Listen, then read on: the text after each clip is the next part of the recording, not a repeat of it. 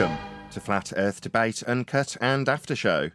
I'm your host Nathan Oakley, and if you are new to this channel, or you've not done so already, then be sure to subscribe. Hit the bell notification icon and join button if you'd like to become a Nathan Oakley 1980 channel member and keep up to date with the Flat Earth Debate.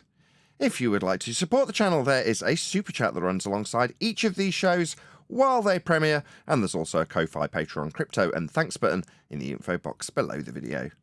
Speaking of Patreons, I'm going to do a quick shout out to all of you who do support me on Patreon. So, a massive shout of thanks and appreciation to Measured Flat, Chris Wouters, Mr. Amish, Sensual Goat, Mitch Kennedy, Rod, The Name's Burley, Twadwazzle, Jason Hornsby, Flat Earth Travolta, J Melts 24, Unimento, M, Iron 26, Endless, Goldie McKinnon, Retro Bill, Level Plain Poem, John Kays, Patrick Gunnels, Banter, Mel B. Styles, Hairy Blade, Mobile Max 777, Rob W, Del West Watson, Unbelievable Productions, Blue Ridge Ranger, Abraham Mohammed, Skeptic 936, Life is Short, and David Wayne Foster. So another massive thank you to all of you for supporting me on Patreon.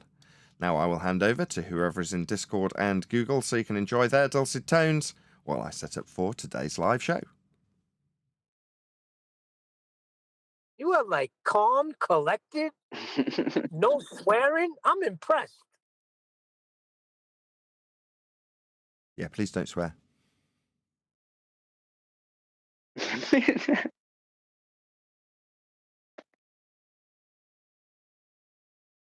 Well, thanks, Neil.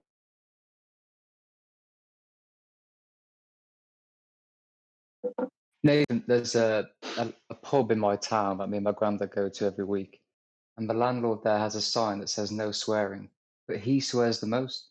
The landlord does. What are you trying to That say? reminds me of you. That's Nathan. Rules for thee, but not for me.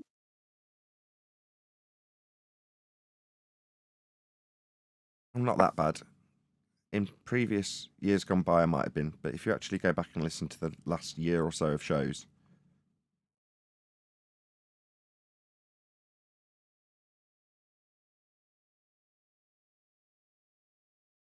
I would say I very, very rarely swear, actually, recently.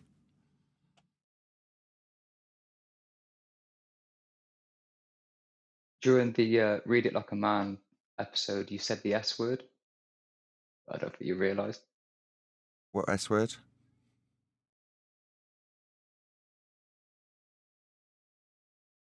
Shitty. Sissy. Shitty? That's very mild, Yeah, though, you isn't was it? referring to Danny Faulkner's Straw Man in his book. Fair enough. Yeah, okay. I mean, there might be some mild ones that slip through. Occasionally, some really, really strong ones slip through. But on the whole, I would say, considering I just swore whenever I wanted to previously, I don't tend to now. Well, I hope people would agree.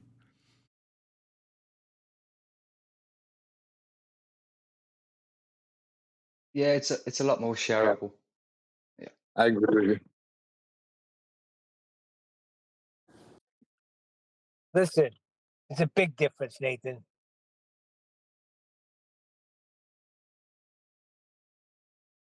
Good, pleased to hear it. Unfortunately, a lot of people I share your videos to would tell me in person that it's your attitude that is off-putting. But they don't understand the context of why you have the attitude because of years of being gaslit and lied to. So, but they use that against you, so you know. What attitude? That's who Nathan is. I don't get it.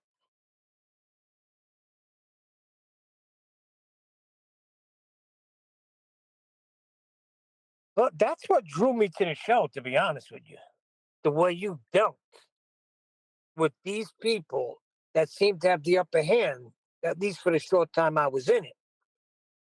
I was like, now this is something new. These guys got the upper hand. And it was, what, when was COVID? 2019?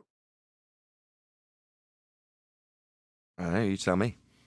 Around that area, 2020. but I was listening for already 3 years. So, but that's what made me continue. That's what captivated me. Not so much the attitude, but the way you dealt with them.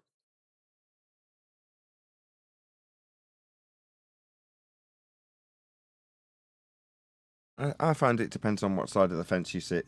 If you don't have any rebuttal to any of the arguments that we're putting forth, you're going to moan about my personality or my demeanour or my attitude towards my opponent. It's like, tells me that you've probably got that globe belief and feel wronged because it's being taken away from you. Therefore, my attitude sucks. Like, well, who cares about my attitude? My arguments is all that matters. But that's akin to just a personal attack in rebuttal. Oh, I just don't like the guy's attitude. What about his arguments? That's why you've sent people there, right? Not because you want them to like Nathan Oakley. I assume you don't give it a second thought about whether or not they'll like me when you send them to the show. You send them to the show because you want to hear how Earth's measured flat, how Earth's not a sphere in years gone by. That's why you send people to this show, not so that they'll like me as a personality. I've not built the show around my personality, have I? Nope. I see what you're saying. They'll say, this guy's got an attitude, but in reality, their ball's being taken away, and they know it.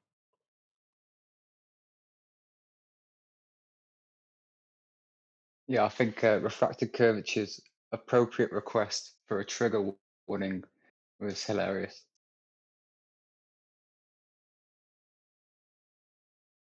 Yeah, it did. It triggered a lot of people yesterday's show. If I'd have known it had got such a good response in that regard, I'd have probably kept the show going a little bit longer. But there we go. It was very quiet and very subdued in the after show. Well, when you ended the after show, Adam came in. What's going on? Like, it's like you just ended. He's like, but what? I just got off. I'm ready. I said, well, he's not. It's over. So I think you got to wait a little longer. Sometimes when there's a little silence, you got to hang in there a little bit because something good is getting ready to happen. Oh, yeah.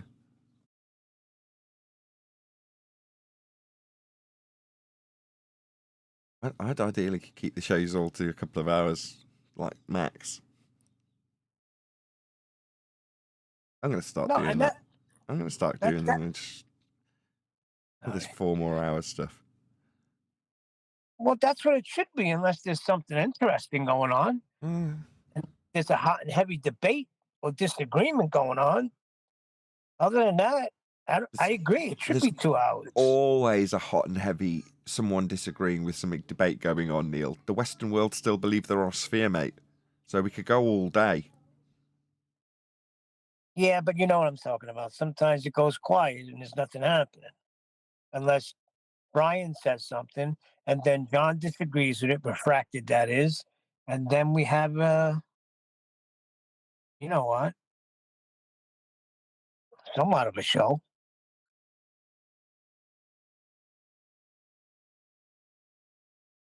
Although it's about heliocentrism and stuff in Narnia, but that's okay. Okay, once a month, tops. I don't mind going into La La Land. I was very disappointed when he opened yesterday's show with it. Brian, that is. I'm like, we spent 4 hours in La La Land yesterday. Yeah, but Brian has to, if he feels he's right, he's going to come back with it. He might be he right. Feels he's right. He might be right. Okay, I can describe how things in physical reality will do things about their own axis, regardless of which axis they're moving about and tethered to. They're still, as John correctly explained, moving about their own axis. And that's how it would always be described. So, as far as I am concerned, it is. As far as Brian's concerned, the tidally locked aspect in the heliocentric orbital motion means it cannot rotate about its own axis, according to him. Well, if he can give us an explanation of how that works, when I can literally see that it is turning about its axis, regardless of the tidal locking, if there's a rotational motion claimed, this is all hypothetical in La La Land, then it has to be, by its own description, moving about its axis. But Brian says no. Okay, fine. Well, he'll have to pad that out and explain it within the rhetoric of heliocentric understanding for us to be able to agree or disagree on a slightly different level than we've had debated about thus far. So far, all I can do is go with the evidence of my own eyes when I see demonstrations and the descriptions of what is claimed to happen to keep it tidally locked. And as far as I can ascertain, tidal locking means it has to rotate about its axis. And I saw demonstration after demonstration when we debated it. This doesn't mean I'm not open to being wrong, obviously. I'm quite happy to be shown to be incorrect within the heliocentric la-la-la nonsense of motions in orbits. But Brian's going to have to work some to convince me otherwise, because as it stands, I just don't think he's right.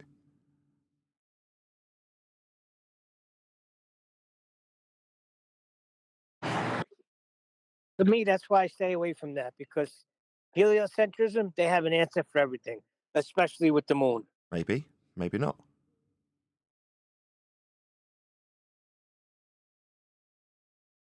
So you Yeah, think but they half of their constructed answers this turn out to be lie? Hold on, you think? paradoxes. Hold on, Neil. Who is that? Go ahead. Sorry, Neil, I was going to say half of their answers turn out to be paradoxes anyway.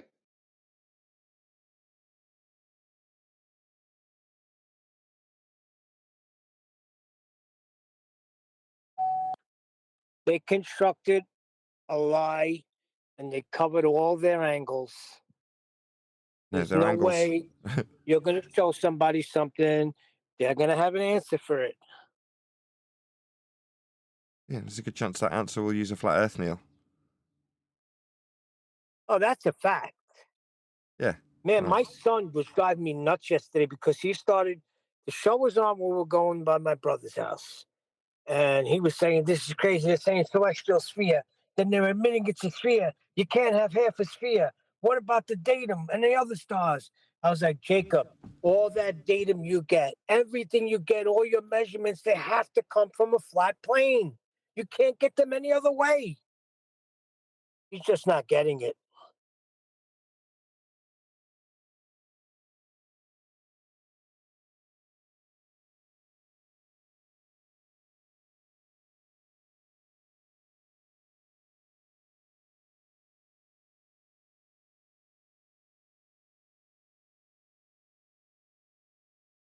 And with the rotating opposite way stars in the south. What rotating opposite ways stars in the south? What are you talking about? The stars in the south go a different way.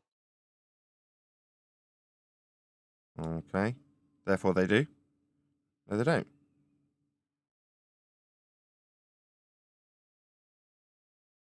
East to west always, everywhere. Yeah, well, they showed me a video of them appearing to be going the opposite way. But I don't know what the stars are. I don't know what the stars do. I know we could use them.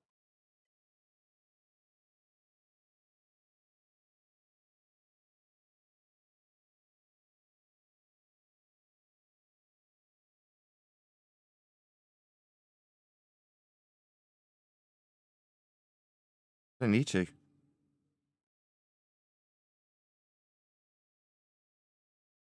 Don't need to know what they are.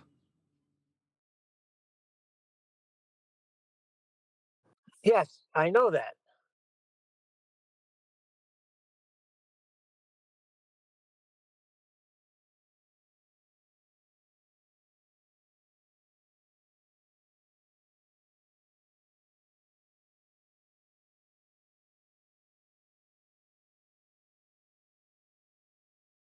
We're in politics tomorrow.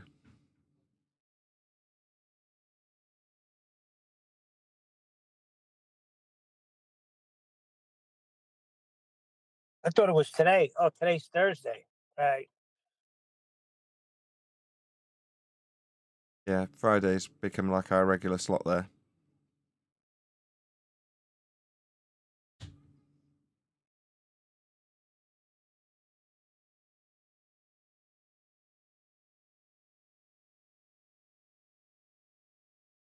Did I start early or something today? Where is everyone?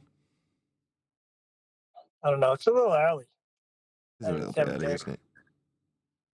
Well, just think if there weren't a bunch of you know what in the other place, we'd be going there today. But they don't want us there. More's the pity.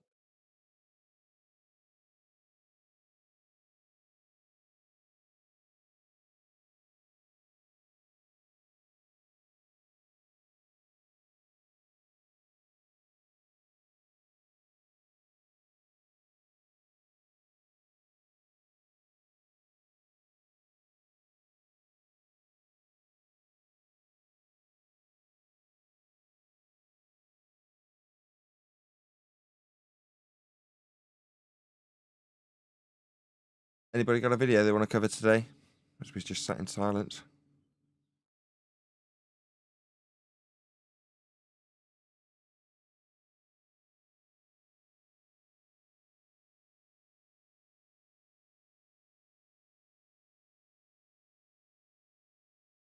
One video I know of that has potential is Dom Jolly's interview with Fight the Flat Earth. Dom Jolly went on Fight the Flat Earth. Yes, Oh, I had an okay. interview with him. He seems to be in pain, Mr. Jolly, huh? Oh, okay. Interesting. Yeah, we could cover that. Can you stick a link in Master B? I can. Well, I'm not on Skype, but I can make a Skype account now, or if there's a mod available using Skype, like Rayleigh, are you in Skype? That you could post it in if I put it in Discord?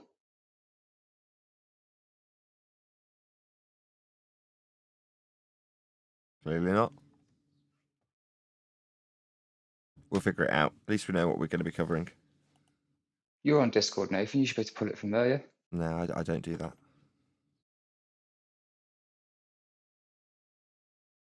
I have a man for that.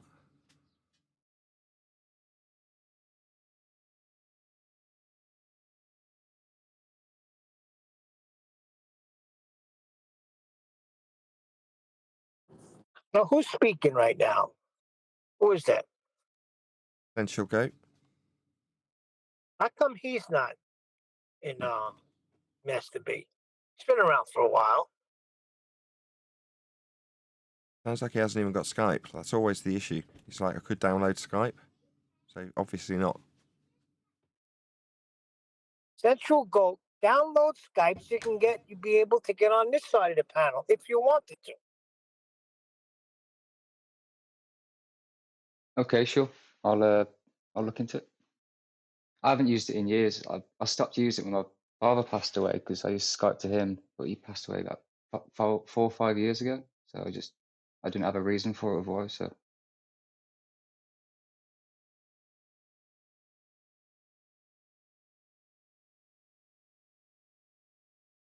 Yeah, it's the main back office. So it puts a break between all the different platforms.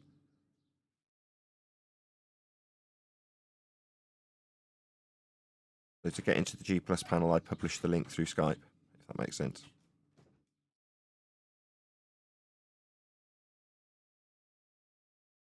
Hello, hello, good morning. Morning. Is it just quiet in here? Not anymore. What's the plan today, Nathan? Earth Awakenings or staying here? Nah, we're throwing piles to swine. What's the point? All right. Thought it was a good idea to cover the Eric debate video, man. Hopefully a lot of his audience will take a look Who's and sharpen Dave's their or arguments. Eric's. Eric's? Oh, you think it'll be popular with Eric's crowd as we effectively defend Eric? Yeah. Well, we didn't. If you listen back, I don't think you were defending Eric. No, we weren't. There was various points where Dave is critiquing the fact that he's called things experiments, and we're saying this is not an experiment. Now we're leveling it at Dave, but Dave is just reading out what Eric's got in his book. So in many ways, you could easily view it as negative towards Eric Debay, although it was framed around criticising Dave. Yeah, either way, I think it went well.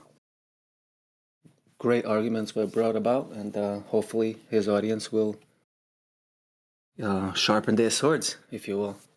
Yeah, plus, in context, the book's old. Not old as in really old, but, old enough to have been pre-Feast of Nonsense. So yeah, 200 proofs. Yeah, 200 proofs is from way back when, so it's not like it's a new edition that should have comported with everything that we now talk about. How would you know? Right? Yep. I have the physical copy. Now I am just defending Eric Debay, though, but what I'm saying is there's plenty of things that we levelled at the text that's being critiqued by Dave as being incorrect, and it's Eric's text.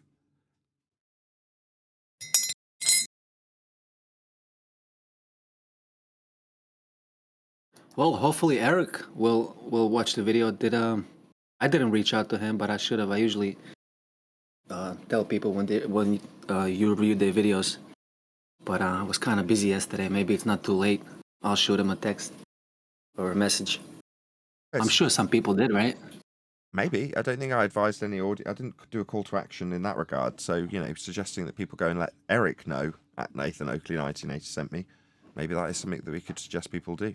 Even if they're watching it now, like if they're listening to this recording, they could just do that. Hopefully a mod will stick a link into Eric's video and they'll actually do that. Again, it helps Eric in the algorithmic love. Why not? Mm-hmm. I'll definitely do that right now. So we're staying here today, right? Yeah, I would say so. Any videos? I can do it without the stress. I've got to be honest. Yeah, I don't blame you, man. Yeah, I don't think that server it's not moderated well, man. A lot of them are hung up on their, how they need to be respected and all that. And yeah, man, you don't need to go there.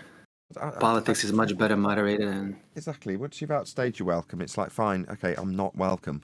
Well, how am I going to have any positive progression if they're bracing against me at every turn? And to be honest, bro, I don't once you go muted, in between your shows, and as soon as you're done with the show, all they do is jump on you and talk shit about you, bro. Elder Bear literally waits for the chance for when you're about to start the show and when you go on mute, Elder Bear or someone is always gonna jump in and say, start talking shit about you. It's just nonsense, man. They're more obsessed with you and they more hate you than they care about the arguments. I don't know why. What have I done to wrong any of them? I don't know. I know Elder Bear's after you, man. Yeah, but what have I done to wrong Elder Bear or anybody, like I say? Took away their ball and you took away their not flat. These aren't ballers we're talking about. We're talking about people in the Earth Awakenings Discord server. Oh, really? So they're not ballers. Okay. Well, yeah, I don't know what they are, man. We are having arguments with them as we're told that we're being totally unreasonable when we call someone an idiot for getting something completely wrong and deceiving the audience with that we've demonstrated to be wrong. Unreasonable.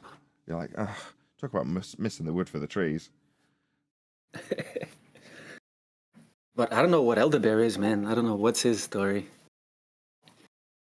He's definitely not a flat earther. I don't know or care. He's not. Yeah.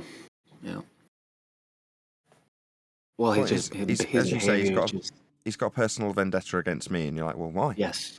Yeah. I don't know why, man. He says Nathan is selling a faulty product. There's no measurements being made, none. And then a couple of months later, he writes down the comment, sextant is an angle measuring tool. But for months, he went on berating how there's no measurements being made, none. Yeah, but you even got Lumpy. He's just confused. In the chat. You have Lumpy in the chat saying, I measure an angle. Is that the ground? I said, Lumpy, I thought we went over this. Nathan's just wrong. I know how to measure. Well, so do I, buddy. I was more surprised when Anthony Riley went with that. I was like, what am I hearing right? Anthony Riley's on that side right now, the horizontal plane of reference is not the ground. Yet. What's going on here? He just doesn't know the argument yet, right, Nathan? I don't know. I haven't even spoken to him since then. He hammered through me for several hours, came on the show, and then objected strongly when I shut him down after only a few minutes of yammering through me. Yeah, he did join the server back a month and a half or so ago, but I haven't seen him active at all. He didn't speak to anybody. Anthony's cool. Everybody loves Anthony and he knows that, so all will always be forgiven. I'm sorry, what was that, Nick? I said all will always be forgiven because everyone loves Anthony Riley. So regardless of how petulant he can become, he'll still be welcomed back with open arms and he knows it. It's his accent. It's his accent. No, my wife likes all you guys are from the same place pretty much, right? Birmingham? He's from there too, right? Not all. He's from Liverpool. That's up north, near well, edging up towards Scotland. I'm right in the middle of the country, in Warwick. Oh, Speaking of Liverpool, that guy, that comedian, what's his name that I sent you? Oh shoot, the English fella. He's from Ireland, actually. You're talking about. Yeah, but he was telling Sebastian about a place that he should go to in Liverpool, a stand-up place where they all dress proper on one certain night during the week. So I thought that was interesting. A place in Liverpool where they dress proper. Yeah, Are Jimmy they Carr. proper in Liverpool? Jimmy Carr's not from Liverpool. He's from Ireland. Yeah, he said where he was from. But he was telling not Nathan, Nathan, telling Sebastian about a place he should go to in Liverpool. Got what the name of the place was.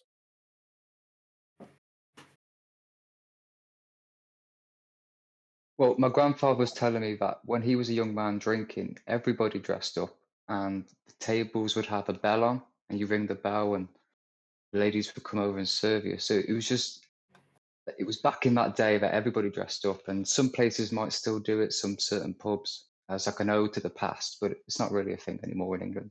Oh, I know of. Yeah,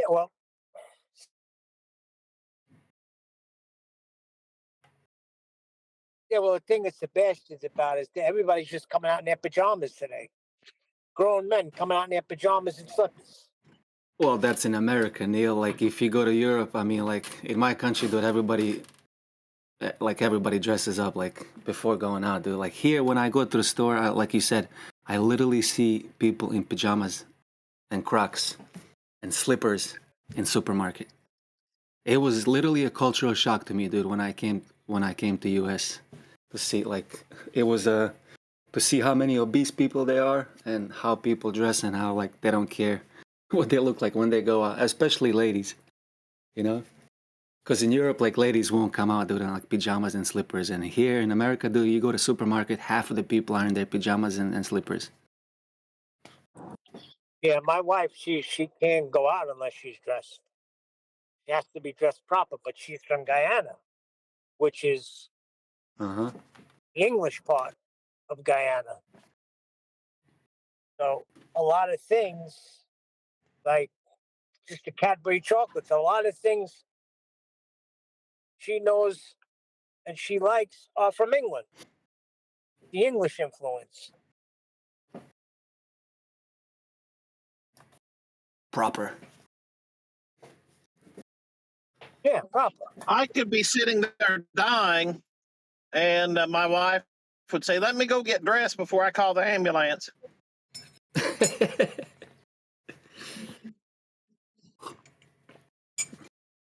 Well, that's the whole thing Sebastian says.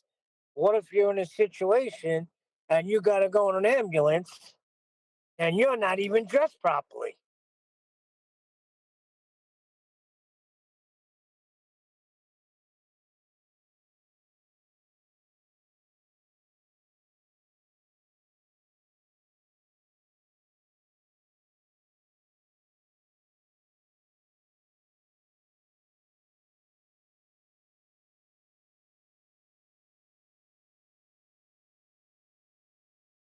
And what video are we covering today?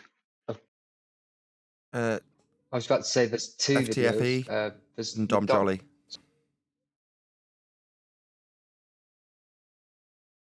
Also, the Viking has requested a video. It's called Navigating the Stars. Mighty Mush, it is in main chat. Just the Viking in the chat against Proto Fad and the other ballers is our literal Viking. So. Mm-hmm.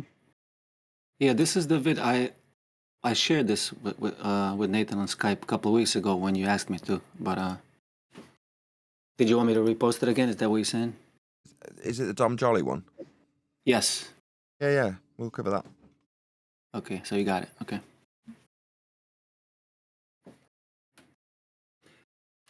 Hey Neil, if it's not a secret, did you say you live in Brooklyn? Yeah, I grew up in Brooklyn. I'm in Alabama now.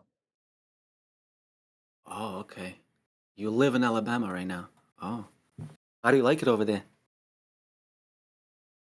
Love it over here. Compared to Brooklyn, there's not a lot of people there, huh? You in a country somewhere or in a city? No, I'm in the Auburn University. It's a college town, so it's like living in Long Island. Okay. I don't know if you're familiar with Long Island. Except the traffic New worse in York. Alabama. No, that's impossible. That-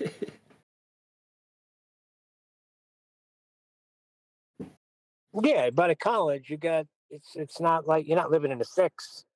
You're living in a thriving town.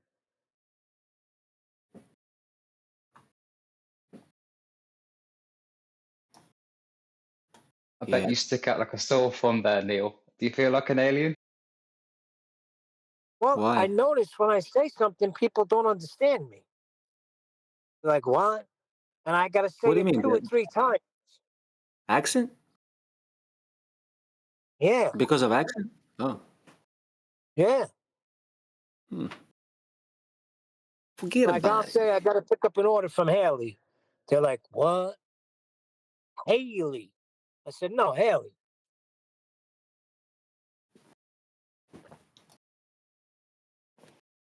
Got to pick up for Haley.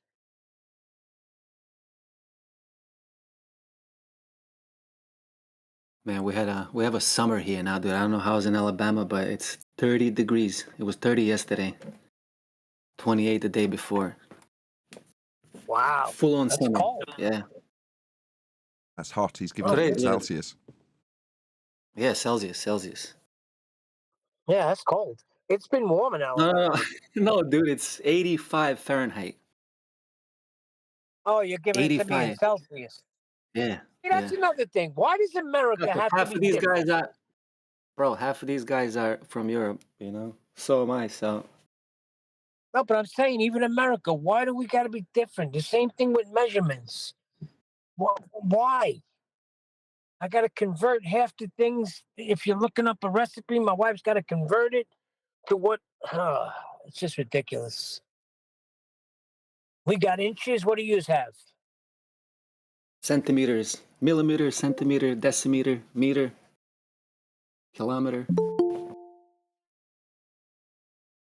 Yes, I looked something up and it says 15 centimeters. So what the freak is that in inches? Did someone post that video? Because I need to queue it up and sound check it. I'll do it right now, Nathan. I thought you had it. There No, you I go. didn't. No. No worries. Thank Copy you. link. Paste. Here we go. Hey, Brian. Thank you. Hey Nathan, everyone. Do you want me to go horizontal? Mush. Good morning, Brian. I'm gonna Well, level she check can- this. Well, we'll pretend that the not American trying one to didn't happen Skype then, as most definitely. Now, Stupid buffering. I don't obviously, know why it's doing Trigger Happy TV is what you're very known for, but that. Good enough. I'll pause it. It's buffering anyway.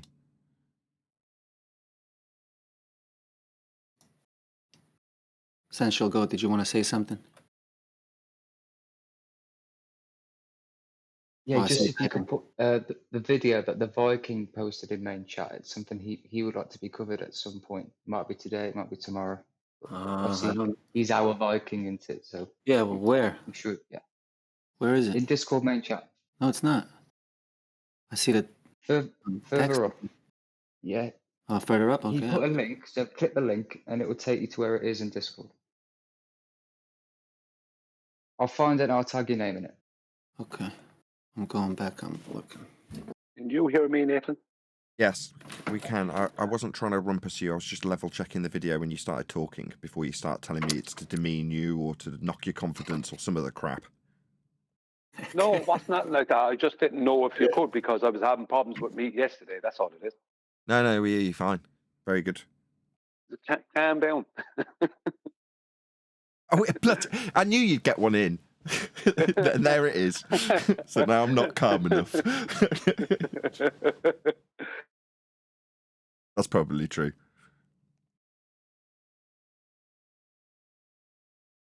I had to figure out why my stupid coffee machine that's about 20 years old was back flushing all the time. So I had to take the thing to pieces. And even when it's fully assembled, the thing's lethal and will burn you if you don't know how to use it. So when you're fiddling around inside it with it on, it's like There's bare live wires all throughout. It's just a joke. It's a real lethal mess inside.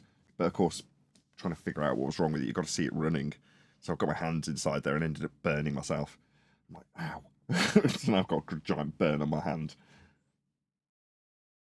Yeah, And while I was doing it, I'm at like, least you have a coffee machine. Say again? At least you have a coffee machine. That's something. Yeah, not if it's not working properly, though. And then while I was doing it, I'm like, what's that smell of burning? And trying to be useful, I chucked a load of washing into the tumble dryer for my wife while she was doing her phone call day for work. And then I'm smelling this burning smell. I'm like, what is that? So I stopped the tumble dryer and just assumed that it stopped spinning and it's slipping on the belt and burning the rubber. So I go and get my wife. I'm like, I think I've broken the tumble dryer. So she had to stop what she was doing at great annoyance. She started telling me off. She's like, I'm working. I'm like, but I think I've broken something. So she comes in and pulls out these, like, I don't know how to describe them, like shoes for swimming pools, pool shoes. And they're not supposed to go in there. So there's melting rubber inside there. And that's what's stinking, burning. But there we go. So just little things have put me on edge today. You know, broken coffee machine, and then the perception, or the thought of having a broken tumble dryer doesn't please me very much. Although it's all fine. I'm just on edge. No, it's fine. No, I understand. Always. Other than that, it's all good. Never flat Earth that stresses me. You don't let personal get in the way of business, Nathan. Well, there's nothing. Business is flat Earth, isn't it? There's literally nothing anymore in this subject, which is such a turnabout. Sorry to have a fragmented sentence there. Back in the day, it was nothing but stress. If I think back to especially the Isle of Man debate, right, it all seemed so serious, right? Because back then, I had a belief in flat Earth. I had no strong evidence. And right up until the point of probably last 18 months or so, I was still in that position. You'll remember, Brian, me saying, yeah, I know that's labelled as a flat Earth proof, but it's not mine. I don't like it. You're like, well, what's wrong with it? And I'll be like, nothing's wrong with it. It definitely proves the flat Earth. It's just, it's not mine. Or I can't remember how I used to phrase it to you specifically, but I not decry, but just sort of say, I don't want to use that one as mine. Whatever it may be. Yeah, and I'd have my reasons. Like the Sea Sparrow missile, I'd be like, well, I haven't done it. I don't know that that's actually even verifiable by the public. I know it's published, but it's just, it's got something about it I don't like. That doesn't mean it's not good. Yeah, it comes down to what you're confident about. I mean, you can be confident about the elevation angle easier than you can about the Sea Sparrow missile. Now you can be confident about the Sea Sparrow missile because you know there's no way for it not to be doing what they're saying it's doing. You and I are of like mind today, which is unusual. Absolutely, that's where I was going. There's a very distinct difference between now and 18 months ago in terms of my attitude, because now my attitude is not, oh, well, the Sea Sparrow is definitely an absolutely shit hot, there's me swearing, globe destroying flat Earth proof. Because obviously, with the understanding of how Earth is measured, navigated, built on, you can't have anything other than the description of the Sea Sparrow on a flat Earth, the distances claimed or realistic otherwise. For all I know, they're sending out a polystyrene rocket that isn't real and it's all CGI. Who cares? The documented claim to be use of it is unequivocally a flat Earth proof, and I can stamp my name on it now without any doubt because of elevation angle measurements to Polaris, the genesis of all globe claims. Like now it's one step beyond acceptance of the flat Earth proofs that we've had in the past. Now it's all your globe claims prove a flat Earth. You know, that's so beyond, you know, I'm a bit tentative about the Sea Sparrow for these reasons. Now it's like, who cares? All the globe evidence proves a flat Earth. It's like, it's much more devastating for me. That's from my personal view. You, when I've put this to you previously, Brian, have said, well, no, I felt like that about X, Y, Z, and all the rest. You know, because you understood them to the confidence level that you could just say, no, that is a proof for me, and I'm happy to stand by it because I understand it. Well, I don't know how I knew it, because I can only call it a knowing. But in 2015, I just knew. That's why I said when I found out, when I listened to Eric DeBay's video and I started laughing within the first 10 seconds of it, I just knew it was flat. Just knew, flat. Whatever experiences I had before that allowed me to just know it's flat. when I thought about everything and how it works that I knew of and I experienced, yeah, it was never what they were saying. And after that, when I'd hear people, and I kind of kicked myself in some ways because I was lazy about it. I didn't push the point more when I should have pushed it. It's like people say, well, this does this, so it proves the flat earth, or they're using this GPS in this way. It's like, yeah, but that's because it's flat. They have to. When they're addressing reality, they have to address reality. They can't address a globe because that's not reality. They must address reality first, which is flat, and then they can make whatever they want out of it mathematically, but they must address reality to begin with, and that is not a globe. That's flat. And I never pushed the point enough. And for me, sometimes it was a bit kind of, well, why aren't people, why aren't people just seeing it? Yeah, of course they're using a flat plane to do that because it's flat. You know what I mean? But it wasn't until Refracted started saying, yeah, they need a flat earth more than we do, kind of stuff. And it really started hitting home. It's like, yeah, I should have been pushing that point myself beforehand, but I wasn't able to convey it as well. My attitude was, yeah, of course it's flat. That's why they have to use a flat plane. As opposed, it's from little it was cracks. too simplistic. Little cracks in the dam form big torrents. So John, going on McToon, as much as he was shouted down and all the standard rhetoric from their side was put to him in elongated chunks with very little chance for a rebuttal, it didn't matter. He still, with the few sentences he got through, managed to achieve his ends, didn't he? Why? Well, because he was the first one to go to the extent of saying, no, I can challenge all of the globe claims based on my understanding of Earth being measured flat, and then did it. Now, even if we didn't necessarily recognise the strength of that back then, it was a little crack in the dam.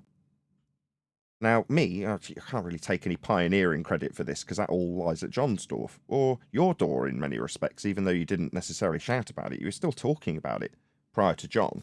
I'm not just saying that for the 2 weeks earlier joke. That is actually true. But John was the first to sort of push it in their faces on the front foot. And then I've gone, yeah, that's how everyone should do it. Everyone should be on the front foot. And all I've done is promoted the notion of being confident about it.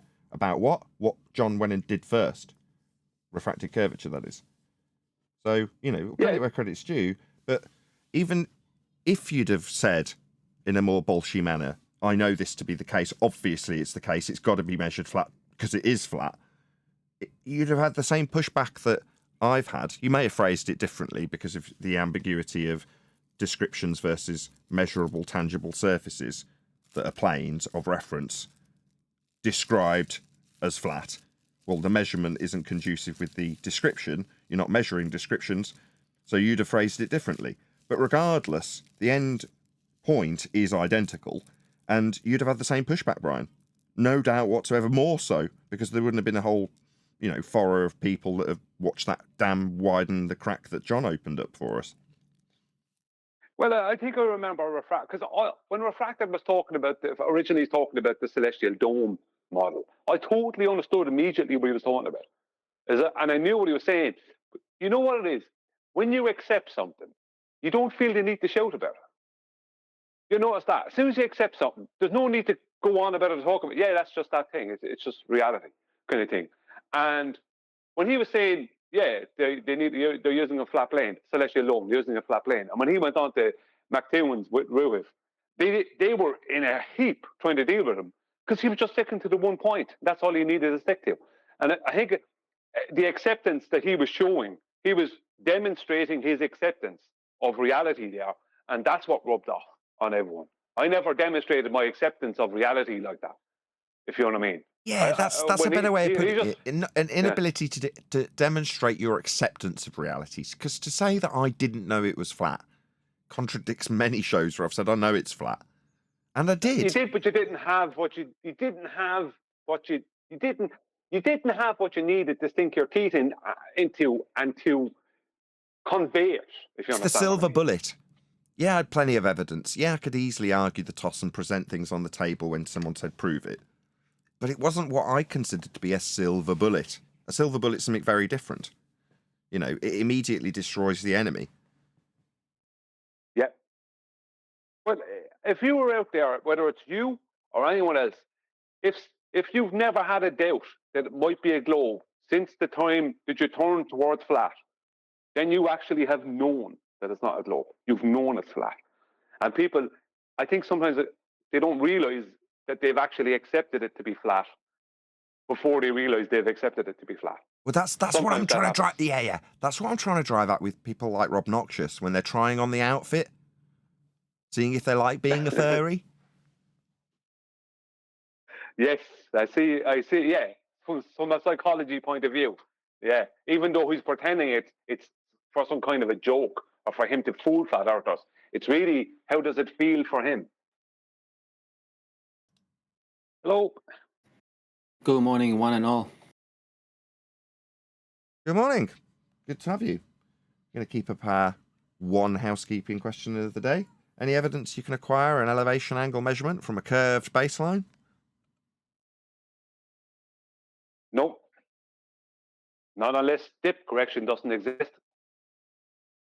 Not for them, it can't. I know they beg the question in a geometric context where they're making dip angle corrections to physically refracted Earth curve edges. But in my mind, there's an impossibility there, even though you're in the paradigm with them debating about it, Brian. How can you correct from a curved line if it's an angle correction? If you're doing a dip angle correction, then the line must be straight to correct the angle. Am I wrong? Am I missing something? Oh, no, you could do an angle correction, a dip angle correct. See, there's the problem. They're not doing the dip from their geometric globe edge mathematically. They're doing the dip from a tangent plane. So even when they start bringing up the dip, they're talking about it because they have to address the dip in reality. What does the dip corrections in the almanac address in reality? It addresses a horizontal plane. Your correction is from or to a horizontal plane that's underneath your boat, that's extending from underneath your boat out to the horizon. Oh, hold on. For them, But stop. Yeah. At the point that they extend out a tangent plane to the horizon, that's a flat plane with the horizon. Yeah, but the horizon, you see, remember, there's two things happening with them mathematically. They have a tangent from underneath the boat, and they also have an horizon that's lifting up from underneath the surface level to meet the tangent. So that allows them to hijack reality. Just let me get this clear. To meet the tangent, so it's meeting the horizontal plane of reference that they call a tangent. Well, then it's still on. Yes. It's still on the flat plane. Then, if it's lifted up to meet the flat plane, so it can be utilised as flat for an angle correction, then it doesn't matter if they say by apologetics, it's risen up from below surface level to meet the surface level in the maths, because there's only one surface level. Surface level's horizontal in Earth curve maths, so risen up from surface level to surface level. What the bloody hell are they babbling about? Furthermore, the tangent point itself, if you're going to describe it as from your feet out, horizontally, to have the tangent-based geometric edge be refracted up, you can't have it both ways. You can't have a tangent meeting the surface and have 1.2 times the square root of the observer's height in feet if your observer height is 0. The tangent point is at your feet. There's only one tangent in that scenario. You can't have a tangent to Earth curve and a tangent out to space, and then say the one that you're not measuring, the tangent below surface level, rises up to meet the horizontal plane that doesn't exist with regards to ground points because it's out in space. This makes absolutely no sense. Is this really where you've got with dip correction? Wow. Oh no, I understand what they. No, see, most of them don't understand their own dip correction. I understand it. I've studied it. Right, I know exactly what they're claiming. I've shown this before. I've tried to explain it before with the actual diagrams from celestial navigation, and trying to show it. And I don't think it came across. They have a tangent underneath the boat. This is how they. This is not in reality. This is mathematically how they have to hijack reality. They have a tangent underneath their boat that extends straight out from underneath the boat. We would call that in reality horizontal. Horizontal doesn't exist in their paradigm, but we'll use horizontal so we can somewhat amalgamate it to reality. Okay, I won't interrupt. I won't interrupt, but I will say that's where it fails, because then the tangent leads to points in space, not ground positions. But carry on.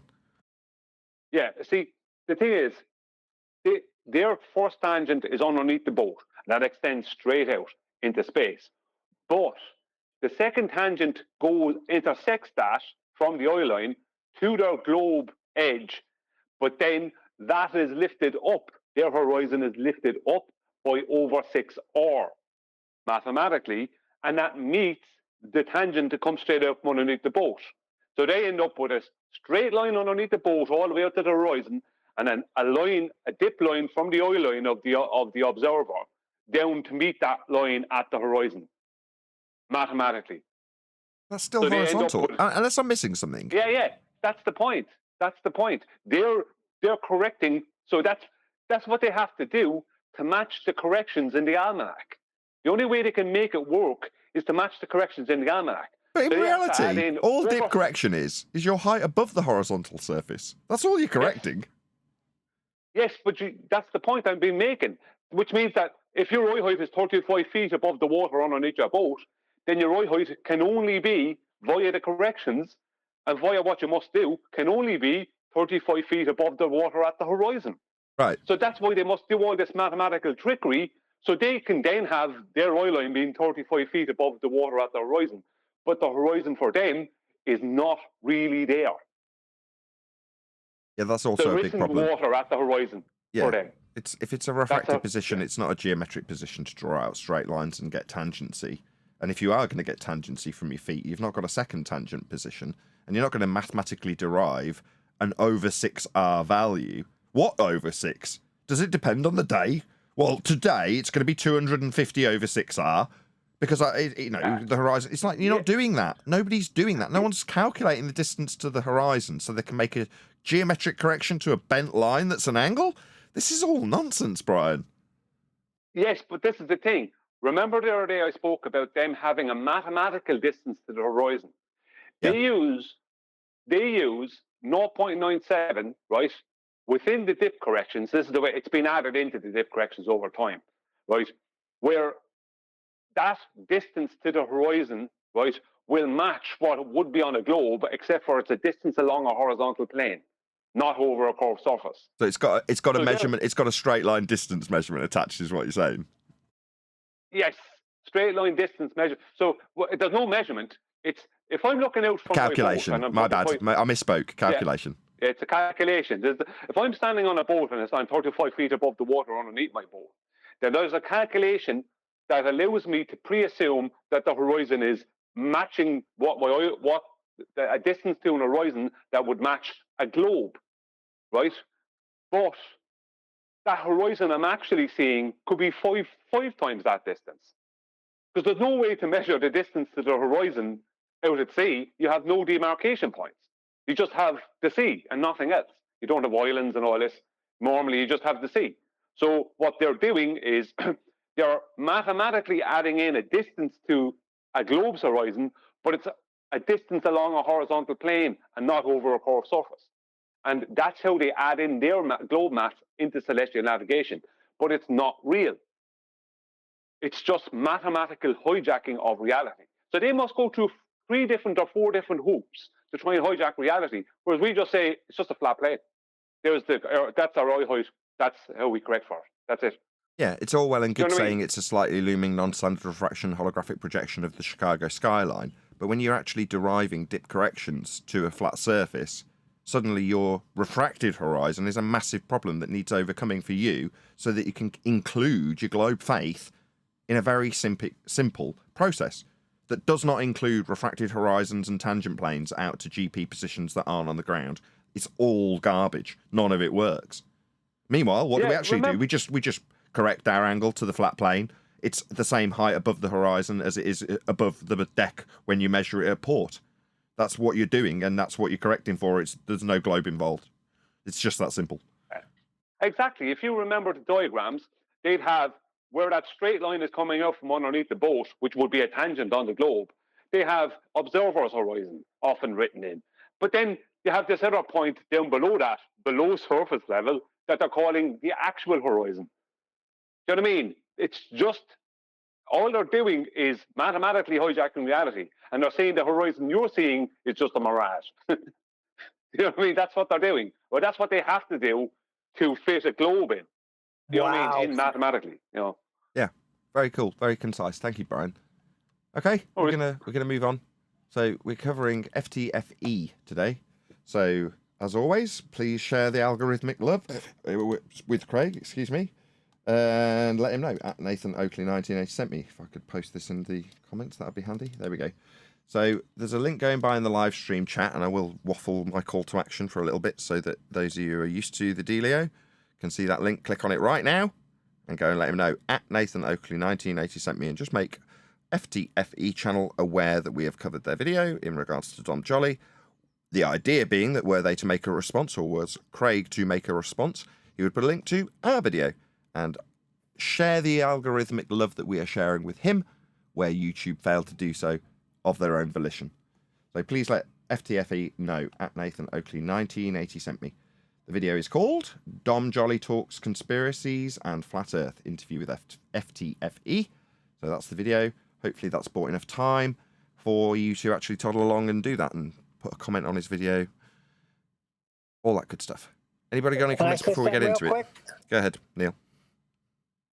I'm gonna say that he's looking for confirmation bias, this Don Jolly. You watch. Looking for confirmation bias. Okay. Well, let's get into it. We'll see how it goes. Recently, you seem to have taken a bit of a turn into dealing with conspiracy theories and the stranger side of the internet. What dragged you into that? What brought that side of this around?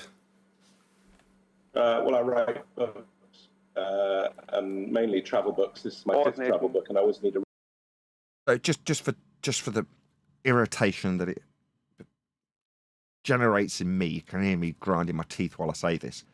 So what he's doing is he's holding his microphone, fiddling with it in the most echoey room he could possibly pick. So what we will hear from Dom Jolly, I can tell you already, will be utter garbage. So in terms of his technical ineptitude, I just want to get that irritation out of the way first and foremost. So this is it. This is your standards, right, Dom? This is what you've sunk to. Sat there looking like you're wearing a pair of pajamas in a big echoey room, fiddling with the mic that you're talking on. Wow. Well, I asked you to pause it because I was going to say this is the very beginning of this is a poisoning the well fallacy, because they were instantly calling the subject a conspiracy theory. So straight away they're trying to put it into the realms of it's only a possibility, as opposed to it's actually measured to be flat. That's their trick. Reason for traveling. So I've wrote a book called The Dark Tourist, which was then nicked by Netflix in 2010, where I went off to North Korea and Chernobyl and skiing in Iran.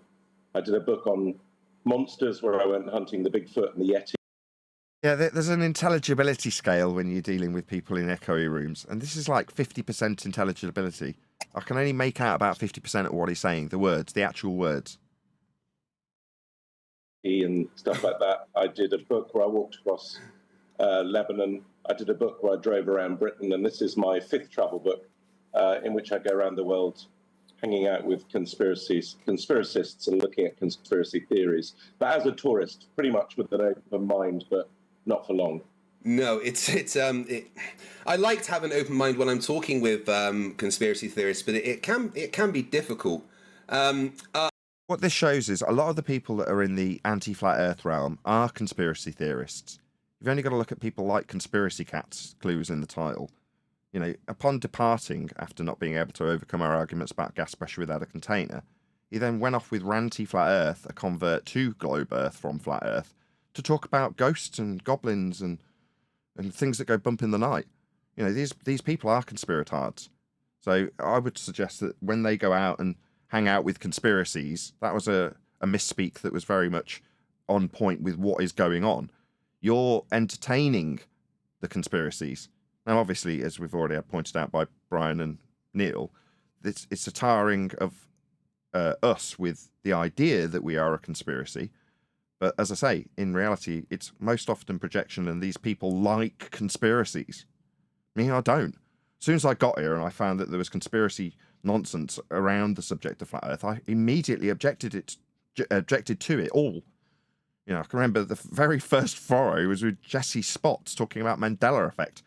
And I was all over him like flies on the proverbial because it just got my goat. It really irritated me. But there we go. We're all conspiracy theorists because the feast of nonsense for flat Earth, what some assume is a controlled opposition narrative that we are introduced to this subject with, does contain a lot of conspiracy and garbage. Now, we brace against that here, but for the benefit of, keeping this concise, we'll just let that slide. I read about... it's- Go on, Neil.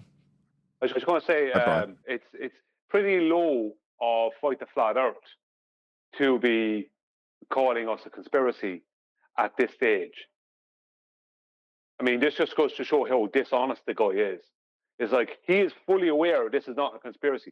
He's fully aware of NASA documents, Boeing documents, all the rest of the information that's out there that shows him he needs a flat plane, astronomy, everything requires and uses a flat plane. Yet he's trying to say that's a conspiracy. He's basically saying aerospace, surveying, celestial navigation, astronomy, GPS, it's all a conspiracy. That's what he's actually saying, but he's trying to make it out as if he's calling us conspiracy theorists when we're not. And he's fully aware that we're not.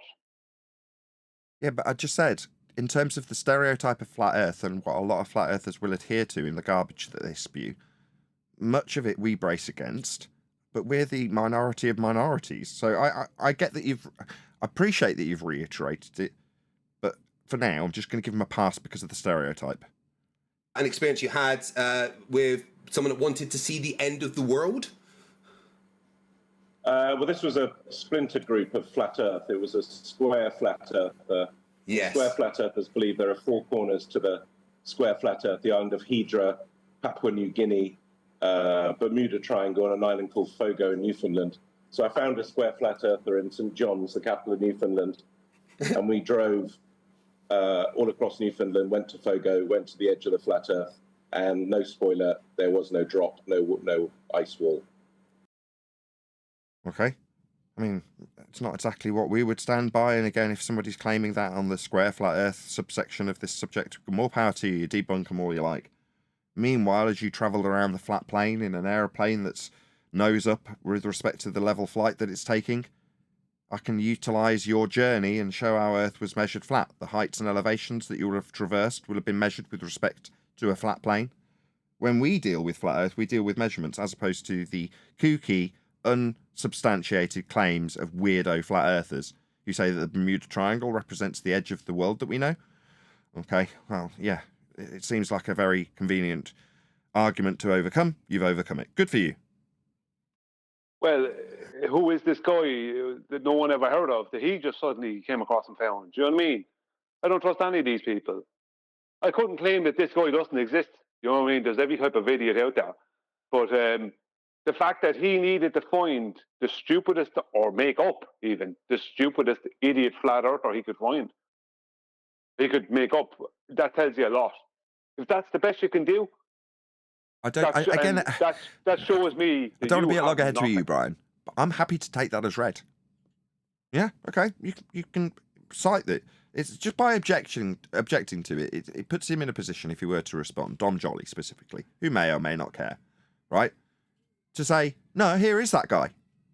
Actually, he's really prominent. You just weren't aware of him. He's got 25,000 subscribers. More prominent than you. And you go, okay, fair enough. Or is he? I forget how many subscribers I've actually got. Anyway, about that number. The point is, he could easily overcome the argument by saying, no, he is real. And he is definitely known. And therefore, you are my stereotype that I lay down. It's like, okay, fine, you can have your individual example of a kooky flat earther with a crazy notion that he can't substantiate and overcome it. Good for you. I'll take that as read. I won't accept it as a stereotype, and he specifically outlined it as a subset of flat Earth. So again, pass. No worries as far as I'm concerned. I'll take it. Well, I didn't say he definitely made him up, but I said that there was a good possibility of it because this person and this person's ideas I've yet to hear in 9 years of being in the topic. But we've heard equally crazy crap, though, haven't we? But we have heard equally crazy crap, though, haven't we? We have. Right, so let's just move on. How did the flat earther take that? He didn't take it very well. He insisted we get on a boat and try and go out towards the wall, and we had a very confused fishing captain who said we could only go out for an hour because there was a storm coming. And then when we had to turn around, he accused the captain of being paid by someone, probably Bill Gates. It's always Bill Gates. And insisted that we'd been going around in a circle. It was all very strange. Oh, so you became part of the conspiracy? But he insisted that he went round a circle of an ice wall. All right, how interesting. Meanwhile, the mapping and navigating system that we are all utilising and would have been utilised with the transverse Mercator, when you popped around the various different points on the surface of the Earth, you would have been utilising the latitude grid. That's circles, measured on a flat Earth. So, depends on your standards, Dom. You can find the kooky ones and debunk them based on their assertions, individuals' assertions, that there's an ice wall. Yeah, that's you debunking some crazy kook. Go ahead, Brian. Well, maybe the guy was just, like, see, what we're getting here is a very much kind of a, oh, he just said this and that kind of attitude. Maybe the guy was pointing to magnetic declination. Maybe. You don't know. Just because he's a kooky idiot doesn't mean he hasn't learned something. You just don't know. So when he says, you just bring us around in circles, maybe that is what was happening. Because that's what they do to flat earthers. Don't they? What would they do to you? They'd bring you around in a circle, first chance they get. And then they call you the mad person. So that's what they would do. So this Dom Jolly guy is just a pure lowlife, as far as I'm concerned. Because I'm only over here in Waterford, Ireland, very close to Dom Jolly. You could have found me. You could have found you. You're literally on the same island he's on. Nah, he went off and found some idiot in St. John's in Canada. Well, I think I was part of the conspiracy from the beginning, as far as I can see. I don't know. It's very difficult to keep up with. It's impossible to argue with conspiracy theorists, really, because they either inundate you with facts that you can't in any way validate. So if you've been inundated with facts you can't invalidate, that means that they are invalidated facts. Therefore, what, just facts? So they give you facts. That's your argument. They just bombard you with facts you can't overcome. Oh, well, what a terrible state of affairs. I mean, it'd be miles better if they came over with a load of garbage that you could have overcome really easily, but you didn't, you couldn't, and it's really difficult to. I see. How terrible for you.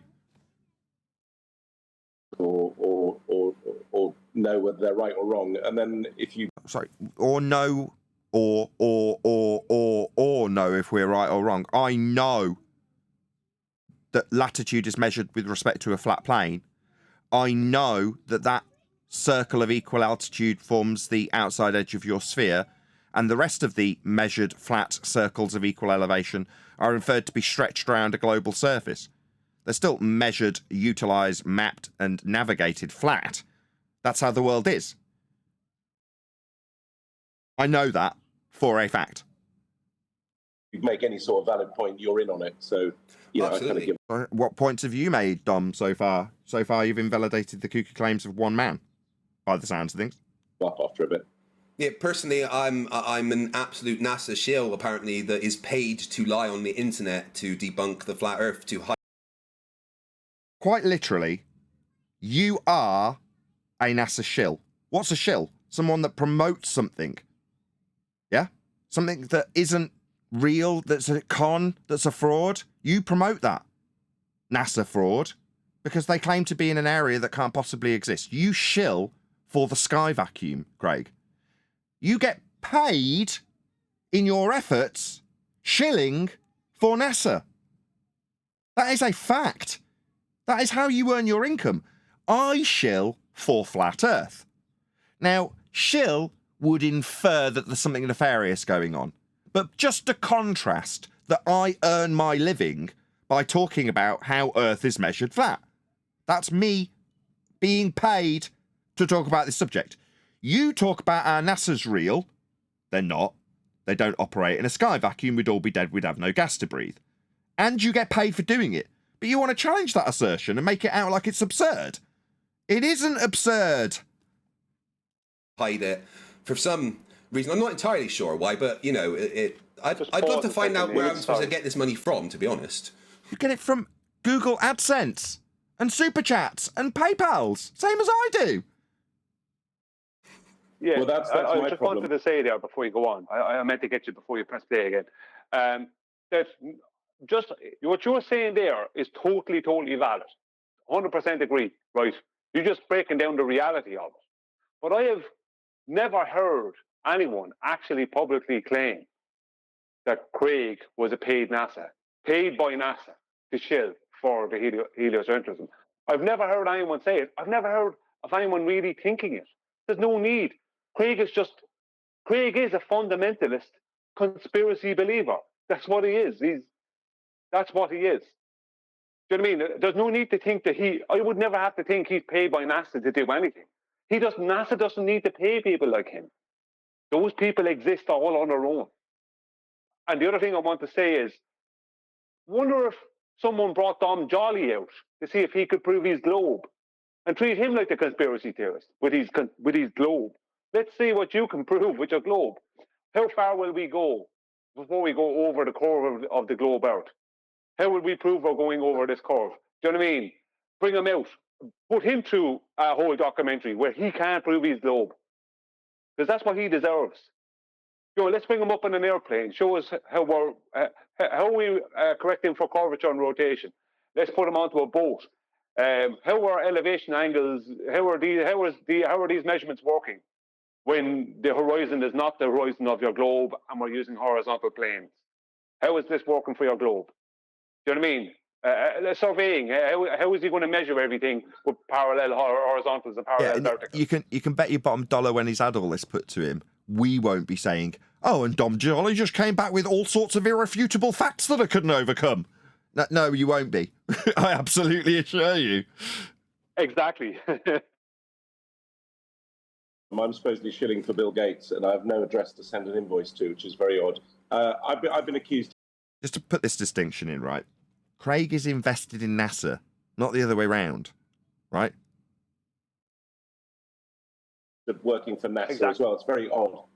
I mean, the thing I really don't understand is if the Earth is flat, then why are NASA so keen to persuade us? If the Earth is flat, well, you'd hope that the next part of that question would have something to do with Earth's flatness. Why do NASA, what? An entity that's got nothing to do with the shape of the Earth beyond their declarations of it being stationary in their documentation for aviation.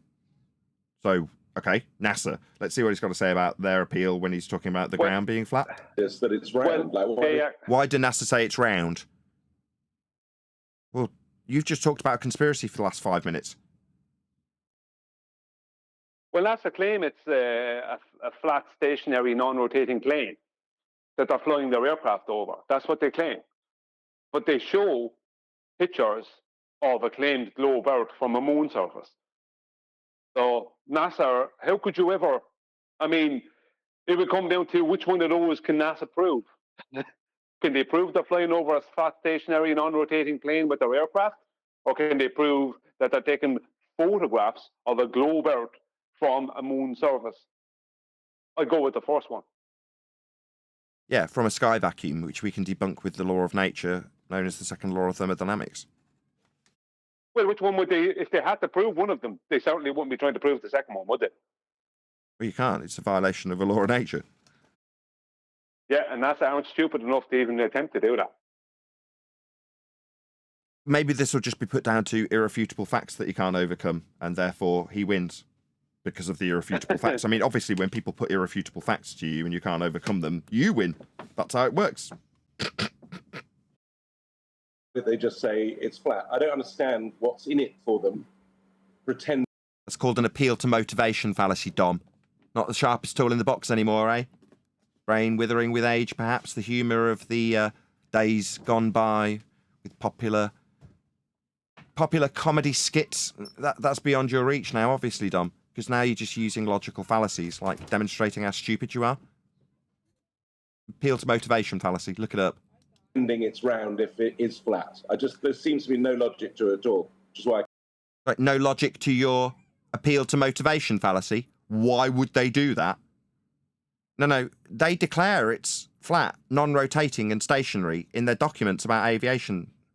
Yeah? Been released to the public. I mean, maybe that's why we're here, to soften the landing for people like you who are going to brace against the fact that Earth is measured flat by NASA. That it's utilised flat by NASA. Why would they say it's curved? Yeah, that's a fallacy. An appeal to motive. I kind of love it. Completely. And that's something, I spend a lot of time debating flat Earth. What, you spend a lot of time debating an appeal to motivation about NASA? Yeah, because you're invested in them. But you ask, why would I be paid by NASA? Why would anyone suggest that? No, you've invested in them, Craig. And that is a question I've posed many times. And so you've used the logical fallacy of motivation many, many times, have you, Craig? Wow. How amazing. The answer I get most of the time is, they're trying to hide God. So when asked, why would NASA say Earth is a sphere, the answer you get from your standard rank and file flat earther is they're trying to hide God. No. Now, see, what we would do is debunk the area that these men from NASA claim to be going to. That would be a sky vacuum beyond the high-pressure gas that we're all breathing without containment. A straight-up second law of thermodynamics violation. Gas-filled space. Yeah? Craig is the only Danny Faulkner, because he's saying that he's starting off calling it a conspiracy theory, something he knows it damn well it's not. And now he's talking about, well, what I get from flat earthers is they say that NASA are trying to hide God. It's like, I don't ever remember hearing any debate he was in. Well, now maybe it did happen, but I don't remember it happening over and over and over. I mean, that would be the same. Like, I don't even remember the question coming up of why would NASA lie. I don't even remember that coming up in a debate between flat and globe for a long time. It's a full-on straw man appeal to motivation fallacy.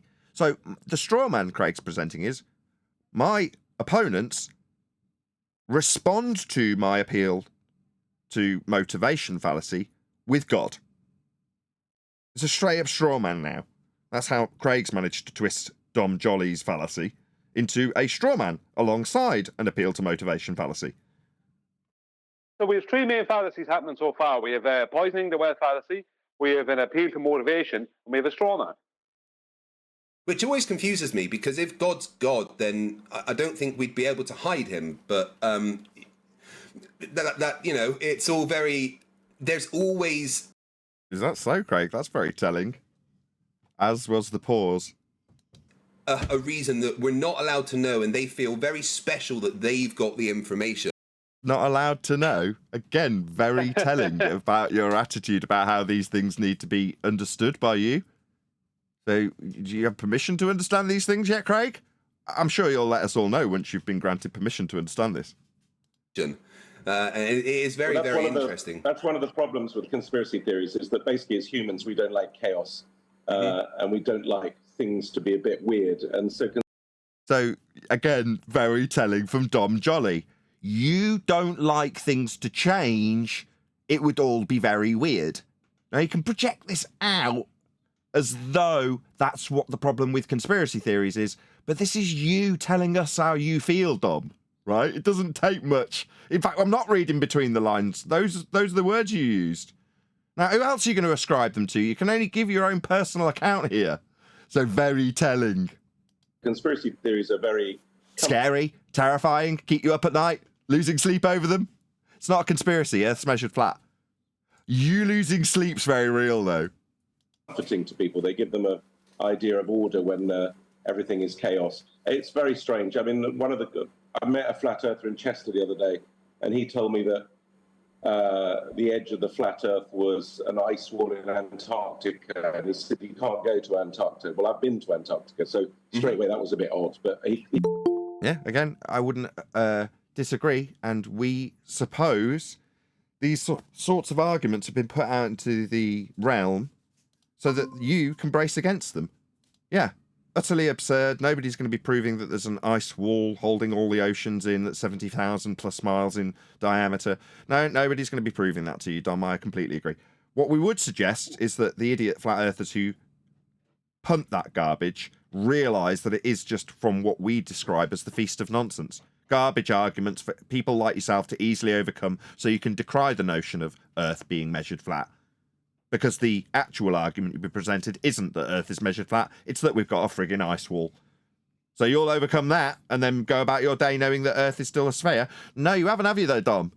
Here you are, talking about it on Fight the Flat Earth channel, right? And how disturbing it is, how you'd rather have order.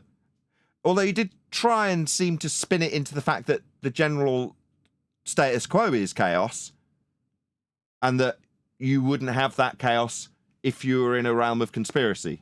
That's how you seem to be positioning it, unless I'm very much mistaken. He then claimed I didn't go to Antarctica. Nathan, 1 second. Sorry. Yeah, he just said there he talked to a flat earther. Now, this is anecdotal, right? He talked to a flat earther in some place he was in the UK, and your man said to him that the edge of the flat earth is an ice wall. It's Antarctica and it's a big ice wall or whatever goes around. Okay. Now, he said, well, it was a bit strange as I was in Antarctica, but he didn't add that into it. When he says he was in Antarctica, was he in, this is just for the audience, the Ross dependency where they have penguins? Because that's technically a low-lying piece of land jutting out from Antarctica. He hasn't said whether he did or did not see ice walls, right? Because according to the globe, there is a massive ice wall going around the perimeter of Antarctica. It's just going around the perimeter of a big plain of ice at the bottom of the globe, or a big, cap of ice at the bottom of the globe. So did he actually go to Antarctica? And if he did go there, was he actually up on the Antarctic ice shelf? Or was he just in the Ross dependency, which is technically just a low-lying piece of land out off the shoreline, basically, of Antarctica? That's not Antarctica, as in, it's not the ice shelf.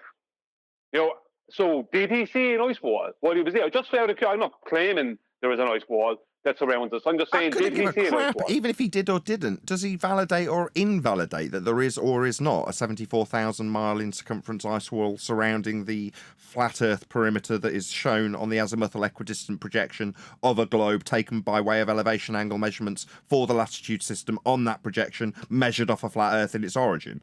Who cares? We measure flat Earth in our origins. We take latitude measurements.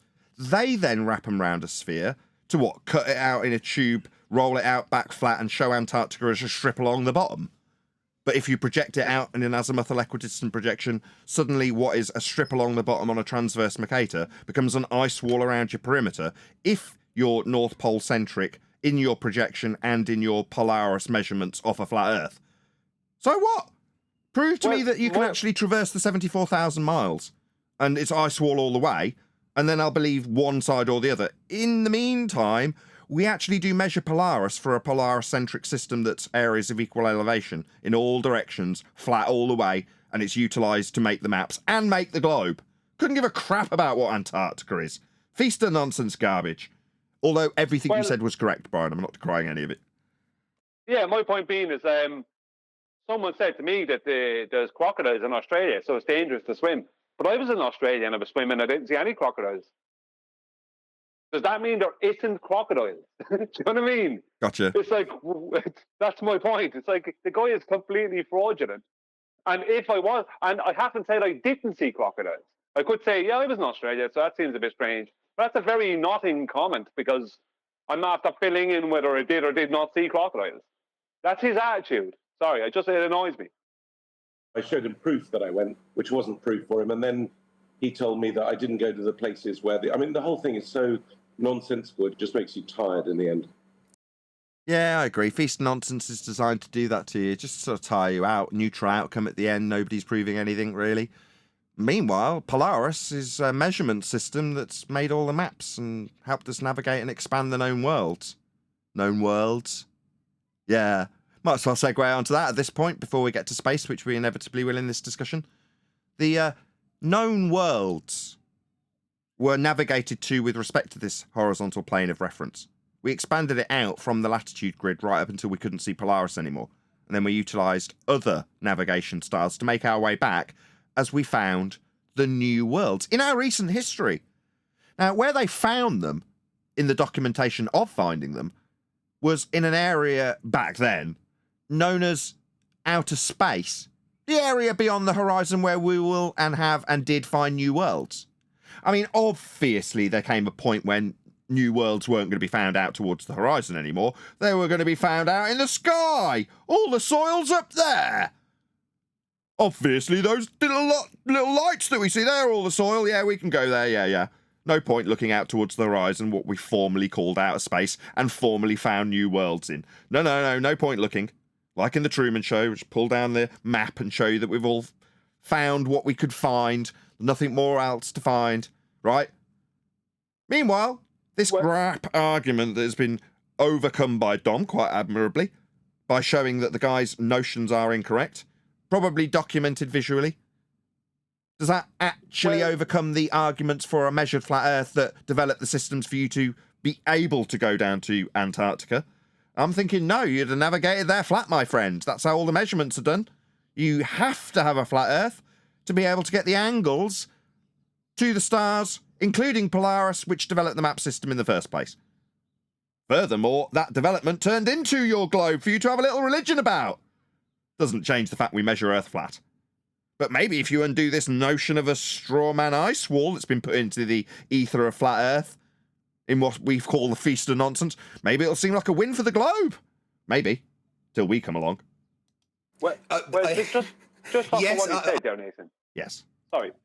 What he said is that when he told the guy he was in Antarctica, and the guy asked him where was he, and he said the guy wasn't really believing I was there. He said, you weren't in the place where there was. And he said, where there was, whatever. He said, I just got bored at that stage. He's literally admitting that the guy probably said to him, no, that was the Ross dependency. Because that's probably where he went to, where the penguins are. That is not the ice shelf. Do you know what I mean? It's not up on the ice. That's the Ross dependency. It might be cold, but it's not the ice shelf, as they call it. Okay. Do you know what I mean? We got it. Although I was repeating myself, so are you. He's such a liar. He's been so dishonest. A man, basically, the guy he's calling a kook, probably called him out on his nonsense. I find it endlessly entertaining, though, and I've attempted to use it as a platform to, obviously I argue with the flat earthers. Make money from, generate a living from, chill for NASA from. But I like to then explain, using actual physics and science, why they're wrong. Obviously, the flat earth... Really? So when we ask daily for scientific evidence of gravity, you've got some of that, have you, Craig? I'm thinking no. Earthers will never agree with or understand any of it. So well, there's no disagreeing with science if it's actually science. You know, it's empirical. The outcome of the scientific prediction, otherwise known as hypothesis, is empirical. You either validate the cause of the effect or you don't validate the cause of the effect. Ergo, validate the null or validate the alternative. One's getting proven regardless of the outcome. You can either prove the cause of the effect or not, empirically. So if we were... It's not that Craig's got science, just as an aside. He hasn't. He's saying it's a nice little magic word. But if he did, we'd be fools to disagree with it because it would be empirical. He hasn't got that standard. But it's nice to drop it in here, isn't it, Craig? That you go by the physics. What, the study of the physical and natural world, the scientific method? No, you definitely don't do that. We know that. Even in the face of your gurus professing to be science, telling you things like gravity's not a force. You'll even defy the gurus if it goes against your religious rhetoric of a globe Earth in defiance of natural law. That's what you'll do. Not go with the physics, go with your religion. Yeah. So for them, it's kind of pointless, but... I've got to play a little bit more because I'm just playing 1 second at a time.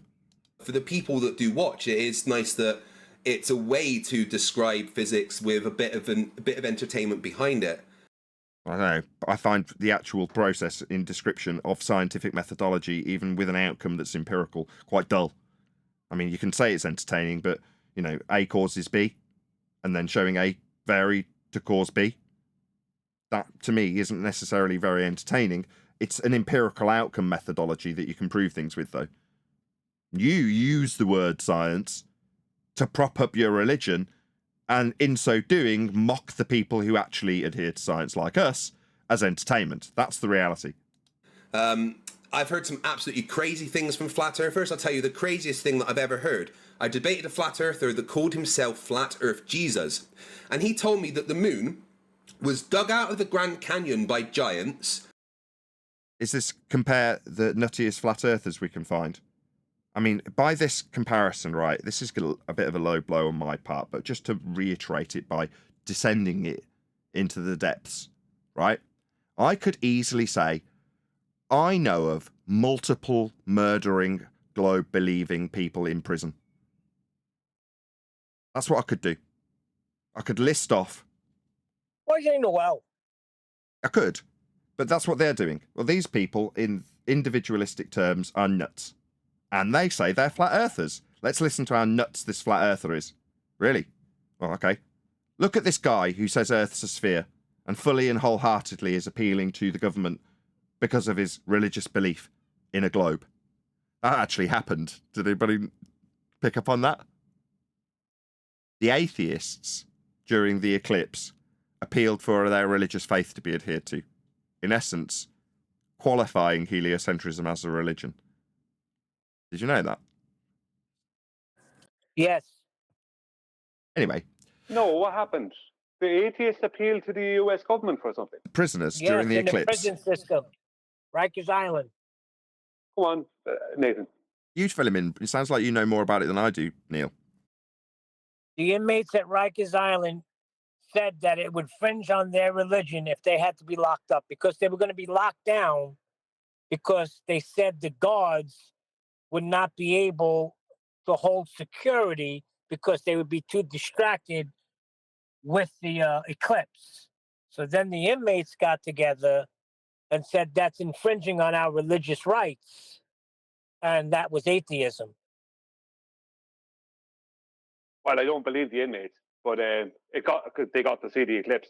But yeah, true. Yeah, but the judge found them favor of them. So yeah, because it is a religion. Yeah, it's set religious precedent. belief. Exactly. It's set precedent. Anyway, let's carry on. They took the material, they melted it into quartz, and whilst it was still cooling, they filled it with helium. And that's why there's bubbles. It was craters, the bubbles making the craters. And then they put it in the sky to mock us for worshipping the sun.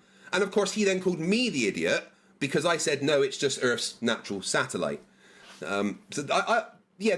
And how did you substantiate that claim? Okay, I'll take everything as read in terms of your decrying of some notion, ad hoc explanation from a kook, also a flat earther. But you say it's a body in orbit. I say orbits is derived from the ephemeris angle measurements of a flat Earth to give Kepler his mathematics to invent orbits. So they have their genesis in a flat Earth measurement, which would decry your statement and ultimately expose it as a reification fallacy. No. Kepler's orbital motion is a mathematical derivation of flat Earth measurements, undermining the notion that we could be on a curved surface with orbital motion going around us. The descriptions utilise the angles. Angles off a flat Earth? So no, definitely not. Obviously, Craig's not going to substantiate his baseless assertion. Me, I can undermine it without any substantiation from him, because it relies on a genesis of a flat Earth measurement. I wonder if Craig is going to talk about when he debated for the third time the flat earther Brian's logic, and where you had to tell a lie and show a fraudulent photograph. Is he going to mention that? Is he going to mention when the flat earther, the kooky flat earther he met Mitchell from Australia, absolutely wiped the floor with him? Or when Nathan Oakley made a fool out of him? Or when Quantum Racer absolutely pulverized him? Is he going to mention any of that? of course not. Nah.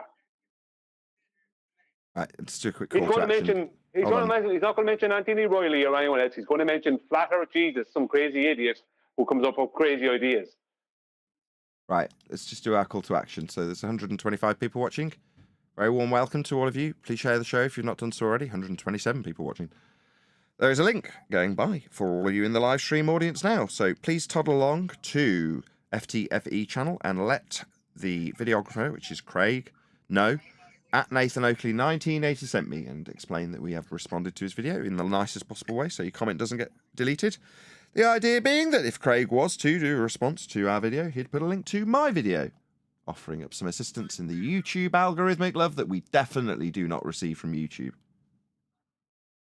Hopefully that's bought enough time for people to actually go and do that. Hopefully a few of you will. Obviously come back afterwards. Yeah, there's the crazy, a lot of crazy. How would you respond to something like that? Well, I'm afraid a lot of it is a mental illness, actually. And that's the problem. Maybe. I mean, this guy does sound like a nutter. I think there are certain flat earthers I slightly suspect of being... Is Tom Jolly a psychologist? No, I don't think he has any medical accreditation as far as I'm aware. Shout out to the Dominic. I saw you on the Final Experiment YouTube channel. Are you going? That'd be awesome. Haha. Am I going? No. No, I'm not going anywhere. I've got my own show. I'm running it right now. You saw me on there, though. That makes no sense because I haven't been there. Hopefully, if they've been using my material, they'll put a link to my channel, as I'm appealing to Craig to do, as I send an audience to him. Into it just to be contrarians, really, because it's Thank you for the super chat, by the way. kind of the most extreme thing you could possibly think of, really. It goes against our entire belief system, really. And so certainly there were a couple of... That was very telling also. So flat Earth goes against your belief system. Yeah, it does.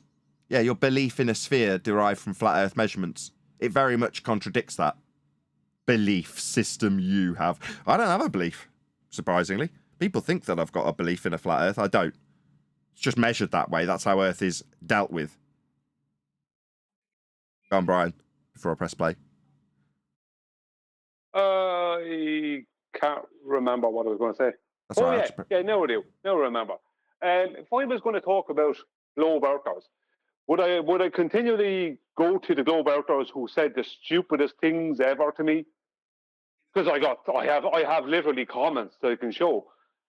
No, I would go to just the general globe earthers, and I wouldn't need to misrepresent them, because the general globe earthers themselves enough. I don't need anything other than that. I don't need to find some kooky, crazy idiot in amongst the group.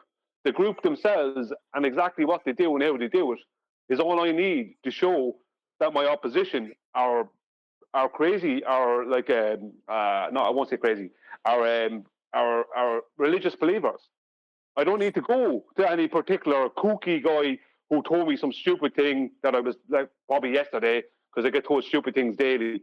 I don't need to do that. I can just show them a whole broad spectrum of information. Do you know what I mean? Pretty telling, right? Hold on, I'm getting something in my earpiece.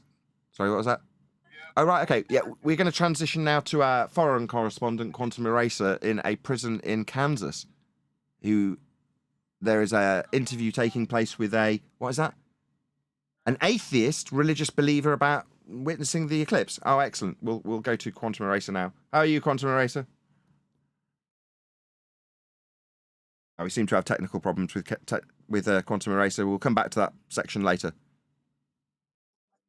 philosophy professors in North America that kind of, I think, did it almost as a philosophical experiment about, like, what's the most ludicrous thing we can propose, and then let's argue it. And I think it started like that. I think a lot of these things, a lot of conspiracies start as jokes or in jokes or sarcastic references online in places.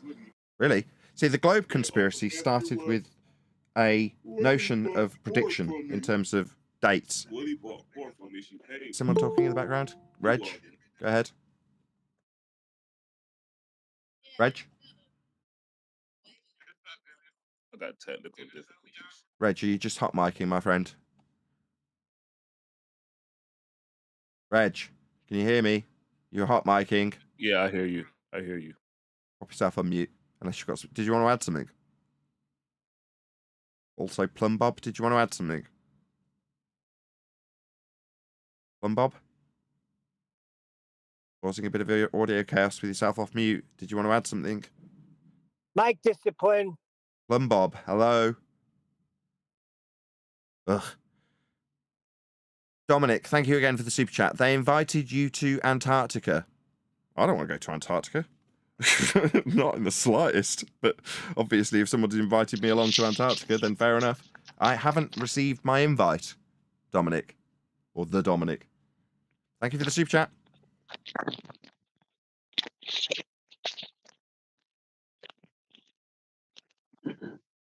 Edda Bear, can you pop yourself on mute unless you've got something to add? Thank you. And then, like everything, 10 to 20% of people take things seriously. In my book, I found a conspiracy called Finland Doesn't Exist. And basically, the theory was that Finland, the country, doesn't exist. Russia and Japan had conspired to invent a country in 1917 so they could have fishing rights.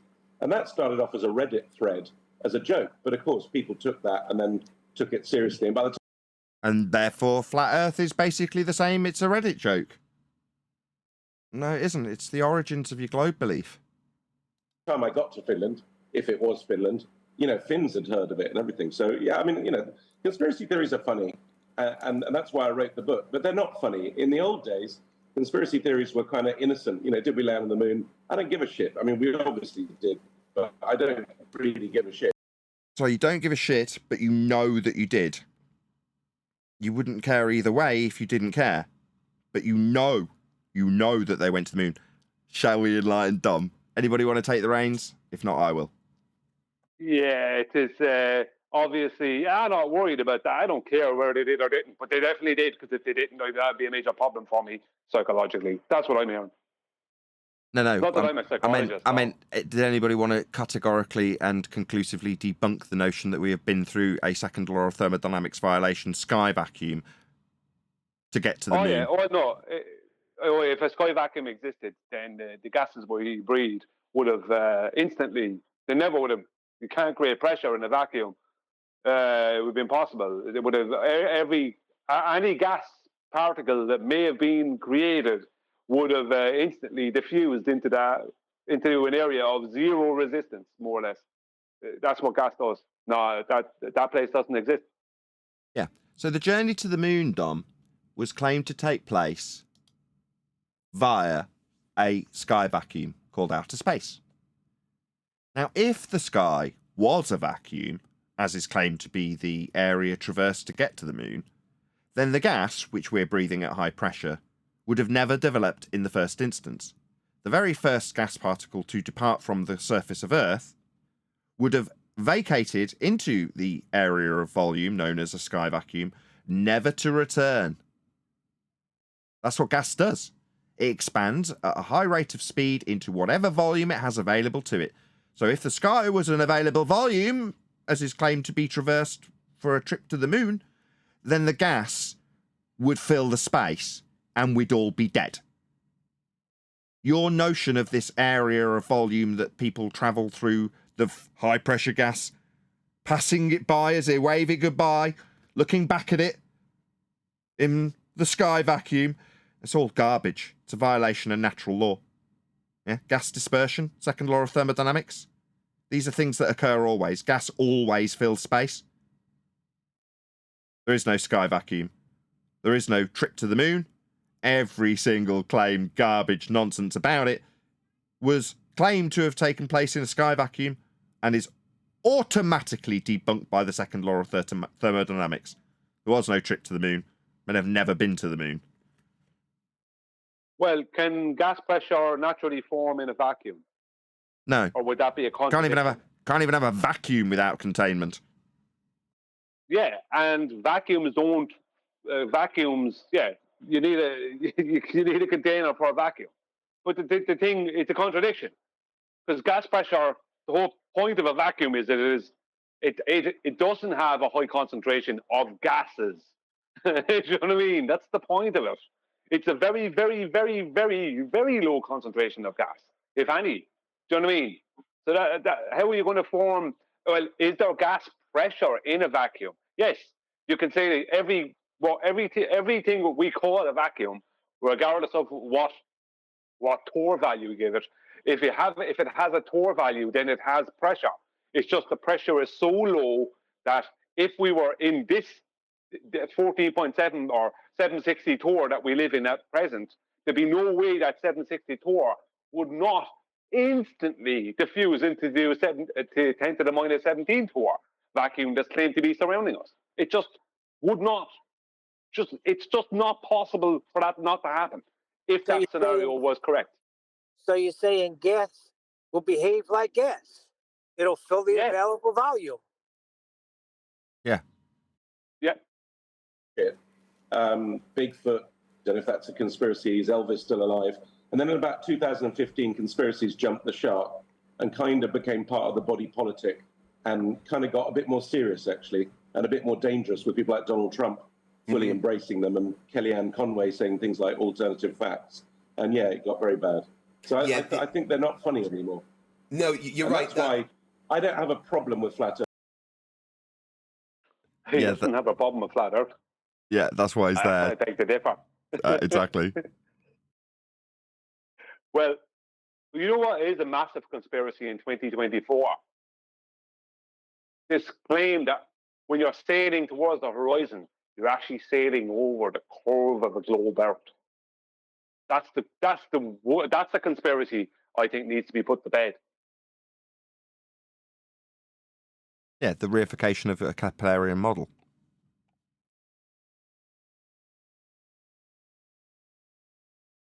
There's like I bumped into a couple in Chester. They're just, they're preaching their stuff. I mean, who cares really? But actually, I think it is important to stand up for truth. There's a real kind of anti-expert thing going on, an anti-science thing, and I think that's really dangerous. No, you're absolutely 100% right. The majority of flat earther, for me, for people like me and Simon Dan and MC Toon, is it's comedy, it's entertainment. But you're absolutely 100% right that there is a dangerous side to it. That you lead to other conspiracies like against medicine that can save people's lives, and it's a gateway drug. Gateway drug to other conspiracies. 1 minute you're dealing with elevation angle measurements to Polaris to form a flat Earth grid system. Next thing you know, you're on heroin. I mean, dealing with Mandela effect. Sorry, Nathan. These guys are saying, it don't matter to them. And Don Johnny's saying, it doesn't matter to me either way when it obviously causes them serious problems. And FDFE is there going, yeah, it's just entertainment. If it's entertainment, then how come you put such effort into it and you go as far as literally lying, trying to lie your way through a debate because you're losing it so bad on the topics of geometry and physics? Tell us about that, Chris. Isn't it us that always hold them to the standards of science, and they the ones that said that science doesn't prove anything? I'm pretty sure that he was one of the ones that said that science doesn't prove to the flat earthers. So how's we being science deniers when we holding science to its absolute standard of using the scientific method? Anything within natural science needs experiment in order to prove the cause of the effect. We actually apply the logic of non-contradiction, and they're the ones that say that science doesn't prove anything. Yep, they're talking about it because science to them is pseudoscience. So what they're claiming is science is pseudoscience, and that doesn't prove anything. And we all hold them to task on that. Yeah, no, what you're claiming, Craig, is pseudoscience, and that doesn't prove anything. So pseudoscience doesn't prove anything. Actual natural science only proves or disproves. That's all it does. Sorry, Neil.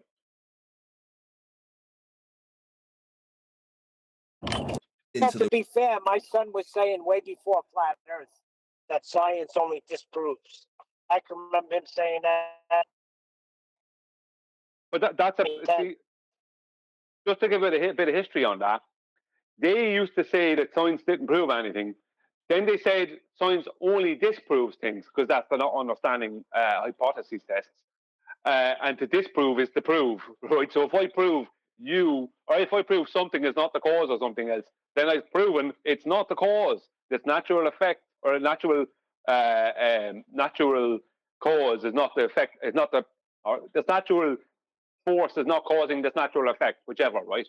So I've proven that. That's a proof, right? So to say just disprove, and suddenly they realized, right, we're not understanding that there's a lot more hypotheses tests that the null will be proven in as opposed to the alternative.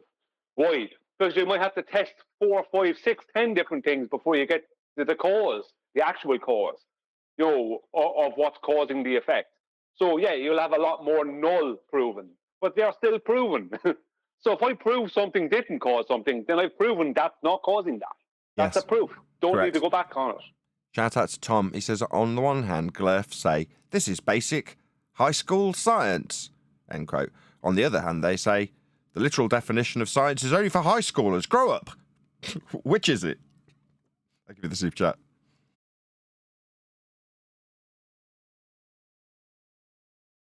The realm of being much more dangerous than funny.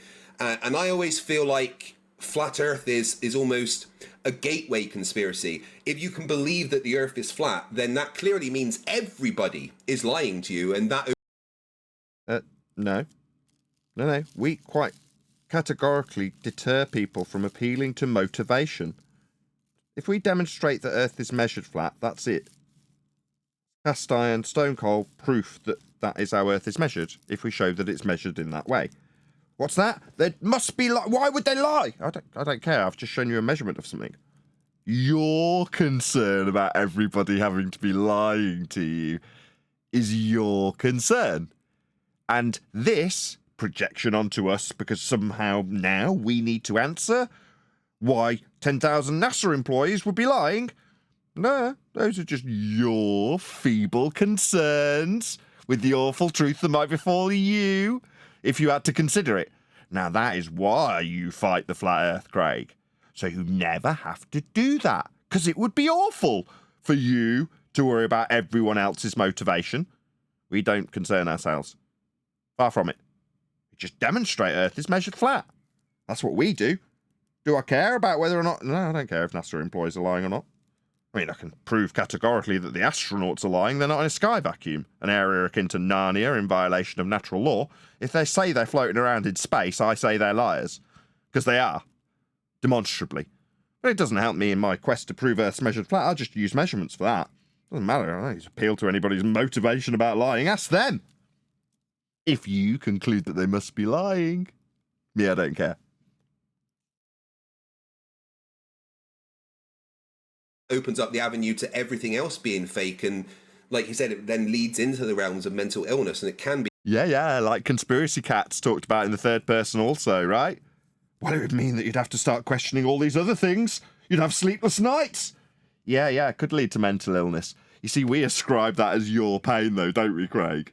Yeah? It's not my pain. I'm not worried about the conspiracies of lies. I'm not knocking on NASA's door asking me why I've shilled for them and invested so heavily in them when they've just been deceiving me about the sky vacuum that violates the law of nature.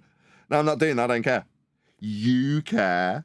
But because you care, you suddenly feel in your, position of authority, you can demand flat earthers explain why people would be lying?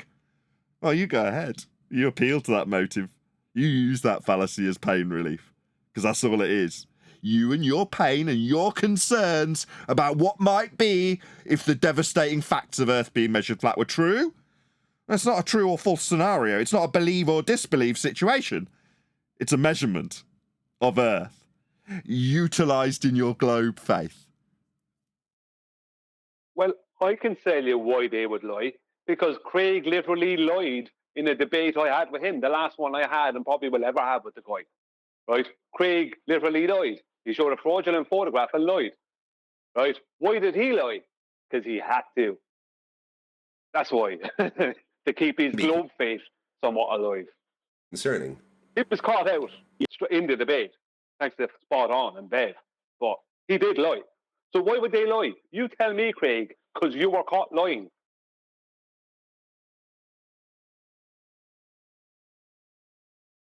Yeah, I think that's one of the things I found is that gateway drug's the right word. I mean, I down to 20% intelligibility because of his crap internet connection as well. I found a very weird correlation between belief in new age hippie type shit and conspiracies. And then, so to me, crystals are a gateway drug. If anybody in your family... Crystals are a gateway drug. I did it in comedic irony. Now he is literally associating crystals with a flat earth. This is your mind on crystals. This is your mind on flat earth. Right, Dom? Your friends start collecting crystals, then they're soon going to be going down the rabbit hole. 1 minute it's crystals. Next thing you know, it's 9/11. Before you know it, it's Mandela. And then flat earth. Oh, my God. yeah. Before you know it, you're measuring elevation angles to Polaris with a flat plane. It's all conspiracy. Why would they lie? Talking about sextants. Talking about sextants. Avert my ears. It is odd. Like once people believe in one theory. Well, you obviously don't understand science either, demonstrating his own ignorance. Theory? What, like the result of scientific experimentation, empirical in nature? Oh, you mean your Mystic Meg theories? Your colloquial theories? Your incorrect ascribing of theories to models and mathematics derived from flat Earth measurements? Those sort of theories? Mystic Meg theories, we call them. They tend to go for the whole lot. And I think it's one of the really depressing things about conspiracy theories, because I'm certainly not claiming that conspiracies have not existed with conspiratorial people. Companies and corporations have behaved terribly, but that's a crime often, not a conspiracy. Is that just poor internet connection, or was that an edit? I have to look at that later. And governments have behaved incredibly badly, so vote them out or, lock them up. But it's not always a conspiracy. I think that's the problem. And the problem with a conspiracist mindset is that you start to just think everyone is evil. Everyone's hiding stuff. Everyone. Well, this is a stereotyping fallacy. So do you think everyone's evil, Brian? Well, there's a group of people out there who think that I'm telling lies when I say that the horizon is not the edge of a globe Earth that you can sail over. And that makes you evil? Well, as far as they're concerned, I must be lying. So why would I lie, Nathan? According to them, you need rehab. Rehab, Brian. Yeah, but they're the ones with the conspiracy, Reg, because they're the ones claiming in 2024 that you can sail over the horizon because it's the leading edge of a globe Earth. Yeah, we debunked that in 2024. If the Earth was a sphere with a radius of 3959 miles, then every distance to the horizon could be measured no more than 1.2 times the square root of the observer's height in feet, as laid down in Earth curve mathematics. The distance to horizon in the black swan is beyond the geometric limitations of an Earth sphere radius 3959, therefore the horizon is not Earth curve, and the Earth is not a sphere. Well, let me put it to Reg. Sorry, Reg, go. I said go after. Go on. I was going to say, instead of them dealing with that, they'd rather call us conspiracy theorists and instead of basically dealing with an argument at hand. Wow. Poison in the well. Well, what's a bigger conspiracy, Reg? Is it a bigger conspiracy that the horizon is not a location that you can sail over, or that the horizon is a location that you can sail over? Is he saying that the horizon is an optical dissolution point created by weather and optics and whatever else elevation? Is that a conspiracy, or is it a conspiracy that someone is saying that it's actually the leading edge of a globe Earth you can sail over? Well, one is used in practical application. The other is a baseless assertion that we've debunked in 2024. No, 2020 and before that. 2020, sorry. Well, actually 2015. And actually technically a long time before that, because they could never prove this. And they never, because it's not true. But the point is that which one is the conspiracy? Which one is, right? Is it reality that the horizon is some kind of optical phenomenon created by weather and optics? Or is it that it's the leading edge of a globe Earth? No, we can show how the leading edge of a globe Earth came from flat Earth measurements of surface level and eye level. Ergo, the conspiracy is to assert the reification of a geometric sphere edge horizon below surface level, later to be refracted beyond any geometric considerations for a globe Earth, annihilating their positive assertion in the first instance. That's the full rendition of the annihilation and death of the globe. So, ergo, to answer your question, the globe Earth is the conspiracy. Earth is just measured flat for navigation. That's not like some outrageous claim. That's actually how it's dealt with. Yeah, because there is a conspiracy that there is boats sailing over the horizon, and because it's the leading edge of a globe Earth. Yeah, it's just them. They're just facing the awful truth of their conspiracy, and they need to project it onto their opponents. Everyone's lying. Hold on. And that's just such a deeply depressing worldview, and it's also total bollocks because. Yeah, depressing. This is projection, Dom. You are depressed about this, not us. Me? When I started this show, I don't know if you were here, Brian, when I did this, but I'm like moaning about the general things in life, like very much a first world problem, coffee machine problems, tumble dryer problems, things like that, right? That just neg at you and make you irritated and on edge, right? Those are the things that stress me out. Flat Earth, on the other hand, beyond the show, be honest, Brian, do you spend a lot of time worrying about Flat Earth? I don't worry about it at all. I don't have to worry about it. It's measured. You know what I No, me mean? neither. Now, once you know how it's measured, that is how Earth is. And it is that way to create a globe, Faith. So for me, do I now suddenly concern myself with the lies that might be befalling me? No, life ticks along just the way it was, and all you numpties still believe in a globe anyway. You know, the fact that people like Dom Jolly are realising the awful truth slowly and realising how horrifying it is and projecting that out onto people he paints as numpties and stereotypes as being the entire idea. Well, you can do what you like, Dom. Me, I don't lose any sleep over this. Kids waking me up is, you know, about as troublesome as my sleep patterns get. As opposed to, oh my God, what if they are lying? Which is what you are saying. I know you're saying it's us and the implications of what we do, but they're very much the words coming out of your own mouth, my friend. Depressing, stressful, all these words, yeah? Yeah. Also bollocks. Which bit? Just decry a measurement of a latitude and I'll call it quits. I'll shut my channel. How about that? Well, Yeah, like nobody's worried Nathan, about this stuff. Like go on. nobody's walking around banging on people's doors or demanding answers from NASA. We just know that the Earth is flat, is measured flat. This is the practical use, is used for practical navigation, and we know, and we able to rest with that. We're not even, bothering people that believe in the globe. They're going to believe in Yeah. it anyway. If we do come across the conversation, Exactly. We're not there with pitchforks and torches, we're going to tell right? them our belief. The people who go to NASA with pitchforks and torches are these guys, the ones invested in NASA. Yeah? If you're invested and you figure out that you've bought all the shares and worked all the hours and put all the effort in it and they've robbed your pension, you'll be the one at their doorstep with pitchforks and torches, demanding answers from liars. No, we've grown up. We're not children. We're not stupid. If you figure out someone's a liar, you don't go knocking on their door asking for answers because you know what they'll give you? More lies! And if you're invested, you might be of the ilk, like Craig, to develop some of those lies on their behalf for monetary incentive on YouTube. Yeah, they're the ones that need to worry about it. Unfortunately, Hold on, just let Reg go. True. Reg, go ahead.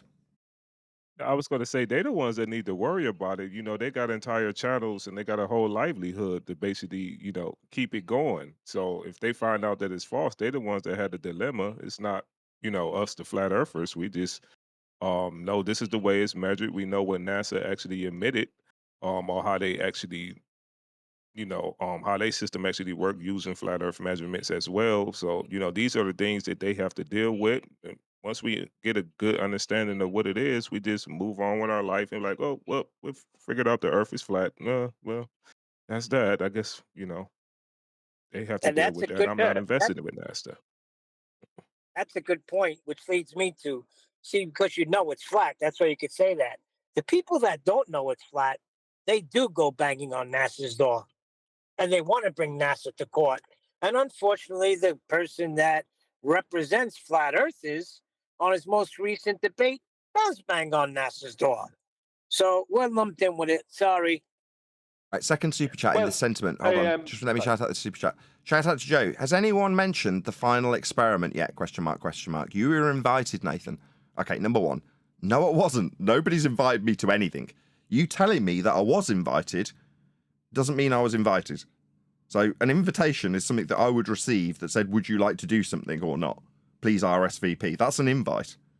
Now, if you're suggesting, and I can only read between the lines, that someone's made a video, and in their video that I absolutely haven't watched and I'm totally unaware of, have said, I invite Nathan to do something, that's not an invite. Yeah, it's like writing down a letter to the Queen and saying, should say King now, isn't it? She's dead. Wouldn't be a great example. You write a letter to the King and say, I invite you to X. X being an event that you are holding. And then you don't mail it. And go, oh, of course I invited you. Here it is, it's the invite. There it says it right there, look, RSVP. Oh, well, I didn't receive it. So if I haven't received an invite, yeah, it's like information. There has to be a reciprocant. I haven't been that reciprocant for some invite to a final experiment. Maybe if you are of the ilk. Thank you for the super chat. But maybe you could let me know from the chat what the dependent variable was. Obviously, we talk quite extensively here on the show about experiments. Yeah? So if I could just be made aware of what the dependent variable is, because if I was invited to an experiment, that would be the first question I'd be asking in response. What's the dependent variable? What are you studying exactly? Maybe you can let me know from the chat. Thank you for the super chat, Joe. Right, can we listen to at least a minute of this? Summer work, won't you? Like Barbados or something. Yeah, if I'm being invited to Antarctica, I've said many times, it's cold. I'm not a big fan of the cold. Something, you know? Yeah, if they're going to invite you to summer cold, why don't you be to San Moritz or, I don't know, somewhere? Skiing, something. Like, what are you going to do in Antarctica? What is there to do outside of sea penguins? Nothing, from what we're told. I don't know. There's some hot spots there. Yeah. Am I the guy saying there's a 74,000 mile ice wall that I need to justify? And if they are going to take me because I am that guy making that claim, I'm not. Are we going to traverse around the whole of the shelf? You know, that's going to take quite a long time. I mean, I'm not one of the people making the claims there's an ice wall in Antarctica or that there should be experimentation going on there or even any phenomena to observe down there. What phenomena are we observing? Maybe a 24-hour sun. Could you show us that? Maybe that'll be the final experiment. But surely if there was a 24-hour sun, like, they'd be videoing it all the time. There'd be no need for any fraudulent videos. No need. No, it doesn't matter if there is. I don't care. But the point being is, why would you make a load of fraudulent videos if something is real? Do we need to make a fraudulent video, 10 fraudulent videos on the existence of tables? No. Moreover, when you say make fraudulent videos, no, by the contrast and compare, there are plenty of videos describing flat Earth measurements of elevation angles. That's why we're still here. We are deeply intertwined in terms of the genesis of the globe claim. You can't censor out of existence the nature of Earth. Earth is flat. And it's how it's dealt with, specifically in this current comparison in 2024, by navigators. So what are you going to do when you decide, oh no, we're just going to censor out of existence these dangerous crackhead-producing nutters, as Dom Jolly seems to suggest we are? Surely, if we're dangerous, you just put a big fat line through us. Right? I'm sure there's plenty of things that aren't allowed on YouTube. Pornography, for a start. Not allowed. Just draw a line through it, right? Just turn that off. Not allowed. Why are we still here then, given that it's so easy to eradicate dangerous things like flat Earth?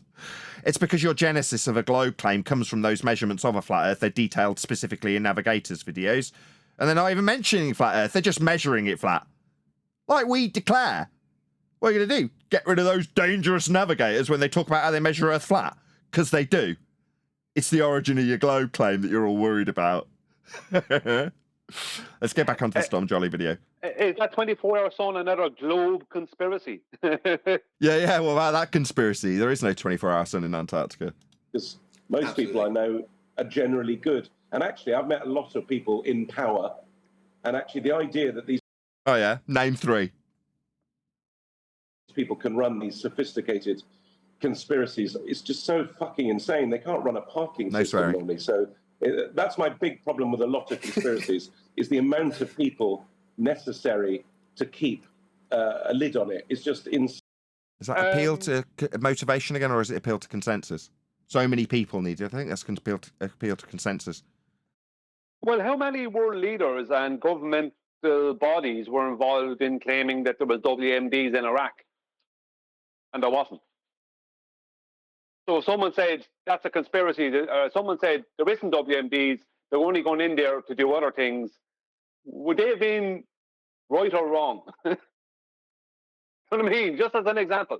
That's not what, is it a conspiracy that they didn't find WMDs? No. Is it a conspiracy that they never had any evidence of WMDs? No. So what's he talking about? There's no end of evidence of people in power collaborating to fool the public. That's why they're in power. Like, that's what these people do.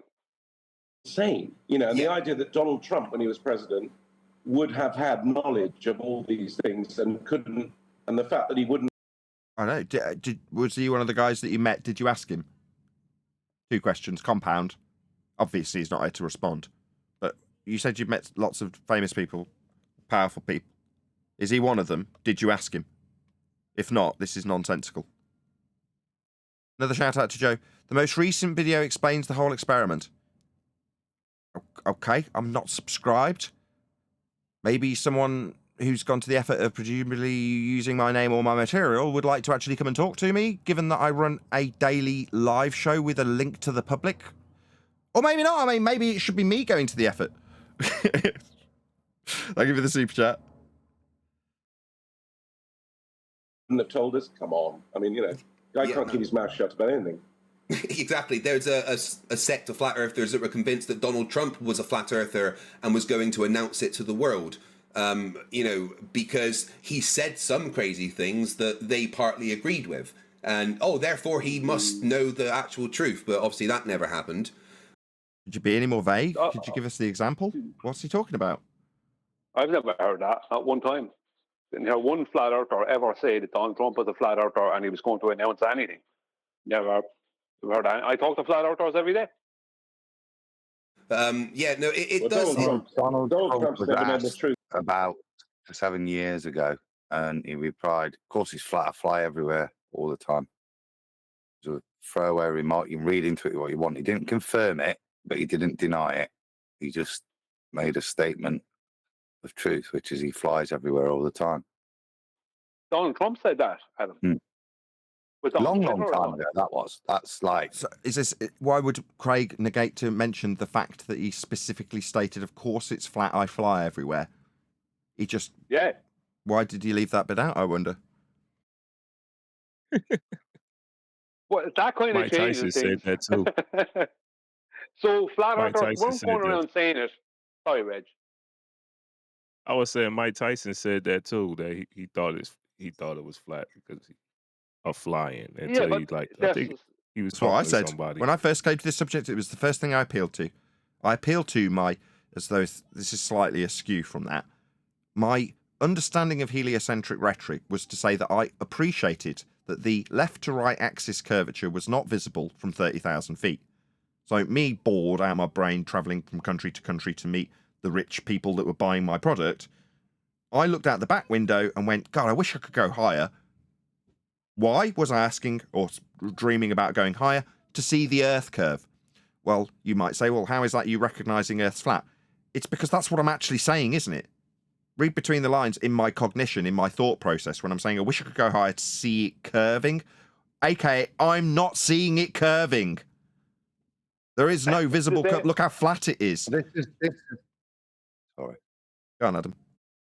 So this is the trouble, isn't it? This is when we reify the horizon, it's kind of a gateway to other conspiracies, like believing you can travel into a second or thermodynamics violation. That's that first thing. Before we enter flat Earth, we are reifying the horizon. That's what Nathan's looking at. That demarcation point, he thinks then is Earth curve, but why is it not bending?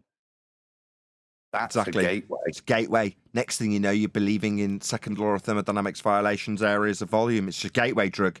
This is your brain on Earth curve. This is your brain on space. I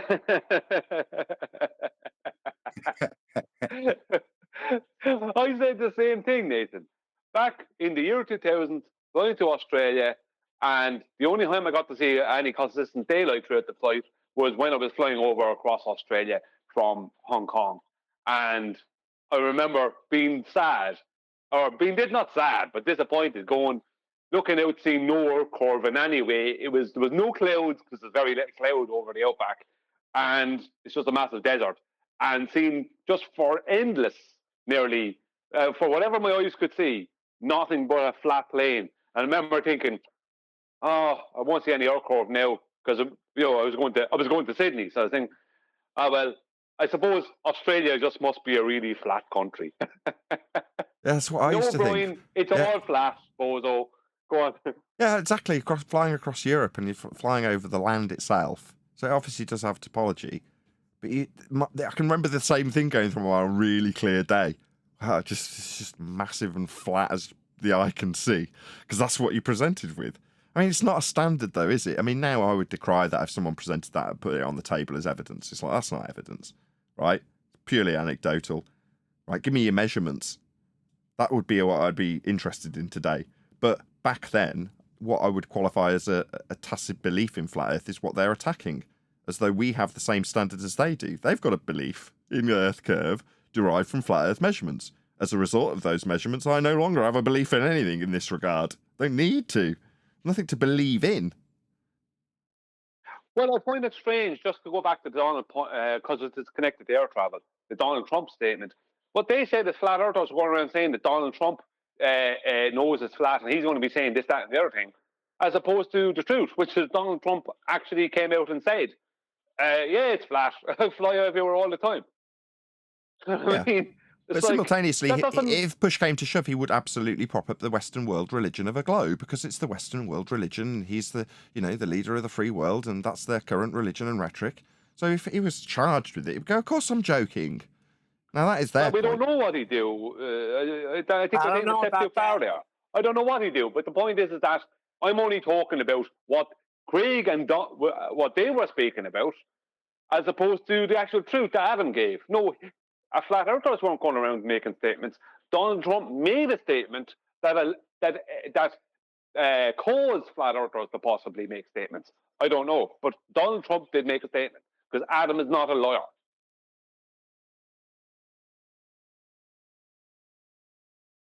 It was one of those trivium bits that we used to mention on Iron Realm. That's why it stayed in my head. Do you know what I mean? And a quick shout out to Joel while you're figuring out what you're going to say. It's for sure. It's for the 24-hour sun, says Joel. Sorry for butchering your super chat. Thank you very much indeed. 24-hour sun, you say? Okay. I mean, I've had first-hand testimony of someone who spent 18 months down in Antarctica that there is no 24-hour sun. So, I mean, that's second-hand from me. You can listen to the personal testimony of Robert Shortman on Confessions of an Antarctic Plumber. But as I say, he spent an extended period down there. There was no 24-hour sun according to his account. What I actually asked for was the dependent variable, given that it's claimed to be an experiment. We'll see how I get on with that. Maybe you could super chat that. You don't have to super chat it, just stick it in the chat. Dependent variable for the experiment, please. Well, why do they need you to go to Antarctica to prove whether there is or is not a 24-hour sun? That doesn't mean anything. I don't know. Why can't they just go and do it? End the argument. Like, why doesn't Wolfie just come up with the pitch data? End the argument. Why doesn't Celestial Navigators out there, like Proto, come up with, a dip correction, come up with a way of measuring, where are they coming up with all this stuff? Can't come up with any of it. So you're supposed to go with them to Antarctica. And what will happen then if you don't see a 24-hour sun? Will it make any difference to you? No. No, it'd still be measured flat. The latitude system would still be... It's not something I lean on. So why I'm being drawn into this, I have no idea. Who cares? Anyway, do you want to end up sitting in a boat? Sorry, just 1 second. Do you want a potential situation happen where you're sitting in a boat in a really cold place where a load of guys that are there with you are crying because they're missing the 24-hour sun? No. Is that something that you would consider a holiday? Not at all. No. If someone offered it me, I'd decline. Let's go to Marbella instead. Oh, come on. We've got to do a bit more of this video. I might actually start to believe him because he's consistently wrong on everything. So it's very odd. Yeah, you better not say the Earth is globe. That might be worrying for everybody else. Yeah.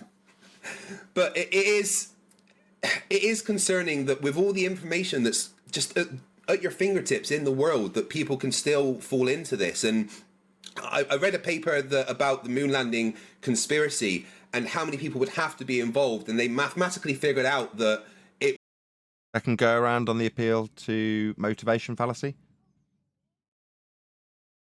Would be impossible to keep that information from the amount of people that would be involved, and then the amount of people that those people knew, and it would, it's just literally impossible to imagine that a secret that big could be compartmentalized so well and kept from so many people, and no one on their deathbed or anything has ever come out and said, yeah, absolutely, I never.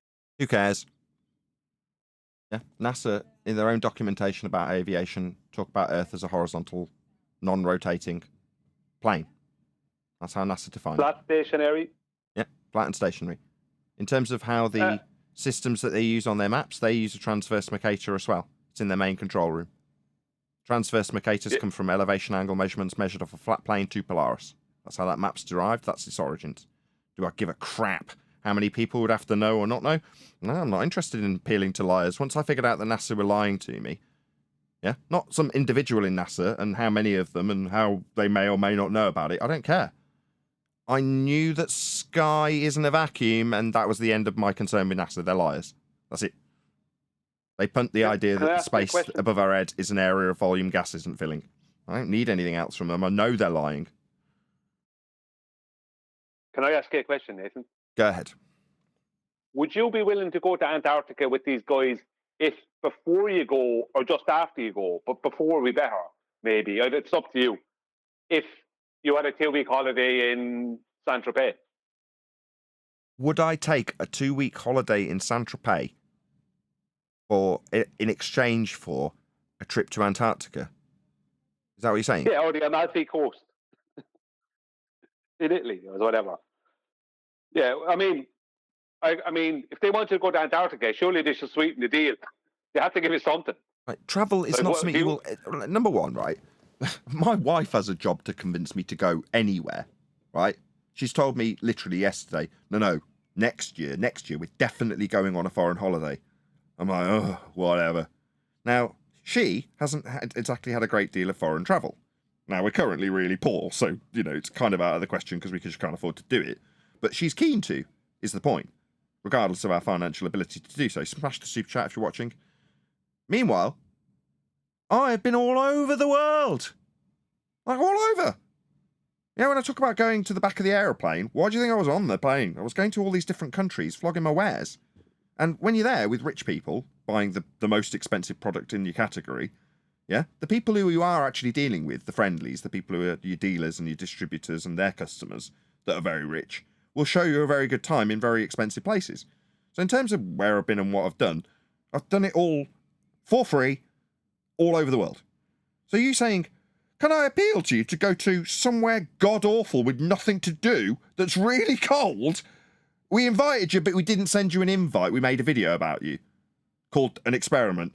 And my only question to the people who have secondhand passed on information that apparently an invite didn't receive is, what's the dependent variable?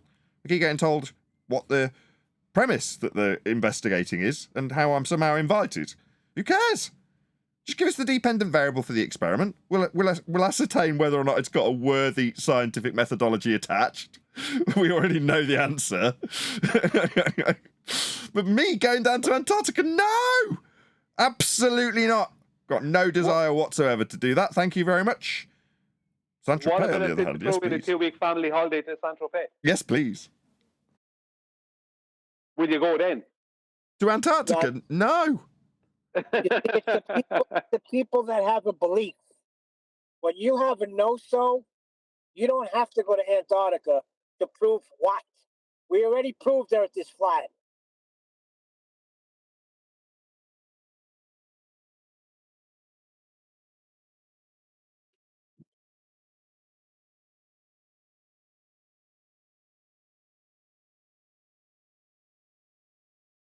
Who's the fat ass with the wire fetish?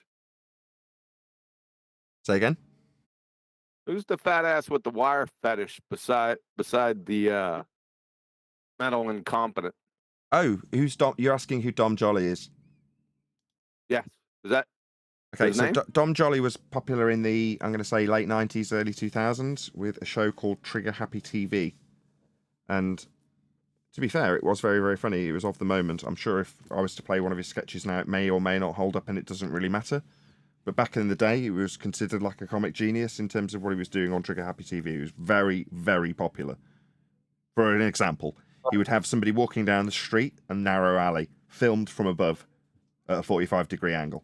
And as the person rounds the corner in the alley, he presumably radios to 100 people dressed in furry costumes who charge at the random member of the public who's just minding their own business rounding a random corner they've probably rounded every day for the last year, coming home from work or whatever.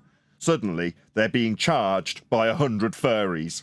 who just charged past them, and that, for whatever reason, when I was, however old I was, probably in my teens, very funny. Yeah, other things. Wow. Back in the 90s, when mobile phones were definitely not as popular as they are today, where everyone's got one, they were a fairly uncommon sight. And because it was an opulent item, very expensive, the people who used to have them, called yuppies by probably the Americans and the English, were those loud-mouthed people in a posh suit that would be talking abruptly and loudly on their phone for everyone else to hear their conversation. So what Dom Jolly would do is he'd go into a shopping centre, shopping mall, and get to the top of the escalator full of people in a suit, looking fairly dapper, not sort of a parody of what dapper would be, and you'd hear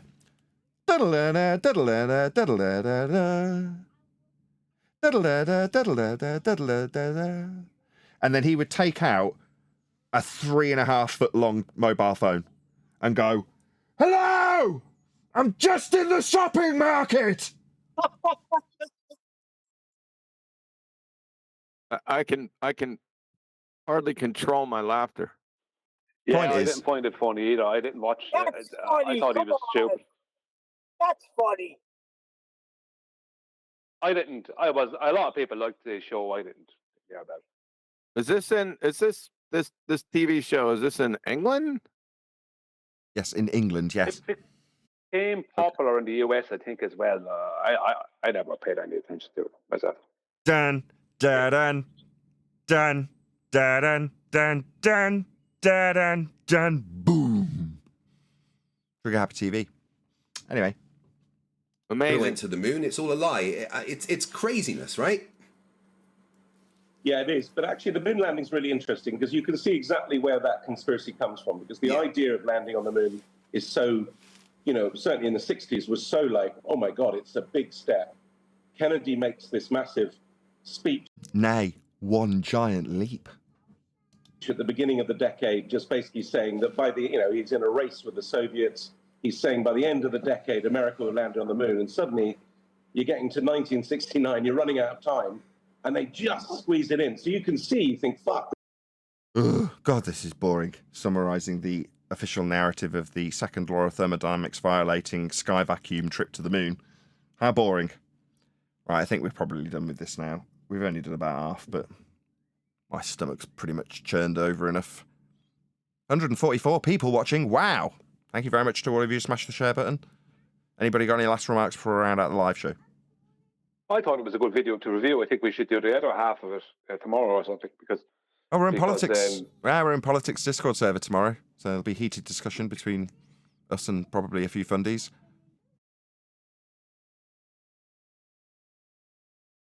Any last remarks on this discussion, though, from Dom Jolly and Fight the Yes. Flat Earth? Just to say that they're so concerned about why the lie. So I'd like to wish them luck on their quest to find out. Hopefully they can let us know when they do. Yeah. And did Craig ask Dom Jolly to put his hand out in front of him? Is that your hand? No, definitely not your hand. It's not. No. Right, as always, in the live stream chat, there is a link going by to Fight the Flat Earth's video interview with Dom Jolly. So please let him know at Nathan Oakley 1980 sent me with a nice polite comment to help FTFE along in the YouTube algorithm. The idea being that if he were to respond, he would put a link to our video in his. So with that, I'm going to say if you're watching this on either Nathan Oakley 1980 or Nathan Oakley Premiering Stream, stay tuned as there will be an after show to follow. Opening pundit or whatever. Will you Gambit, guys? sorry. Will you guys be alright if I nip out and get some milk? Probably maybe 5-10 minutes. We were talking until you told us to talk. Yeah, we're not. We didn't conspire. They conspired to form the globe. I'll take that as a yes. Yeah, well, grand, yeah.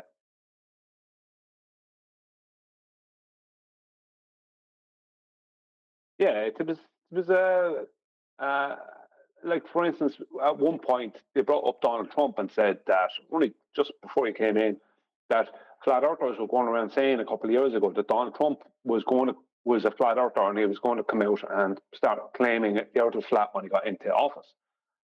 Now, it turns out that the truth is, because Adam gave us the truth, is that no, Donald Trump actually came out and said, when he was asked about this topic, I think he said, yeah, it's flat, I fly everywhere all the time. And that off of that, possibly flat earthers reckon he was going to do something. I don't know, but they left out that important detail. There's a lot of important details they left out. Huey. Nah, he's gone now. No point. The Jedi mind tricked you. Yeah, I mean, why don't you come in and ask a question, Neil, and then disappear like Huey does? Yeah. Boy Zero space grifter.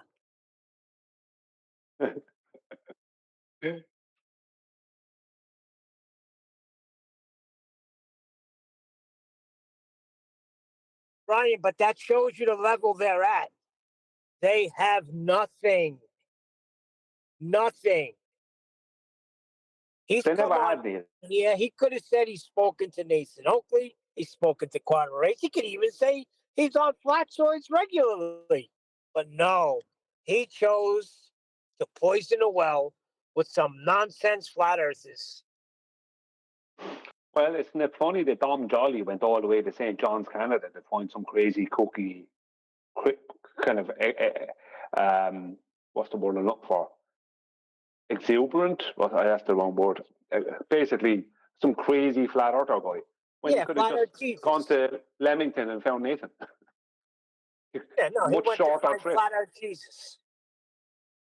Well, I don't know. The guy he found, Dom Jolly, it wasn't Flat Earth Jesus. That's Craig. Dom Jolly found some other guy I don't know about in St. John's in Canada. The man Dom Jolly, the guy who was running the podcast. Like, he could have just travelled to Leamington and found Nathan, or gone up towards Liverpool or up to Liverpool or whatever and found Anthony. Or plenty of people to find in the UK. He could have even found Bev, but no, he decided he was going to go all the way to St. John's in Canada to find some crazy guy no one ever heard of.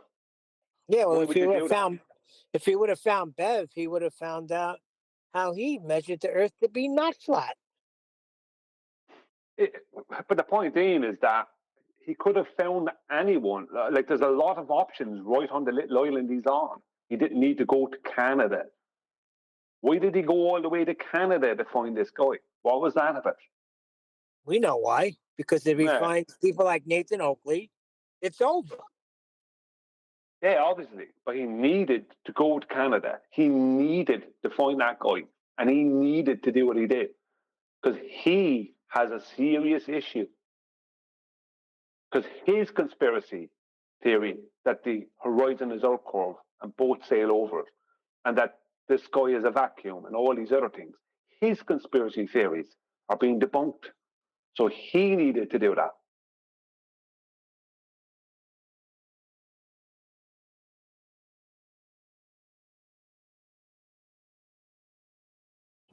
Sad state of affairs they're in. Yes. Needing to be dishonest. But all they ever had from day one, and I've said it over and over again, all these people have ever had is character assassination. When it all comes down to it, that's what they've got. No matter what you present to them, no matter how much or how good you deal with their claimed arguments, no matter how much you show them how they're wrong, they're always going to fall back on the media response to flat earthers is that we're crazy conspiracy theorists. So no matter what you say or do, they're going to, like, Craig has been made a fool. He's made a fool out of himself and had other people make a fool out of him so many times.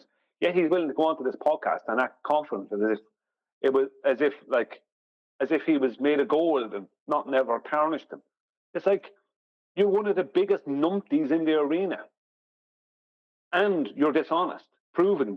Do you know what I mean? Yes, you think you can just go onto a podcast and act all nonchalant as if you never had a problem. It was only just entertainment. Was it entertainment, Craig, when you had to lie, when you were debating me, when you had put up a fraudulent photograph and you were caught? Was that entertainment?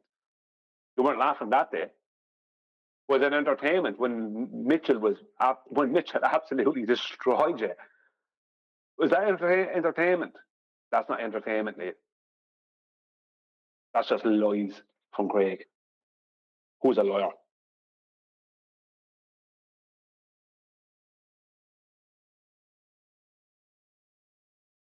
Remember, it's only recently Craig claimed that E equals MC squared was the equivalence principle. Right?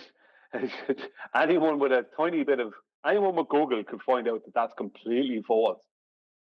And not that any of that is physics, but I'm just saying, within his own paradigm, he's after just coming out, blurting out something that's completely asinine.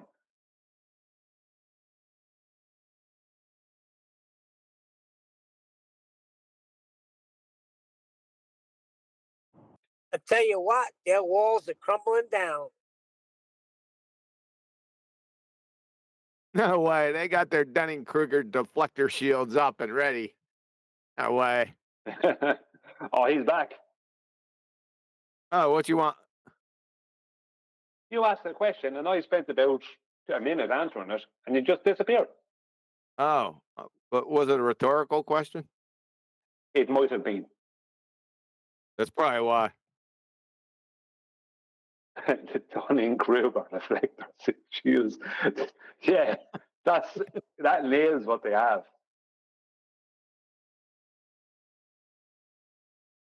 Would you believe that Craig was talking about how it's about physics and science and all this, basically alluding to us being science deniers on that podcast? On this video? Yeah. Nah, sleeping. Yeah, well, and just, if you listen to it, you'll hear it. But that's what you're dealing with.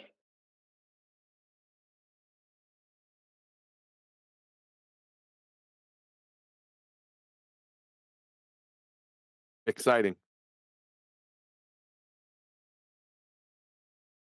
What did the wire fetish guy say? Sorry. What did the wire fetish guy say? I mean, since he's a comedian, right? That's who I'd want to interview. Tell me the nature of our reality. Well, what was funny about him was he said that he had gone to St. John's and found this in Canada and found this flat earther who wanted to travel to the edge of the flat earth to see the ice walls or some nonsense like that.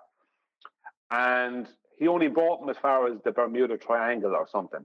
And your man accused him and the ship's captain of bringing him around in a circle. Now, that could have been true, for all I know. I don't know what happened. But he also said he spoke to someone on the street in the UK, a man, Dom Jolly, spoke to someone on the street in the UK who said the edge of the flat earth is a big ice wall, right? Recently. Was he talking to Nathan? He wasn't talking to Nathan, no. And your man, Dom Jolly, said, well, he just said offhand, flippantly to Craig, but like I said to him, I've been to Antarctica and just left it at that. So, did you see an ice wall or not? Do you know what I mean? It's like, we don't claim there's an ice wall. There's a claim out there that Antarctica is surrounded by a massive ice wall. It doesn't matter if Antarctica is claimed to be a big island at the bottom of a globe. There is a claim that there's these 200-foot walls of ice, and there is photos of this and video of these walls of ice. Now, I can't say it's surrounding all of it, but we're given the impression that it is. So saying that flat earthers claim that there's an ice wall is the term redundant? Is that maybe, or a bit stupid, considering that's the official claim concerning Antarctica, that there's ice walls? That is it. That's their claim. They claim it's this massive ice. They call it the up on the ice shelf. You'd have to go up something to get onto it. So is it us claiming that there's massive walls of ice, or is there actual videos and photographs of these massive walls of ice, and an official claim that there is an ice wall surrounding Antarctica? Because I don't know, it's a bit like me. I gave the analogy of, well, I met a guy who said it was dangerous to swim in Australia because there's lots of crocodiles. But I went to Australia, right? And did you see crocodiles? Do you know what I mean? Did you swim? You know what I mean? It's a nothing. So that's what you're dealing with. You went to Australia and You did or didn't? Did you see a crocodile? Did you go swimming? Is there any more information? This is offhand comments as if you have some kind of proof of something because you went there. I I was so in Australia and I didn't see a crocodile. I might see one in the future, but I didn't see one while I was there. Maybe one saw me, I don't know. But I didn't see one. Does that mean there isn't crocodiles? No. I'm We so had photo tired and of video that. of it. Sorry. I'm tired of them. I really am. You got lumpy gas in a vacuum constantly in chat because he don't understand. And you got people in chat saying, we explained to you over and over again. Chewy explained to you. Nate's explained to you. Still talking this nonsense that it's not measured. So what do I say? If I measure the angle, is that the Earth? They just don't want to get it. I don't have time for these people. You don't want to get it, go over to Bev. What are you doing here? Thanks. Who's sharing the final experiment on who's sharing this? Me. I just mean, found out like that. Nathan's invited. Look, there he is. Oh, There he good. I is. want to go over this. There he is. Look, Nathan Oakley. See, you are invited. You're off to Antarctica. Yeah. Nathan's just found out that he's been invited to go to Antarctica and prove the 24-hour zone. He I wonder what wasn't the only comments are invited. saying. He's not only invited, he's on there. Is that a sofa in Antarctica? There are no sofas in Antarctica. That looks like a younger, spry Nathan Oakley. Did you go back here? Are you Doc Brown? I'll be with Witsit, Dave Weiss, Eric DeBay, Wolfie, Dave McKeegan, Creaky Blinders. Oh, Red's Rhetoric. It was going to be a love boat. Dave Murphy. Good lad. A love A love boat. Would you want to be hanging around with Dave McKeegan and Creaky Blinder in I'd have that Antarctica? fucker over the side first night, mate. Yeah, I'd say something Right over. straight over the side. Clean house or clean deck. Yeah, but you would throw him a rubber ducky life preserver, wouldn't you? And a sexton. Look at Cutie And a coming up with it. sexton.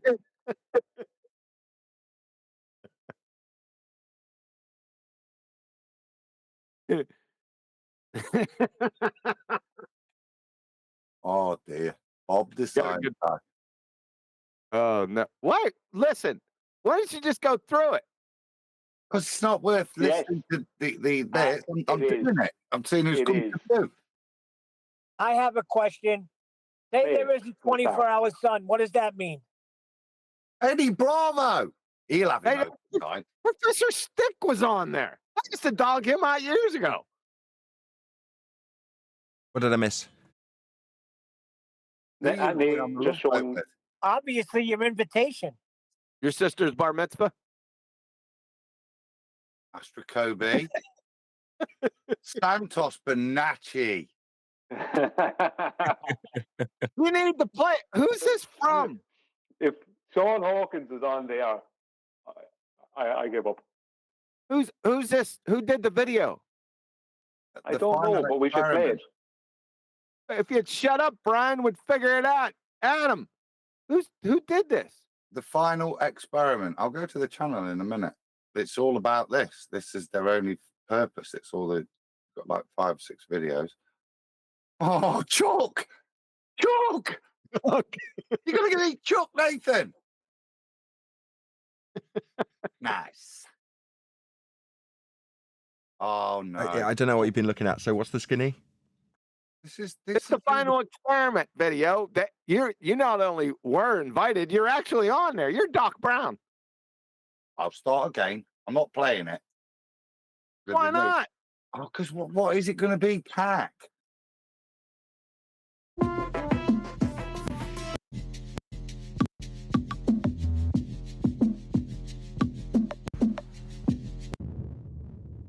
The final experiment. All right.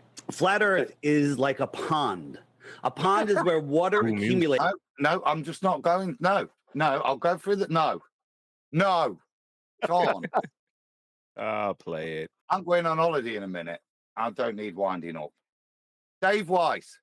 He's in cabin number 1. Next door to him, Simon Dan. Eric Dubay. I'm thinking in a fight, we're going to have it, definitely. We've got Eric Cream of DeBay. He's, yeah. And we've got Eddie Bravo later. Nathan, how tasty are you? How tasty am I? In a fight. This is what I'm thinking we could have these guys. I got I'm in no money doubt. on Eddie. We got Eddie Bravo, mate, and Eric Dubay. He's jiu-jitsu, isn't he? Dubay and Eddie Bravo. Yeah, Dubé's too frail. Eddie Bravo will throw him around. He's on our side. They're on the same side. Look, against Cream of Wheat, who will have him? Cream of wheat. Who's next? Still on there. He's coming. He's coming. That's why we got a bit upset. He's next door to Nathan, I think. Jaron, he's a big lad. He's a big unit, is Jaron. He's huge. Against Triangles. So it's Jaron v. Triangles McKeegan. Mark Sargent. Uh-oh. Against McToon, I'm going Mark Sargent all day long. Yeah, McBooger Eater. All right. Then we got ODD. Haven't seen him for time. These are smackers. He'll snap him. The fighting past the Dean Odell. Right. Against Craig. I'm going to give that Craig because he'll bring a stick. Oh, Yeah. let's bring it stick. There we go. Your main event, ladies and gentlemen. Who does Nathan get paired with? And it's Wolfie. I don't think Wolfie would be very happy about that. Just fight dirty, Nathan. Yeah, I don't need to fight dirty. Wolfie's ex-military, so you need to get dirty. What are we talking about? We're not. It's just dawned on me. You're not talking about debates. What are you talking about? Over the side of the boat. This is the final experiment.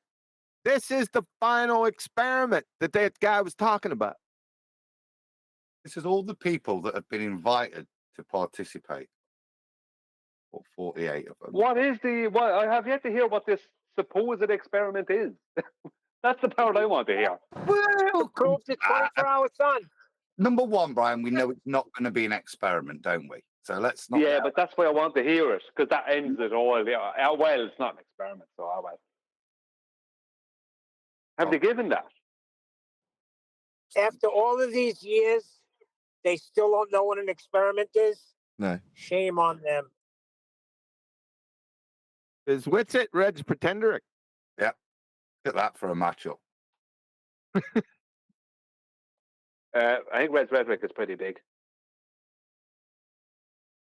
Dave's getting on now. He's older than me, so you know. Yeah, but he's a Londoner, so he's from working class London. He'll be all right.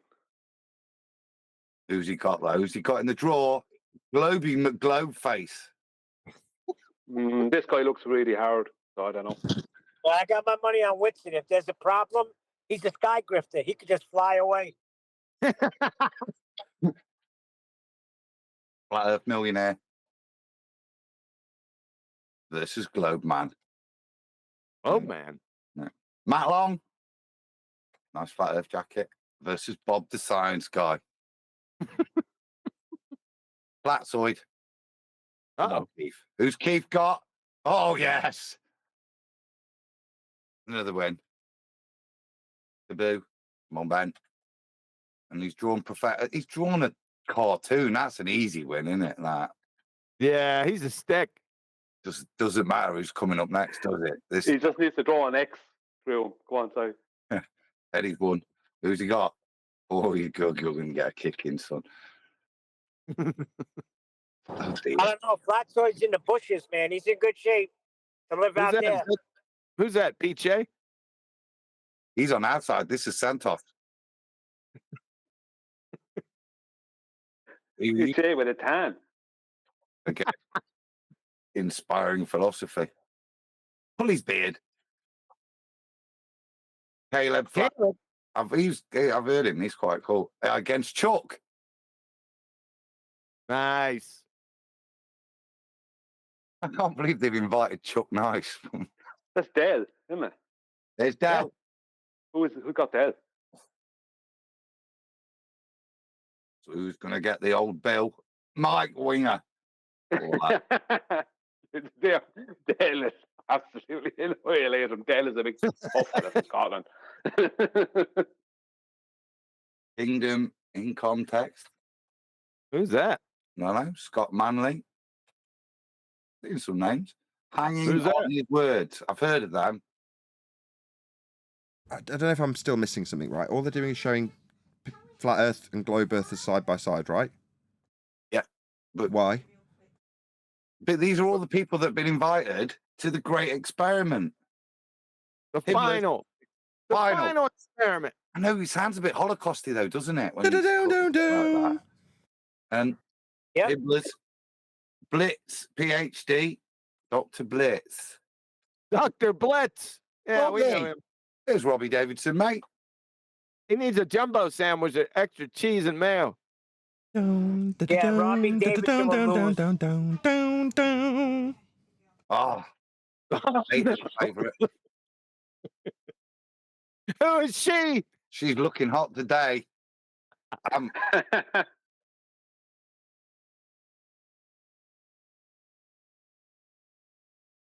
D Marble.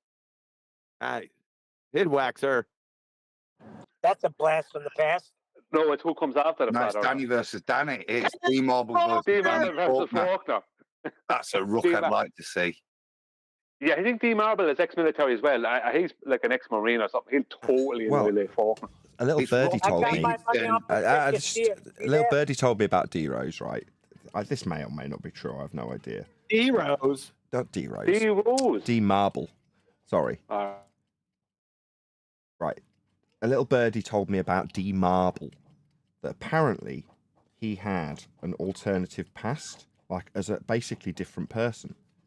So, although it may not be true, apparently D Marble used to be Bill Hicks.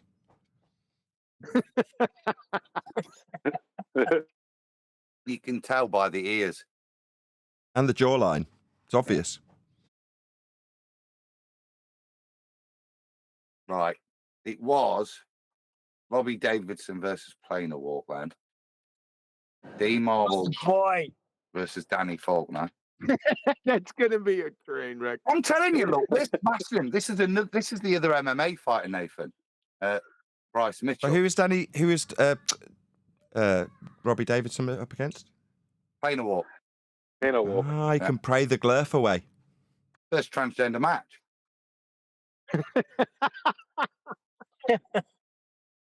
Robbie Davidson's too light, yes. So Bryce Mitchell versus Cuzlin KD. He looks buff enough now. That one may not be totally easy. MMA champion. Their face up. Globebuster. Bob's dad. Did you say Bob from Globebusters? There's the ghost of Globebusters. Bob. Yeah, well, look.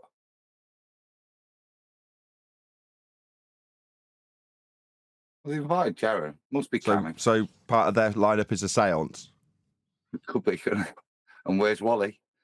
I think Bob's got him. Yeah, I reckon Bob goes to take where's Wally. Bob was a big enough unit too. So yeah. Absolutely smashed. That's it. So what is this thing, Adam? We still don't know what this thing is. We've seen lots of guys. Who cares? We're not invited, Brian. Nathan is. Only I don't want to be. Right. What is it then? The final experiment of history. Yeah? Should we start there? How many category errors in one sentence? Yeah.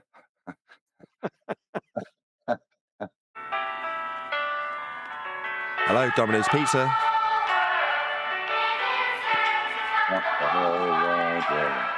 In his hands. In his hands. Oh, what happened? Oh, there's a problem in Shangri-La.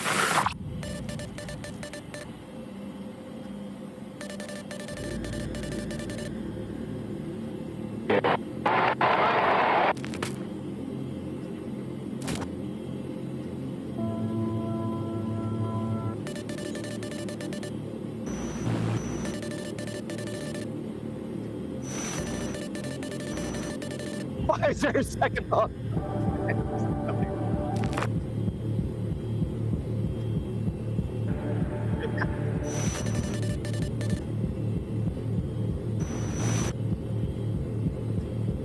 You pause it. Just in case this asshole wants to try and copyright strike me. Well, exactly on it. Interesting. I don't disagree with any of those questions. Why are we now at the Bedford level? We don't see an unorthographic view. What's this? Is this Bedford level claims? I don't know. I thought we were talking about the cosmos and how big it was. Not, can I see a boat in Norfolk? See a boat in Norfolk? See the side of your own head. Right, that'll do. What are we trying to find out here? Ian. Can you think of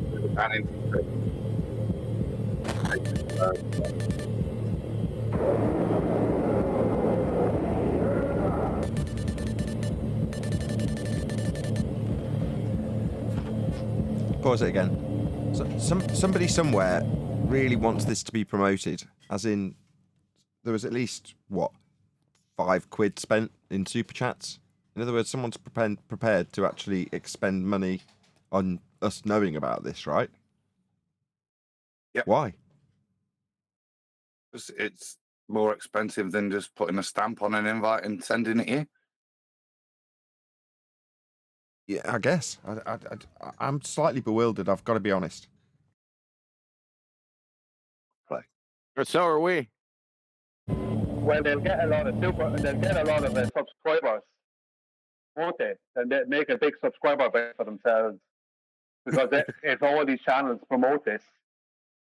Is it a glob? Perfect stop.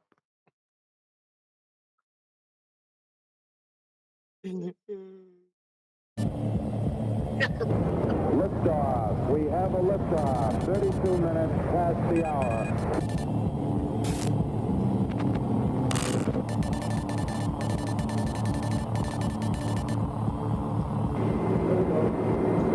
Is it? Pause again. This strikes me again as what was the term Eli called them? The role play title. LARPers. This seems like a LARPer trying on flat Earth with these questions that are very much Feast of Nonsense in orientation. So they're just trying to slip into the old rhetoric as a LARPer. Maybe it's just because it's on my mind because it's such a great word. But does this strike you as LARPerism? Like my new word. No, desperation. Strikes me as desperation. They are trying to make a scenario where a group of people get together and prove the globe in some ad hoc way that doesn't prove anything. I haven't yet to see this thing, like, where is the thing that's supposed to prove or disprove something? How come that's not forefront in your face? I've yet to see that. Was it at the start of the other video? Where was it? You know what I mean? Like, it's purely, we're desperate. Here is an ad hoc thing that we're calling an experiment that isn't an experiment, and we're going to go about doing and get a lot of people together. And what they want is for you and all these other people who are flat earthers to not go, so then they can say, then we've tried to put together a claimed experiment and all the flat earthers wouldn't do it. That's all it is. It's character assassination and pain relief. I am not going, even if, not me, sorry, you're not going to Antarctica because it's a load of really cold, boring place that does nothing to do there. Why would you go? You wouldn't. But they're going to say you're scared because it'll prove a globe or disprove a flat earth. And that's all they want. I'm after getting about 30 of these type of things put towards me in the past few years. You know, come with me and do this thing. We go there and do that thing. Like, it's all rubbish. Like, it's all total rubbish. And it's always based around some demonstration that doesn't prove anything, but it's good enough for them. You know what I mean? A big heap of nonsense demonstration. Or most of them it's vague. They don't even have anything to go on. But they want you to say no So they can then say that you were too scared to come along and prove it flat out, or prove that it might get debunked, or that you're a con man. That's all they want. It's purely a character assassination attempt. So we could do the same. We could do exactly the same with selection, navigation, aerospace, and surveying. Exactly the same. See how many of them turn up. I wonder. I'm gonna have to hurry up because I'm about to leave for airport. So I'll finish this vid and then I'll post a link for the channel.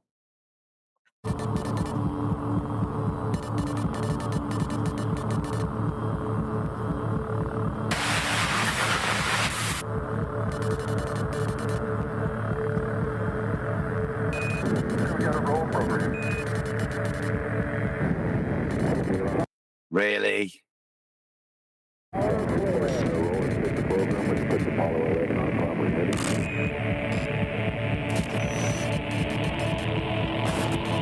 Pause. Just turn the music off. There's nothing. They're not adding anything with music. It's also horrible. So, what did we miss? Debate over? What happened? What did we miss? Did we miss a frame? In this, Yeah, they went into a second law of thermodynamics violation. It's over.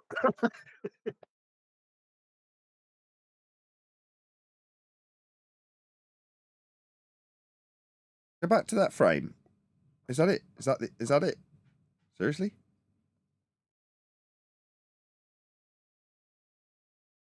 What was it that Dom Jolly was saying about hippies and stuff? Crazy hippies, right? Yes. I take it that's it, right? That's that one. Is it? I've put the channel link, but I'm gonna have to stop sharing because I'm gonna have to. Once I head to the car. Have a safe trip, Adam.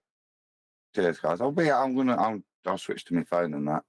But, can't share vid and shut the shed down. Yeah. So there's the final experiment, past experiments, the one we saw with the participants, and there's the final experiment, the location, and then the experiment is the final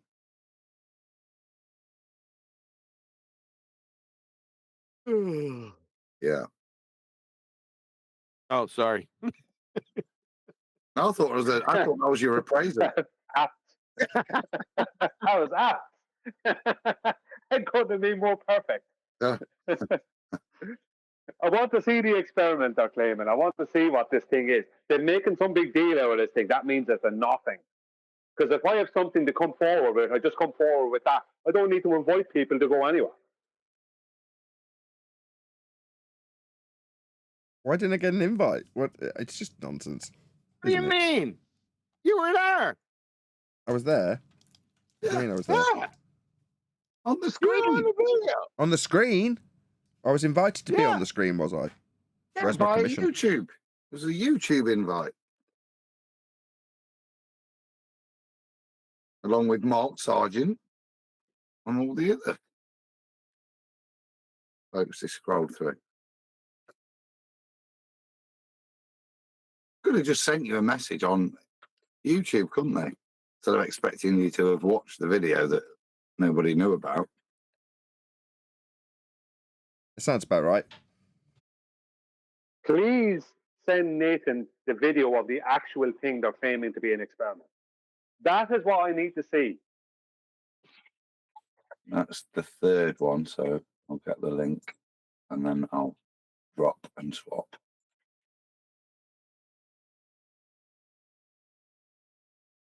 There you go, it's in Master Bay.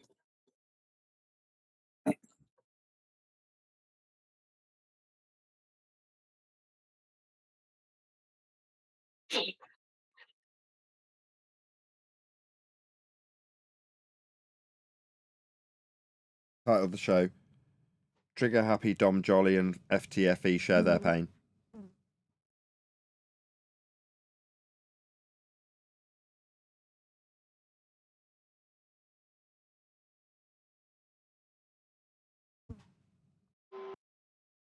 There's a lot of protracted silences currently.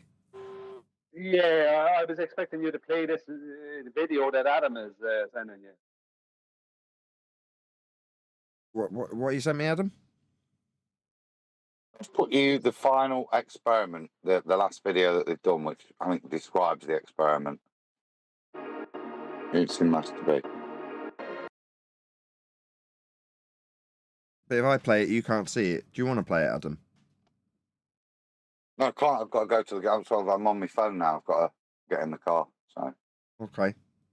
Oh, The final experiment will be conducted in the land of Antarctica. Final experiment will finally settle the shape of the Earth debate. What? No, there's a positive claim that it's got a shape. An aspect that is utilised and measured for navigation is flat. That's not a shape. Experiment? What do you mean? Shape? Experiment? What? Category error. This isn't going to be an experiment. A shape is not What a do you natural mean? phenomena. they're going to prove a 24-hour sun, therefore Earth's a globe. Yeah. Is Earth a globe? No. The inference comes from measurements of a flat plane. Their starting premise is that Antarctica is a land. How do they know what it is? Have they all been there? I mean, you have to get permissions and stuff to go there. But I don't know what it is.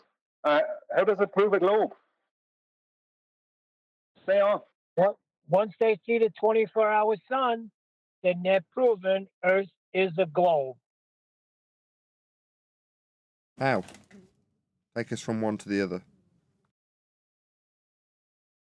You asking me? Oh, I know. That's what they're going to say. Why all this That faff? was- Why not just show it? I don't get it. Wasn't that one of their main assertions back in the day? 24-hour sun? Yeah, and then Earth Robert is a Shultman globe? came along. That's why this is directed at me, isn't it? Because of your interview, Nathan. Yes, that's why it's directed at me. Well, I don't see how a 24-hour sun proves anything. But I mean, obviously, not having one would be a problem for the globe. But it doesn't prove or disprove flat Earth. No. What else is there? Is there more, Nathan, than that? Have you any more details? What it is? No, it's just a long, annotated, boring video with your standard feast of nonsense questions being asked. It says Antarctica holds the key to answering this age-old question. What is this thing, though? What's the details of this claimed non-experiment? What is it? It says, but more importantly, both flat earthers and globe earthers agree that Antarctica will show the world the truth. Do we? Did we? Sorry. No, I didn't agree to that. I didn't agree to that one bit. So already into glare flies. When did I agree to it? Give me a quote. There won't be one.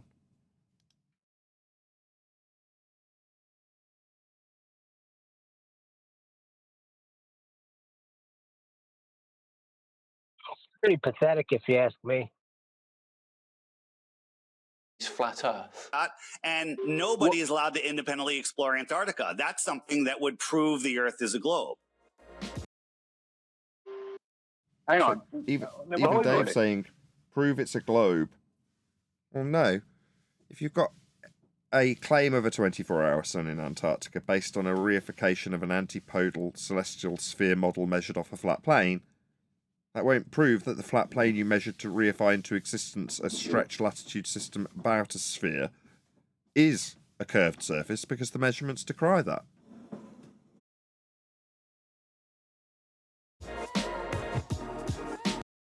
Says Antarctica will reveal the truth of the shape of our planet. Well, that's revealed your bias. Flat's not a shape.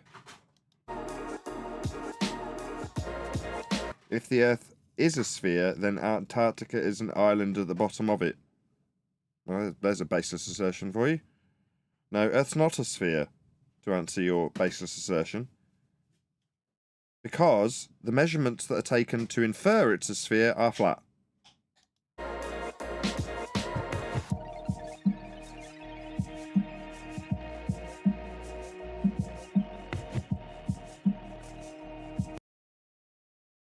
So they're saying if Earth's a sphere, the sun would never set in Antarctica.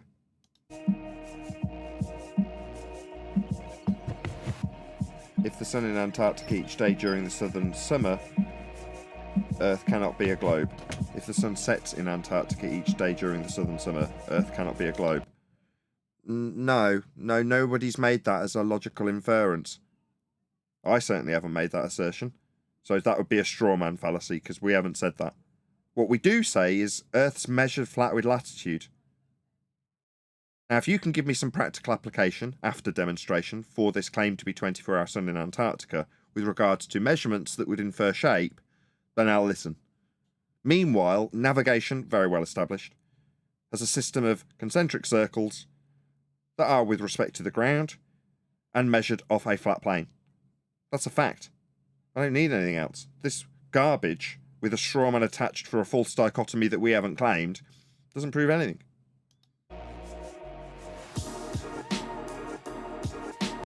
There are two key differences between the globe model, want to show us that model, and the flat Earth model. Who's claiming that? Not us.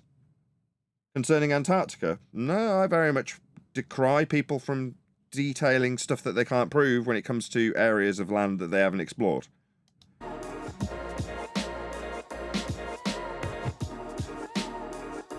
This isn't for us, right? As much as I could play the rest of this 17-minute annotated garbage, they're not. It's a straw man to even infer that it's to do with us. It's not.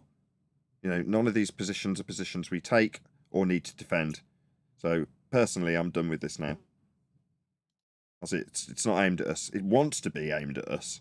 It might have my face on one of the images, but it's not us. It's not our problem. No, it's their problem. See, they are the ones with the problem. They need the sun to not set during the southern summer in Antarctica because that helps them to have confirmation bias. But that doesn't prove or disprove anything about the aspect or shape of the geometric arc. Do you know what I mean? If it doesn't do what they need it to do, they're in serious bother. We're okay either way. It doesn't make any difference to us. It makes no difference to me. I don't know what the sun is. Or if there's more than one, I have no idea what's going on there. I don't know. Hey, don't even speculate if there's more than one. I don't know or care. The testimony I've had from someone who's been there is that there isn't a 24-hour sun to observe. Okay? Now, if you show me that there is a 24-hour sun to observe, okay? And? Does it alter the measurements of Earth? No. Does it alter the navigation of Earth? No. Does it alter the mapping of Earth? No. Who cares?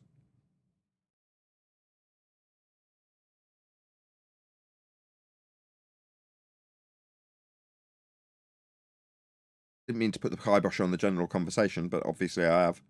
Quite a few people in Discord.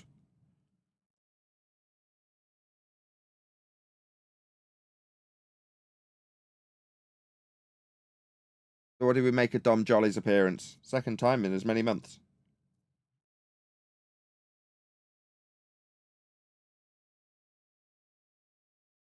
I'd say he's looking for confirmation bias. He's looking for anything to prove that Earth is not flat. It's weighing on him. Yeah, it's interesting how they look for evidence that it's not flat to metaphorically fight the flat Earth, as the channel namesake suggests, right?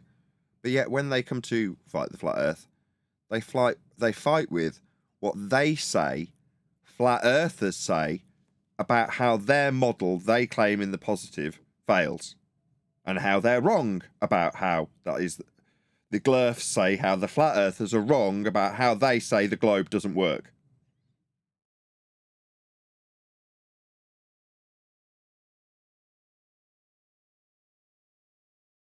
The convoluted road to pain relief.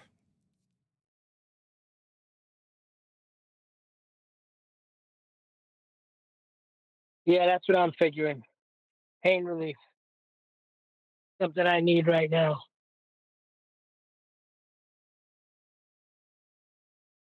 You're looking forward to going to politics tomorrow?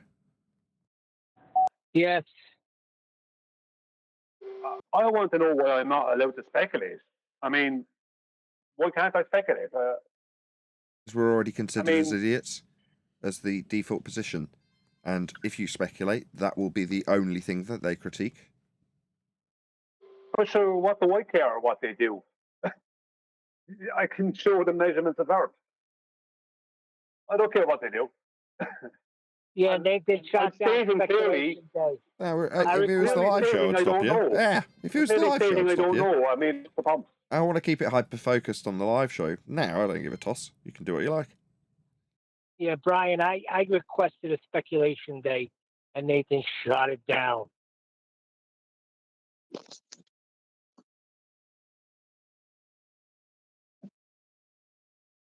Not that I want one.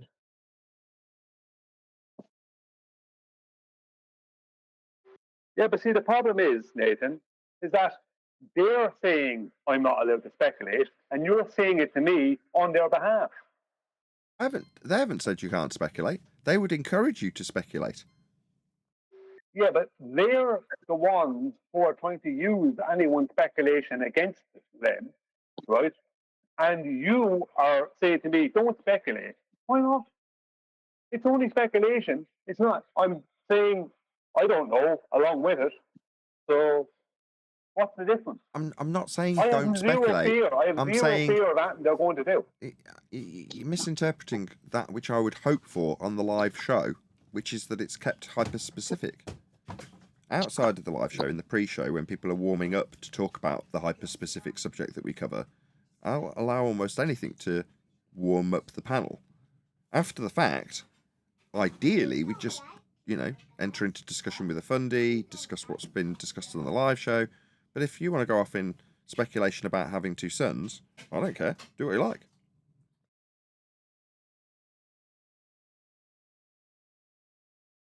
Yeah, but then you wind up like David Weiss, telling everybody what we're living on and how it works. No, I think speculation, if openly declared, rather than in answer to a problem that a glurf in pain has, and therefore projects onto you as a question that you need to suddenly answer, and because you feel obliged, you do.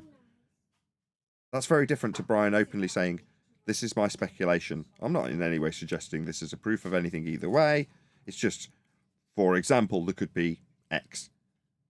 That with disclaimers, which Brian would instinctually put in there anyway, is very different to David Weiss saying, there could be an ice wall. Here's my map showing it.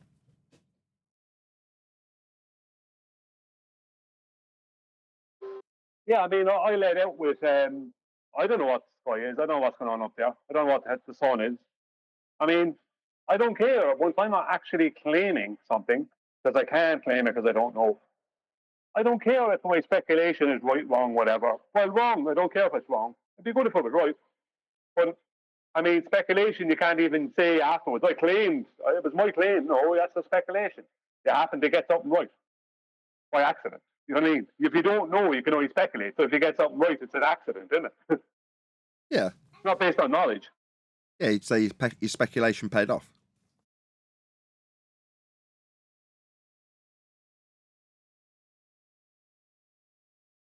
In any event, that's only for the live show. I just want the focus to be for what the majority of people watch. They watch the live show because we're already warmed up and we're on topic, and with a housekeeping question, singular, we can normally get into the role of talking about what's what when it comes to flat Earth. And that's really what I want to remain the focus for the live show.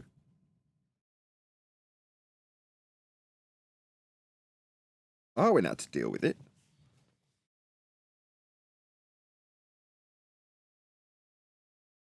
Now how fond of him you all are currently.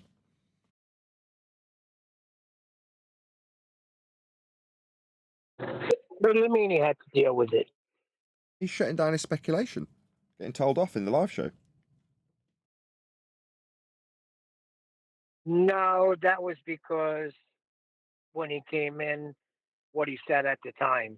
He was able to speculate many times before, and nobody stopped him.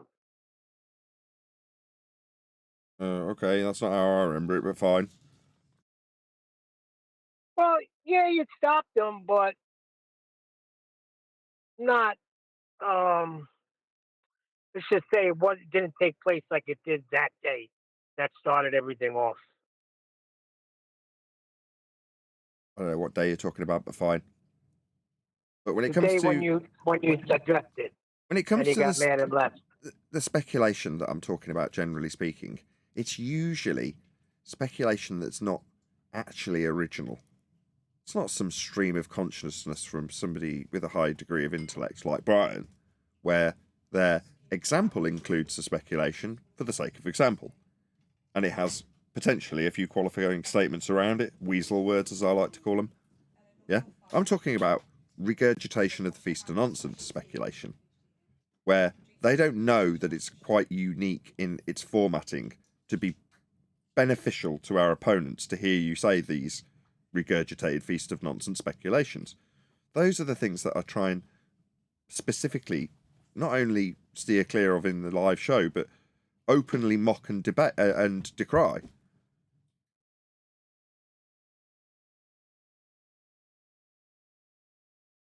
On the flip side, in terms of my personal opinion towards it, when I say, yeah, I have to take two tacts when it comes to speculation about things like the sky.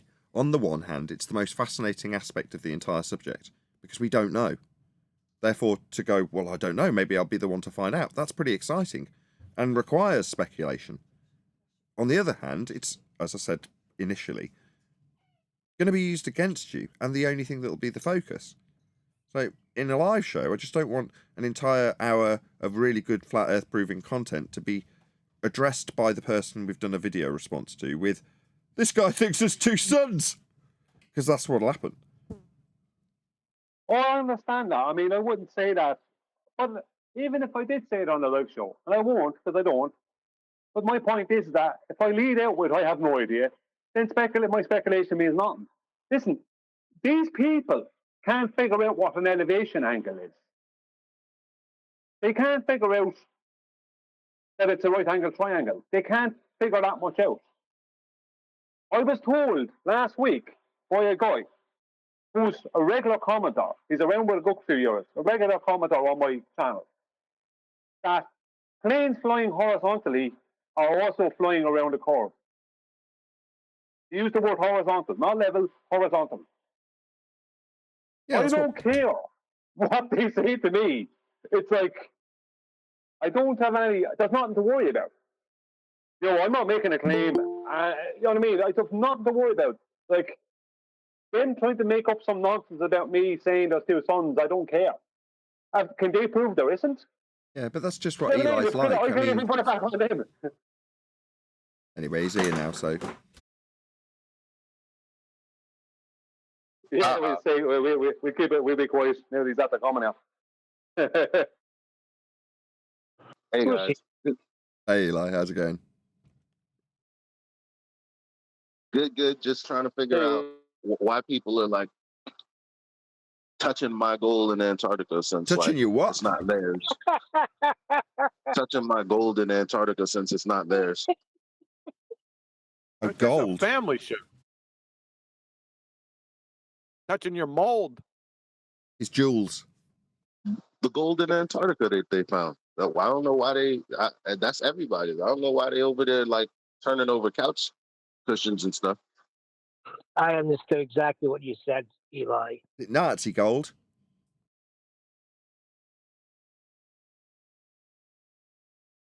Well, let's speculate a bit. Let's just say there's a ridiculous amount of gold in Antarctica. That would make gold kind of worthless, wouldn't it? Yeah. Well, it wouldn't make it worthless. It would be worth less.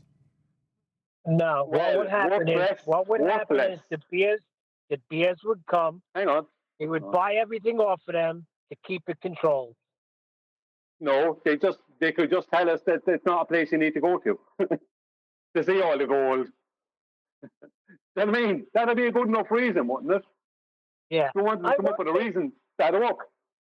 Right, but I worked in this place, and the guy told me all about it. He said they have enough gold. Well, that was diamonds. Yeah, I take it back. That was diamonds. Yeah, but I was about to correct you there. There's a ridiculous amount of diamonds out there. Supposedly. But Yeah, De Beers said what they do is when they find them, they come and negotiate with the tribes, give them whatever they want, and they take possession of that diamond mine or whatever it is, and they control it. He told me it's worth nothing, really. Yeah, but excuse me, what are they doing over there? Like, you know, digging up stuff, finding diamonds when they're supposed to be preserving my wildlife over there. What they doing? What, the penguins and that? Mm-hmm.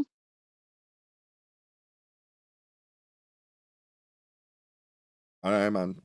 Write to your local councillor. Are you saying it's a contradiction, Eli? Antarctica has a local council, doesn't it? Local counselor. Yeah. What? I'm sure they've got a city hall or marriage council. city hall in Antarctica. I'm sure they've got one of those. Must have. Marriage counselor, or your drunk driving counselor, or your crack counselor. All right, this is your brain on Antarctica ice walls. This is your brain on elevation angles. Cracks egg, makes crackling noises. That's my version of a soundboard. Get out of this nonsense. You around Saturday? Am I around? I guess so. I was thinking about doing a ball busters, but because the next 2 Saturdays after that are going to be, I won't be able to do any. I can't make any promises. Can't make any Yeah, this is a short. You know what? Don't worry about it. I might do something a little special. Oh, well, if it's something special.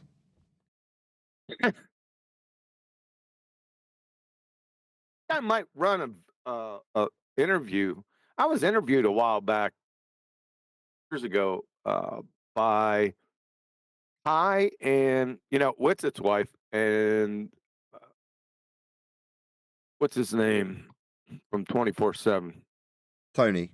You Terrence. talked to him the other day. Second. Ian. Joseph. Who? Fred. No. I might do that. Was it Tarquin?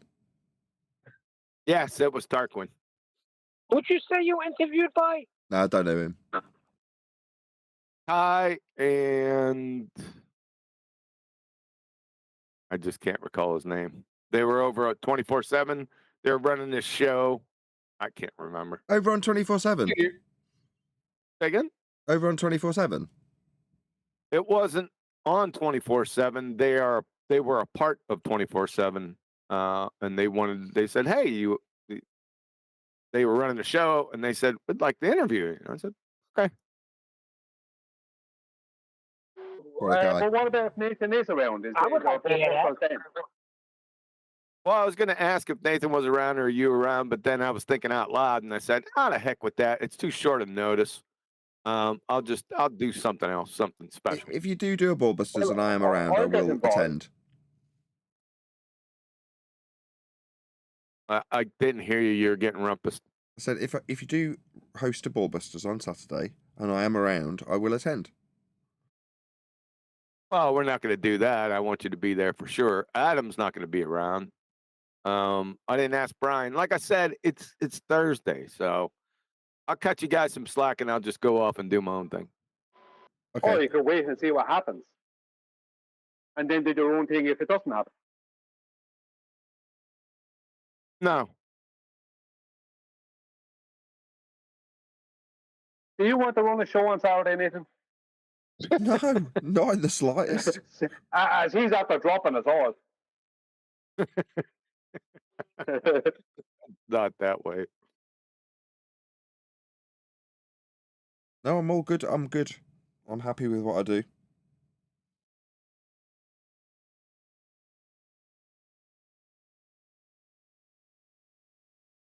Ball busters is good every couple of weeks. If there happens to be an extra long gap because of you not being able to do it, so be it. It's nice to do it when we actually want to do it. Whereas if we do it 2 weeks in a row, especially when we did an extra one on Tuesday, It's just a bit Right. too much. Yep. Plus, I've been working on a side project late into each evening, so I'm quite tired. Okay.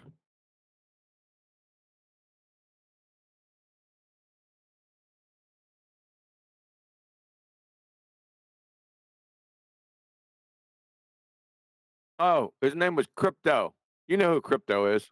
Oh, yeah. Crypto from the guys on the 24/7, right? Yeah, Crypto No, and no Kai. idea who he is. No, I don't know him. Yeah, you do. You talked to him the other day. Crypto and Kai podcast from 2021. Coolio. So we're going to hear an interview. Perhaps. And Debbie Dozy. Can't wait. A Dozy Duffer. I do want to I've focus. caught on to it. I know what's going on now. I know. What show? I know. What show? What you're up to. There's nothing going on. With ball busters just to sweeten the deal, and then instantly, the first chance he got, he ended that and went with an interview. But the real reason he wants to have a show is so he can play his song at the start and the end of it. That's what's going on here. No, you're right. You should have told me that first. I'd have come on just for that. What a guy.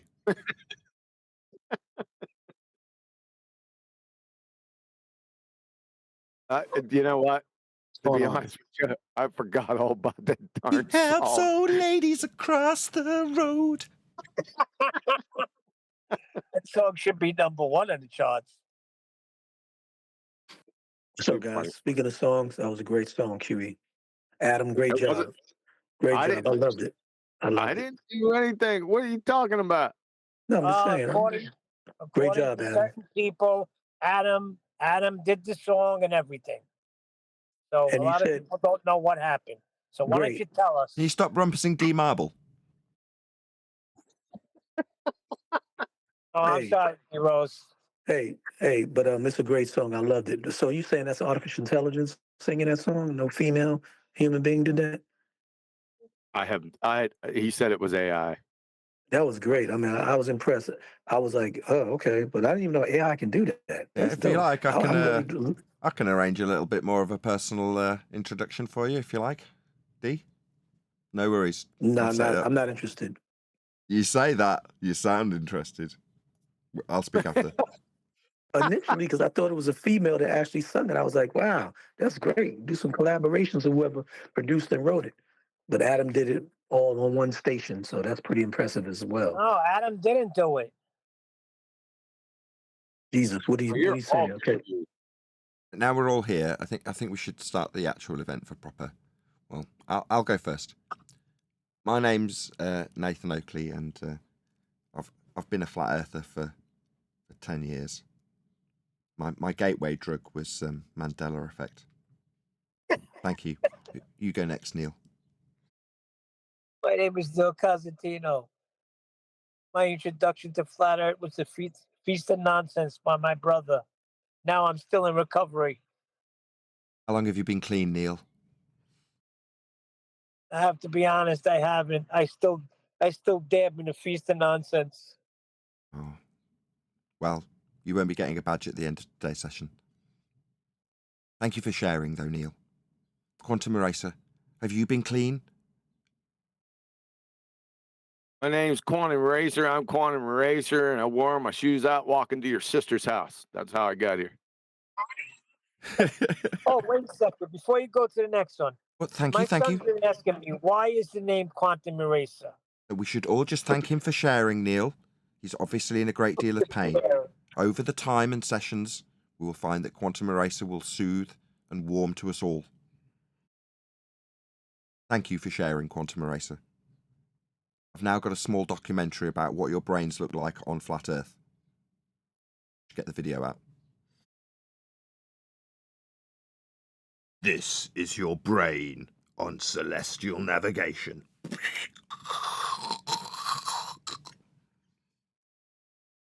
That was an egg frying. Okay. If Who you want goes to know what next? that's all about, listen to the video from today. You obviously weren't much on the live stream. Dom Jolly compared in the most literal of terms, like actually said it, like that flat Earth was a gateway drug. Really? For what? I don't know. Other conspiracies that are stupid, that are jokes from Reddit, maybe? Can I go, please? Am I allowed to speak?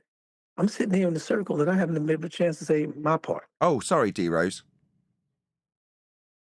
Share your pain. I'm the original. I'm the original D Rose, and I came upon flat Earth through the Feast of Nonsense as well, which I do not regret because through conspiracy theories and things like that, I came upon flat Earth, and even though I've let it go, the Feast of Nonsense, and I've attached myself to the more factual physics and scientific part of it, thanks to Brother Nathan Oakley over here. I'm still on the journey of knowledge and wisdom, and I stand on my ground, knowing that the Earth is flat, and I'm confident to say that. Thanks, D Marble. I, What's the sign? D-Rose. D Marvel, stupid. Yeah. I'm telling you, it's Bill Hicks. that's I'm what telling you. I used to realize. I mean, I used to realize that I wasn't in the conspiracy camp. Like they would show videos of like. Thanks, Chocolate. Yeah, Over thank to you, Brian. Chocolate. Can you introduce yourself by name and tell us how long you've been off the flat Earth crack? Eli, don't let him do it to you, Eli. Oh God, listen. Like, so when there used to be like harp videos and all these other stuff, like I was still on some. I can't verify that that's the case. I don't know what this video is. On crack? Harp videos. Oh, this is your brain on directed energy weapons. That's what no, people would talk about it and I'd be like, well, I know that this politician said this and I know that they said something else the other day. I can validate that. I have it on both instances on camera. I know that they said this, but this article reads as this. I can do that, but I can't validate that there's just some I can't validate that there are energy beams being directed for certain purposes. I don't know that. Like, Absolutely. I can't validate that point. I totally understand. I tried to validate this and found that in the other articles it said that, and that definitely wasn't this. So, obviously there was a contradiction. Thank you for being so specific. Yeah, that is very specific. If you tell me my dog is black and then your dog is white, you're a liar. Like, that's different from saying Perfect analogy. That's different from showing me a killer dog that I've never seen ever, like that has robo capabilities. That's Cujo? very different things. There's this guy called Carl Pillpopper. He alleges that all dogs are black. Carl Pillpopper.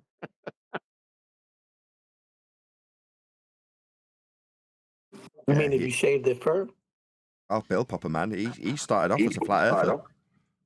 Hold on. On a serious note, my son wants to know why your name is Quantum Eraser. Sounds cool. Watch his shows. He erases quantums. No. Random name generator. Just plugged it in and went, yeah, that sounds good. Because he said if he knows so much about quantum mechanics, then why is his name Quantum Eraser? You flat earthers, all you saw is a big contradiction. My son is in serious pain. It really is. Random name generator. Duple Slurple Gert. Nah, I don't like that. Vsauce. Nah, I don't like that. Quantum Eraser. Yeah, that's got a ring to it. Ducal Slurple Gertz. That's an oldie, man. You still remember that? I thought that was what do you call it? What? How Vsauce got their name? No, QE used to say not that's patent. What is it? That's an what? Experiment. It's a specific experiment. No, when you use a term that he is used. You used to say, hey, that's... What's the dependent and independent variable? God. He's asked, why is he called Quantum Eraser? I mean, you couldn't get better proof of God. And what do you want? Copyright. It's an experiment. Neil, why are you asking us questions from your son when your son is fully aware of why QE is called quantum erasure? Obviously he isn't, or we wouldn't be asking. Obviously, you Well, know. why isn't Neil telling his son what's that have to do with flutter, stick to flutter? Because experiments don't have anything to do with the orientation. Neil does say that time and time again. If you listen to my have you taken him to a beach? Hold on. Let me just answer him. So have you taken him to a beach now? Let me just answer him. Right. If your son understood the premise and outcome of the delayed choice quantum eraser experiment, you would understand how profound it is in terms of your worldview. And therefore, to adopt it as a namesake lends the profound reaction to your understanding of that experiment to yourself. It's a way of cementing in the mind's eye of the person who hears the name quantum eraser, the resonation of that name because of the implications of the experiment. There you go. I hope that's a good explanation, and QE would just say, "Yep," something like that. We'll see. If he just says no, it's a random name generator. Yeah, we're good. Now play the song. Takes old ladies across the street. His name is Quantum Eraser. What a guy. Well, Neil, why haven't you taken your? Well, have you taken your My son? son's 21 and he's in pain, Eli. Didn't you hear the thing I said? Jesus Christ, He's in Neil! serious pain. I was Don't blaspheme. literally talking to you when you decided to talk to me. Did you realize? What was the last thing I said? Don't take Did the you Lord's name realize in I was vain. trying to talk to you when you started talking to me? No, when I said the whole thing, and I said the last thing I said about my I know, son, but did that happen 10 minutes ago, or did it happen like right before I began Okay, Eli, talking to go you? ahead. Tell me why. Ask me why I have not taken my 21-year-old son somewhere. Go ahead. Scrambled brains, flat earther, fluff. I'm asking you, have you guys been to the beach and then you've gone through the whole rigmarole? Has that happened? Yes. In Okay, various different beaches. can you explain what happened? He goes immediately. What he does is he goes immediately to the stars and the southern star rotation at the beach during midday. In the sky. So when he does that, I shut I it don't believe down. him. He ain't take him to the beach. He lied. I did. I took him to the beach when we went on vacation. Okay, so did you have a pair of binoculars though, bro? Like, what did you like? This is the point that I'm trying to make. Okay, like. We could. I would suggest Neil Rumpus is the Jesus point. He started the sentence. This is the point I'm going to make. Took an intake of breath. Neil starts talking. I've gone over this a million times. All right, so forget it, Neil. You know everything, so your answer is actually a question that doesn't have an answer. Go ahead, Eli. No, your answer is the question you asked that doesn't have an answer. Because me trying to respond to you obviously doesn't matter. I didn't ask a question. Exactly. So you don't need any value from me. You didn't ask. So I'm sorry for trying to give it to you. I made a statement. I want to just I know. So your son knows. Your statement is, well, why is Brian knows what we're up to. No, I said my son is in serious pain. He knows the earth is flat. Everything he does. No, he doesn't. It's because he's in serious pain. He doesn't know yes, it's flat. He does. He didn't do it. He didn't investigate it. He didn't do anything. He doesn't know. That's why he's fighting it so hard. What are you talking about? Right, which is the point I was trying to make to you and the audience, because it would have been a good point for people with children who you've don't generated listen. your own segue, so just do it. Yeah. So like when I took my stepson to the beach, it was over after that. Because the questions became, well, what is it then? It wasn't, well, what is it then? There's a very big difference in you like, what is it when you know? Okay. For example, someone does a murder. Okay, you're like, well, before you give an analogy, Neil, do you understand? So you take your son to this. Hold on, I'm going to summarize before he gives an analogy. Hello. Oh my God. What a guy. So, Neil, you need to go to the beach with your son, Neil, and ask what it is. What is it you need to say? Because they say it's that. And it isn't that, How is old it? is his son? I told you. Told you. Hear you. He doesn't want it. He You've been doesn't want told. Go on, Brian. I just asked how old his son. Go ahead, Kiwi. Play. Hold on a second, Brian. Hold on. Hold on a second, everyone. Stop. Go ahead, refracted curvature. Oh, he's not here. Go ahead, Brian. Yeah. How old is your son? Hang on, Neil. I'm trying to tell you something you can tell your son. Tell your son the reason that Kiwi is called Quantum Eraser is because he wasn't christened Frank Eraser. Don't get it. I missed that. Say it again. Yeah, you do.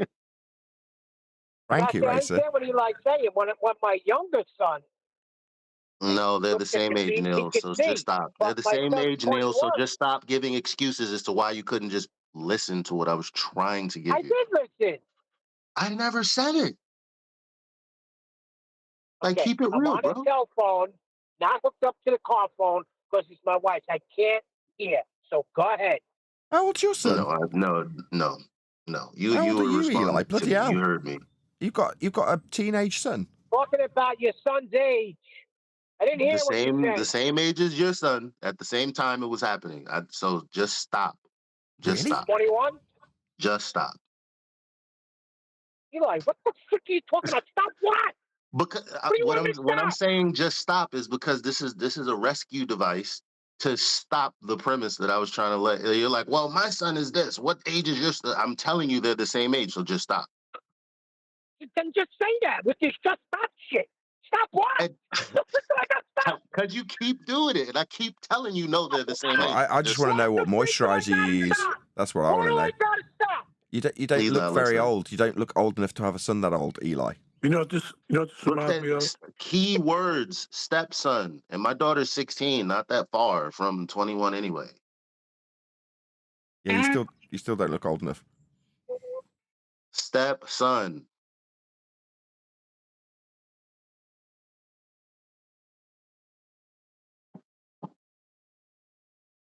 I'm glad we cleared that Eli, up. Eli, you know who you and Neil just sound like in that little 30-second back and forth? That one Lethal Weapon movie when Joe Pesci was in the car with Danny Glover and Mel Gibson after the drive-through. Oh, it's just, I mean, you know, that's funny, but it's annoying because it's like I only set out to say one thing that I never got to say this entire time. The reason why Neil it's was fighting it the frustrating whole is way. because I went over every single thing with my son. Everything. Right. So because you feel that way, you didn't feel the need to even listen to what where I was going. Right? Talk to him about redox reactions. What's that? You asked me if I brought him to the beach. I said yes. Yeah, but you don't know where I was going with. Where's redox? What's redox reaction mean? Oxidation reduction reactions. He said he went over everything with him. I just thought I'd bring up one part of everything and see if he went over that. To confirm that he went over everything. The reaction for rust is called a redox reaction. Everything pertaining to flat Earth. Hold on, I just heard something new. Sorry, guys. It's like you said. It's the oxidization process. Is that correct? Did I just mishear you through the rumblings? Redox reaction. I mean, that's one example of it. Yeah. Okay, cool. Learn something new every day. So they call it redox. My name is so wonderful. No, we don't care about it, Brian. They're called redox reactions for short, but they're oxidation reduction reactions. Good. Very my name is Brian. Thank you. You're welcome. My name is Brian, and I've been off the globe for 9 years. No, off the flurf. It's like a drug, Brian. Are you in denial? Off the globe for 9 years. I don't know what you're on, Oakley, but I'm off the globe. Well, come back when you're off the flat Earth wagon. It's like a drug, Brian.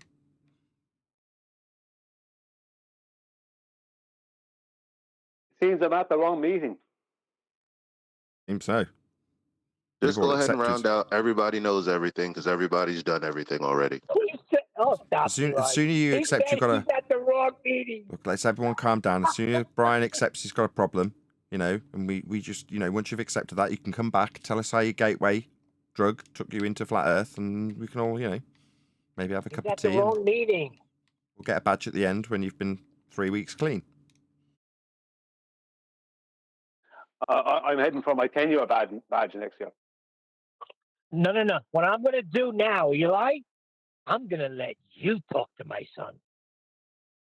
Uh-oh. Huey had a little taste of it. And because I asked him, he respectfully moved aside because any second I know what was going to happen. And Adam took over. But I'm going to let you talk to him, Eli.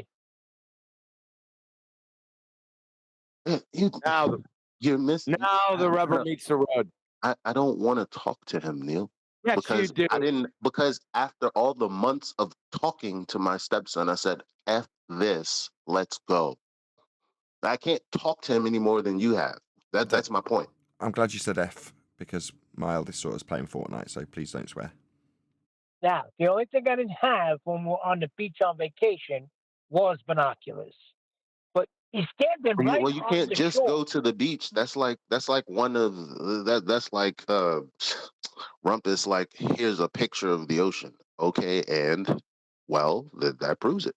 Like, no, just going to the beach and telling me he looked into the ocean, then restarted the argument is not what I mean. Like, No, Okay, that's not now what I'm Neil parked. did. It's not what Okay, Neil so did. hold on, wait. I'm parked. The car's not running. I can hear very clear. What else did you say? okay, so you go to the beach, and mind you, you have all this refraction stuff in mind, but because you're imagining it before you ever do anything, right? So you're hearing the arguments, you're imagining however you imagine refraction. What I'm telling you is that if you have, like, on a clear day, like a pair of binoculars or some bird watchers, it could be some bird watchers, some cheap ones. I like all you see is what you see. Like, you can't use any description of the ballers ever given you. That's the problem. Like, there's no, well, let me describe. No, because what you're going to describe is what you see. And it's going to be blatantly obvious that what you're looking at is not a mirage or any sort of any kind of mirage. Like, no, it's just you're looking out into the ocean and you see what Into you the see. ocean? Are you sure? Okay, across the ocean, whatever.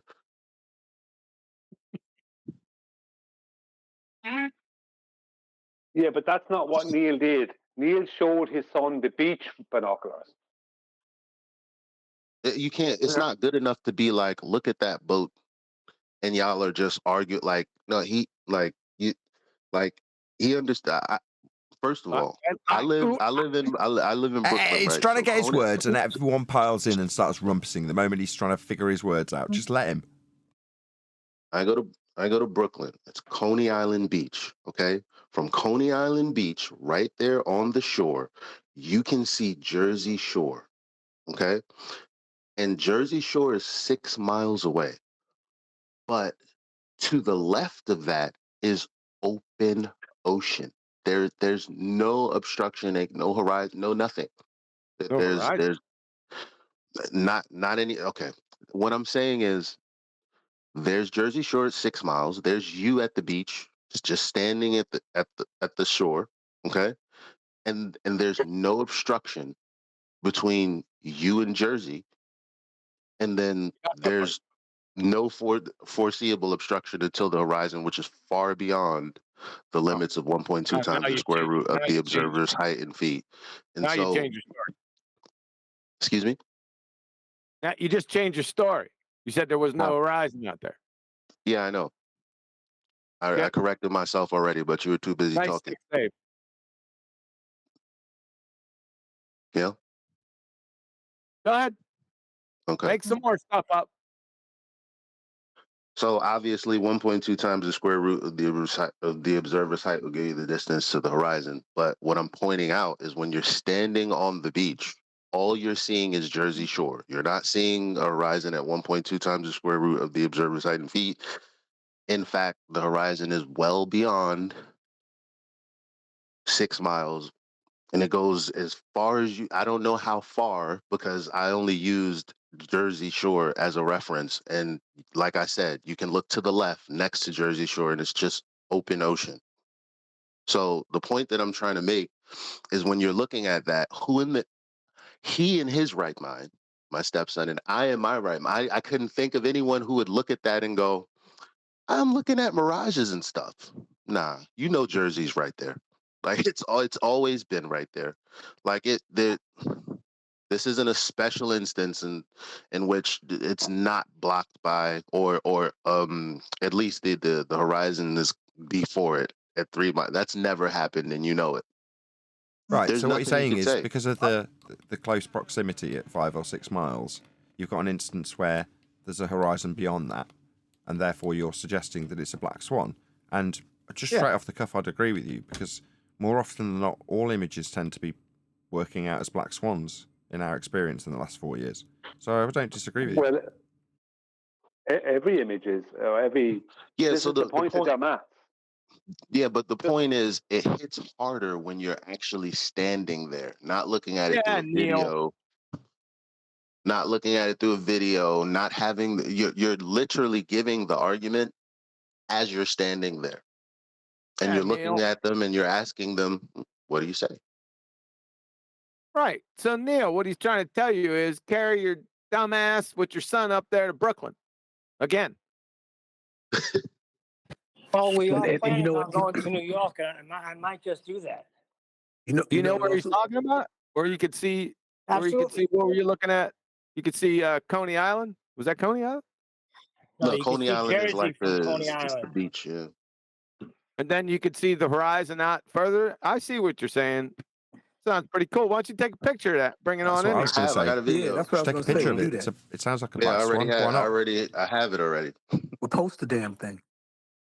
well, yeah. I just need to fill you in on something. Hold on. Oh, hold on. Before you do this, Brian, we're all whistling past this. The whole point of this was him appealing to We're Neil. not. I'm about to lay it out. Well, he's appealing to Neil to say when you're actually there in person. So to say it as a conclusion, we'll just get us the image. No. He's given an example for Neil at the beach, right? Should we not acknowledge that at the very least? Yeah. Well, I am going to acknowledge it, but I just need to point out something. Now I've said it, you are. Can you get there in the next 15 minutes? Yeah, I can get down. I would have been there and all if you had left me alone. Don't let him oppress you, Brian. You take as long as as you need. If you need 25 minutes to get this point through 5 times, you go ahead. Yeah, I will. The whole, I think I'm missing the point. The whole point of the globe map is to explain why you can never see the horizon at 1.225 times the square root of the observer's height in feet away in distance. That's the whole point of them. Because it's never going to be there. It never was. It can't be. It's never there. It's always somewhere else. Past that point. You will never, unless foregoing fog, ever see, in any normal conditions, without fog, what appears to be an horizon at 1.225 times the square root of your observer's height in feet. You won't see that. That's the point of we already that. know that. Oh, we already know that, Brian. I don't think you do. I'm kind of listening, thinking that's the point of their maths, like. Well, you got to listen. You have to put the bong down first. All right. Nathan described the situation most aptly.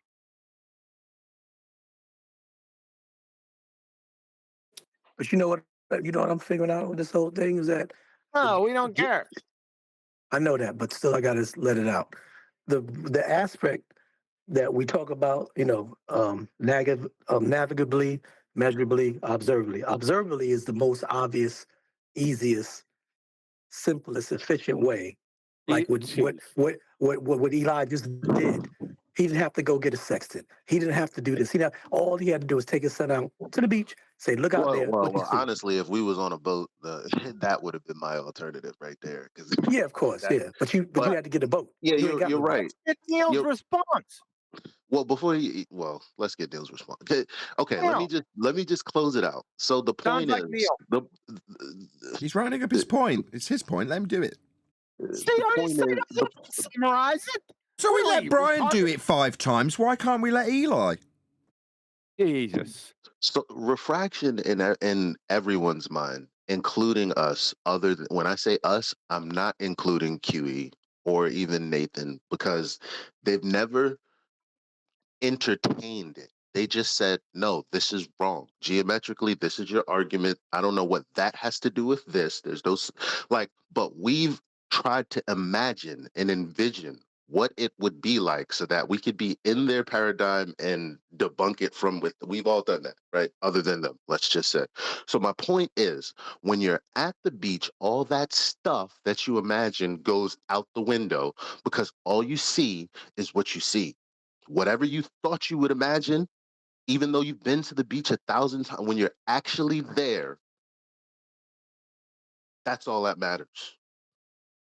There's no such. Neil. Yeah. Yeah, Neil. That's the reality. Neil. Yeah, Neil. Yeah, So you got- my son says that he Neil. doesn't ascribe to 3959. He never said that. Well, then tell him Well, to yeah, bring up probably. another. I like that. That's one of my favourite responses. I Well, then personally, as an anti-flat earther, don't even adhere to the 3959 straw man that the rhetoric of globe dictates. I don't say that. Oh, well, that's lovely. Welcome to anti-flat earth. You can, come up with your own rhetoric that, overcomes our rebuttals to your official rhetoric? That's nice. Yeah, meanwhile, the rest of the Western world believe the Earth's sphere radius 3959. That's your dictated spherical geometry based on flat Earth measurements.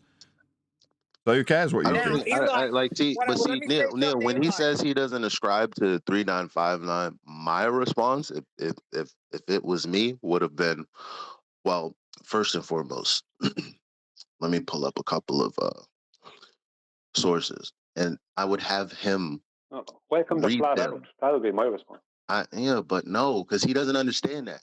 Like, because his mind is No, Brian's right. Like, No, Brian's right. Welcome to flat Earth. I don't ascribe to the globe Earth claim of 3959 radii. but how does that help Neil though? Because he's obviously said that, and his son is still. Yeah, but where he what's is. going to help? Eli, forget about the older guy. What this will do is my 2 younger guys who he's constantly trying to poison will benefit from this. No, but look, the truth is still hard hitting.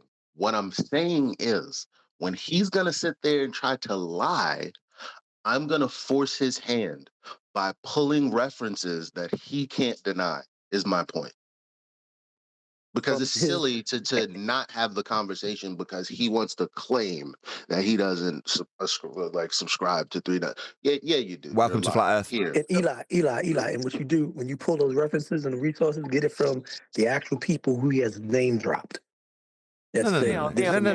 Brian, Brian was right the first time, right? The moment they deviate from a set in stone value that has to back calculate onto the areas of equal elevation we measure with a flat plane, the moment they decry that, that's it, it's game over. I don't ascribe to Earth being a sphere radius 3959. Well, then you don't ascribe to the heliocentric rhetoric. That's it, game over. Welcome to flat Earth. Brian was right the first time. Yeah. Neil, what you do is you take them to that beach up there, Brooklyn, wherever it is. You take a pair of binos with you, right? And then when you get there, you hand them the binos and you say, look at the binos.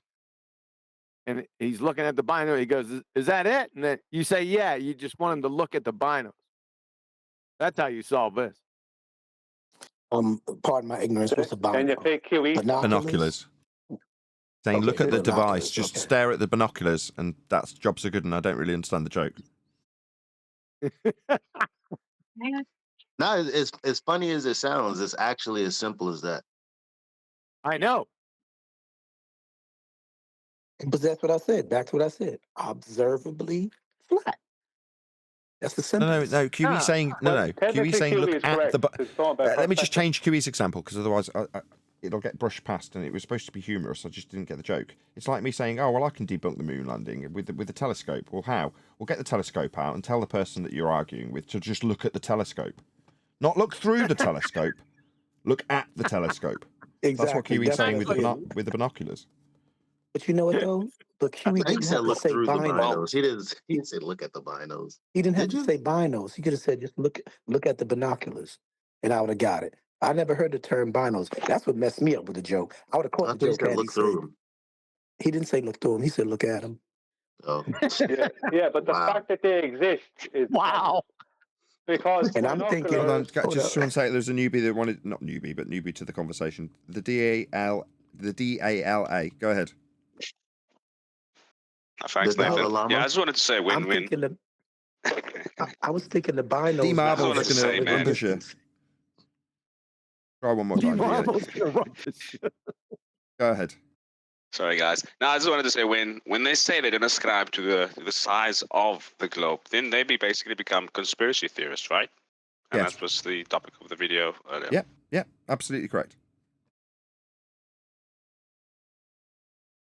Well, I think telling them to look at the binoculars is actually that's the end of that, because what the binoculars do, binoculars will help you to see something in a greater angular size. Wait a minute. Did you say look at the binoculars or through the binoculars? Yeah, just at the binoculars.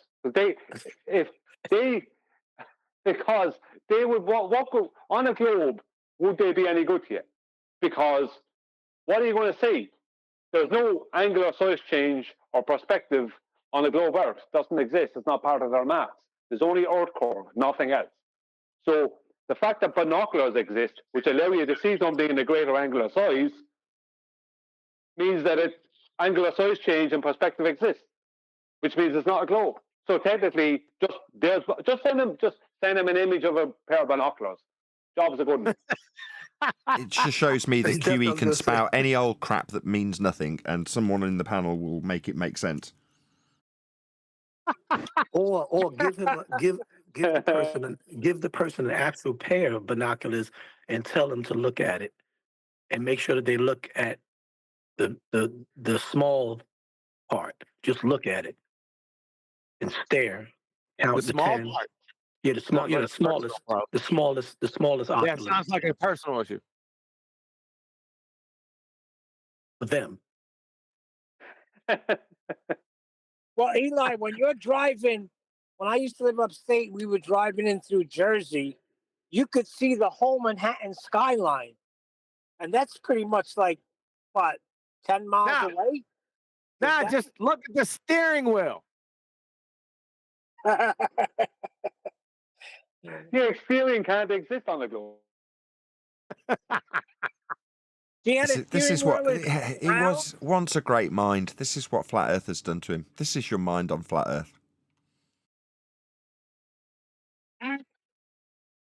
Keith, I made that song. Well, that's what my son will say too. He'll say, "You don't understand how light works." That's another No, thing he'll say. Ask him how do binoculars exist for a globe? If you're on a globe, how do binoculars exist? Right? And when he starts describing what binoculars do, you point out to him that's not part of your globe, Matt. Ah, I'm finally seeing the segue that Brian produced from that. You know, throw out a bit of bait and see what comes from doing so from QE. Right. Okay. So yeah, finally we've got an example that's tangible. If you look at binoculars and ask what they do, you can only describe them with angular resolution and angular relationships and things of that nature, perspective basically. The moment they do describe what binoculars do, they are in effect violating the perspective hijacking orthographic view used to assert that there's a sphere edge horizon below surface level when deriving a flat earth measurement at surface level with eye level. Ergo, they can't even describe what binoculars do. Right, Brian? No. No, Good point. binoculars can't exist if the Earth is a globe. Same way as a section. You know what I mean? Exactly. See, Nathan, you Exactly. What do you mean exactly? No, zero credit to QE, 0 points awarded, all Brian. Yeah, I because that's not. I don't think you could if the earth if the ground was curving like it. Well, if you were on a hill, don't beg the question they here. still exist. But my issue with it is actually they're just Rumpus him quick, Brian. Rumpus him. He's begging the question. No. Hang on. Perspective Yeah, does I know, not because he's exist like, on a hang globe. on, right in the middle of my refutation. My bad, Brian. I'm sorry it It's hurts. something you said. You I just know, but kept- I'm you still just- saying it. you What the just hell? kept into it. Go on.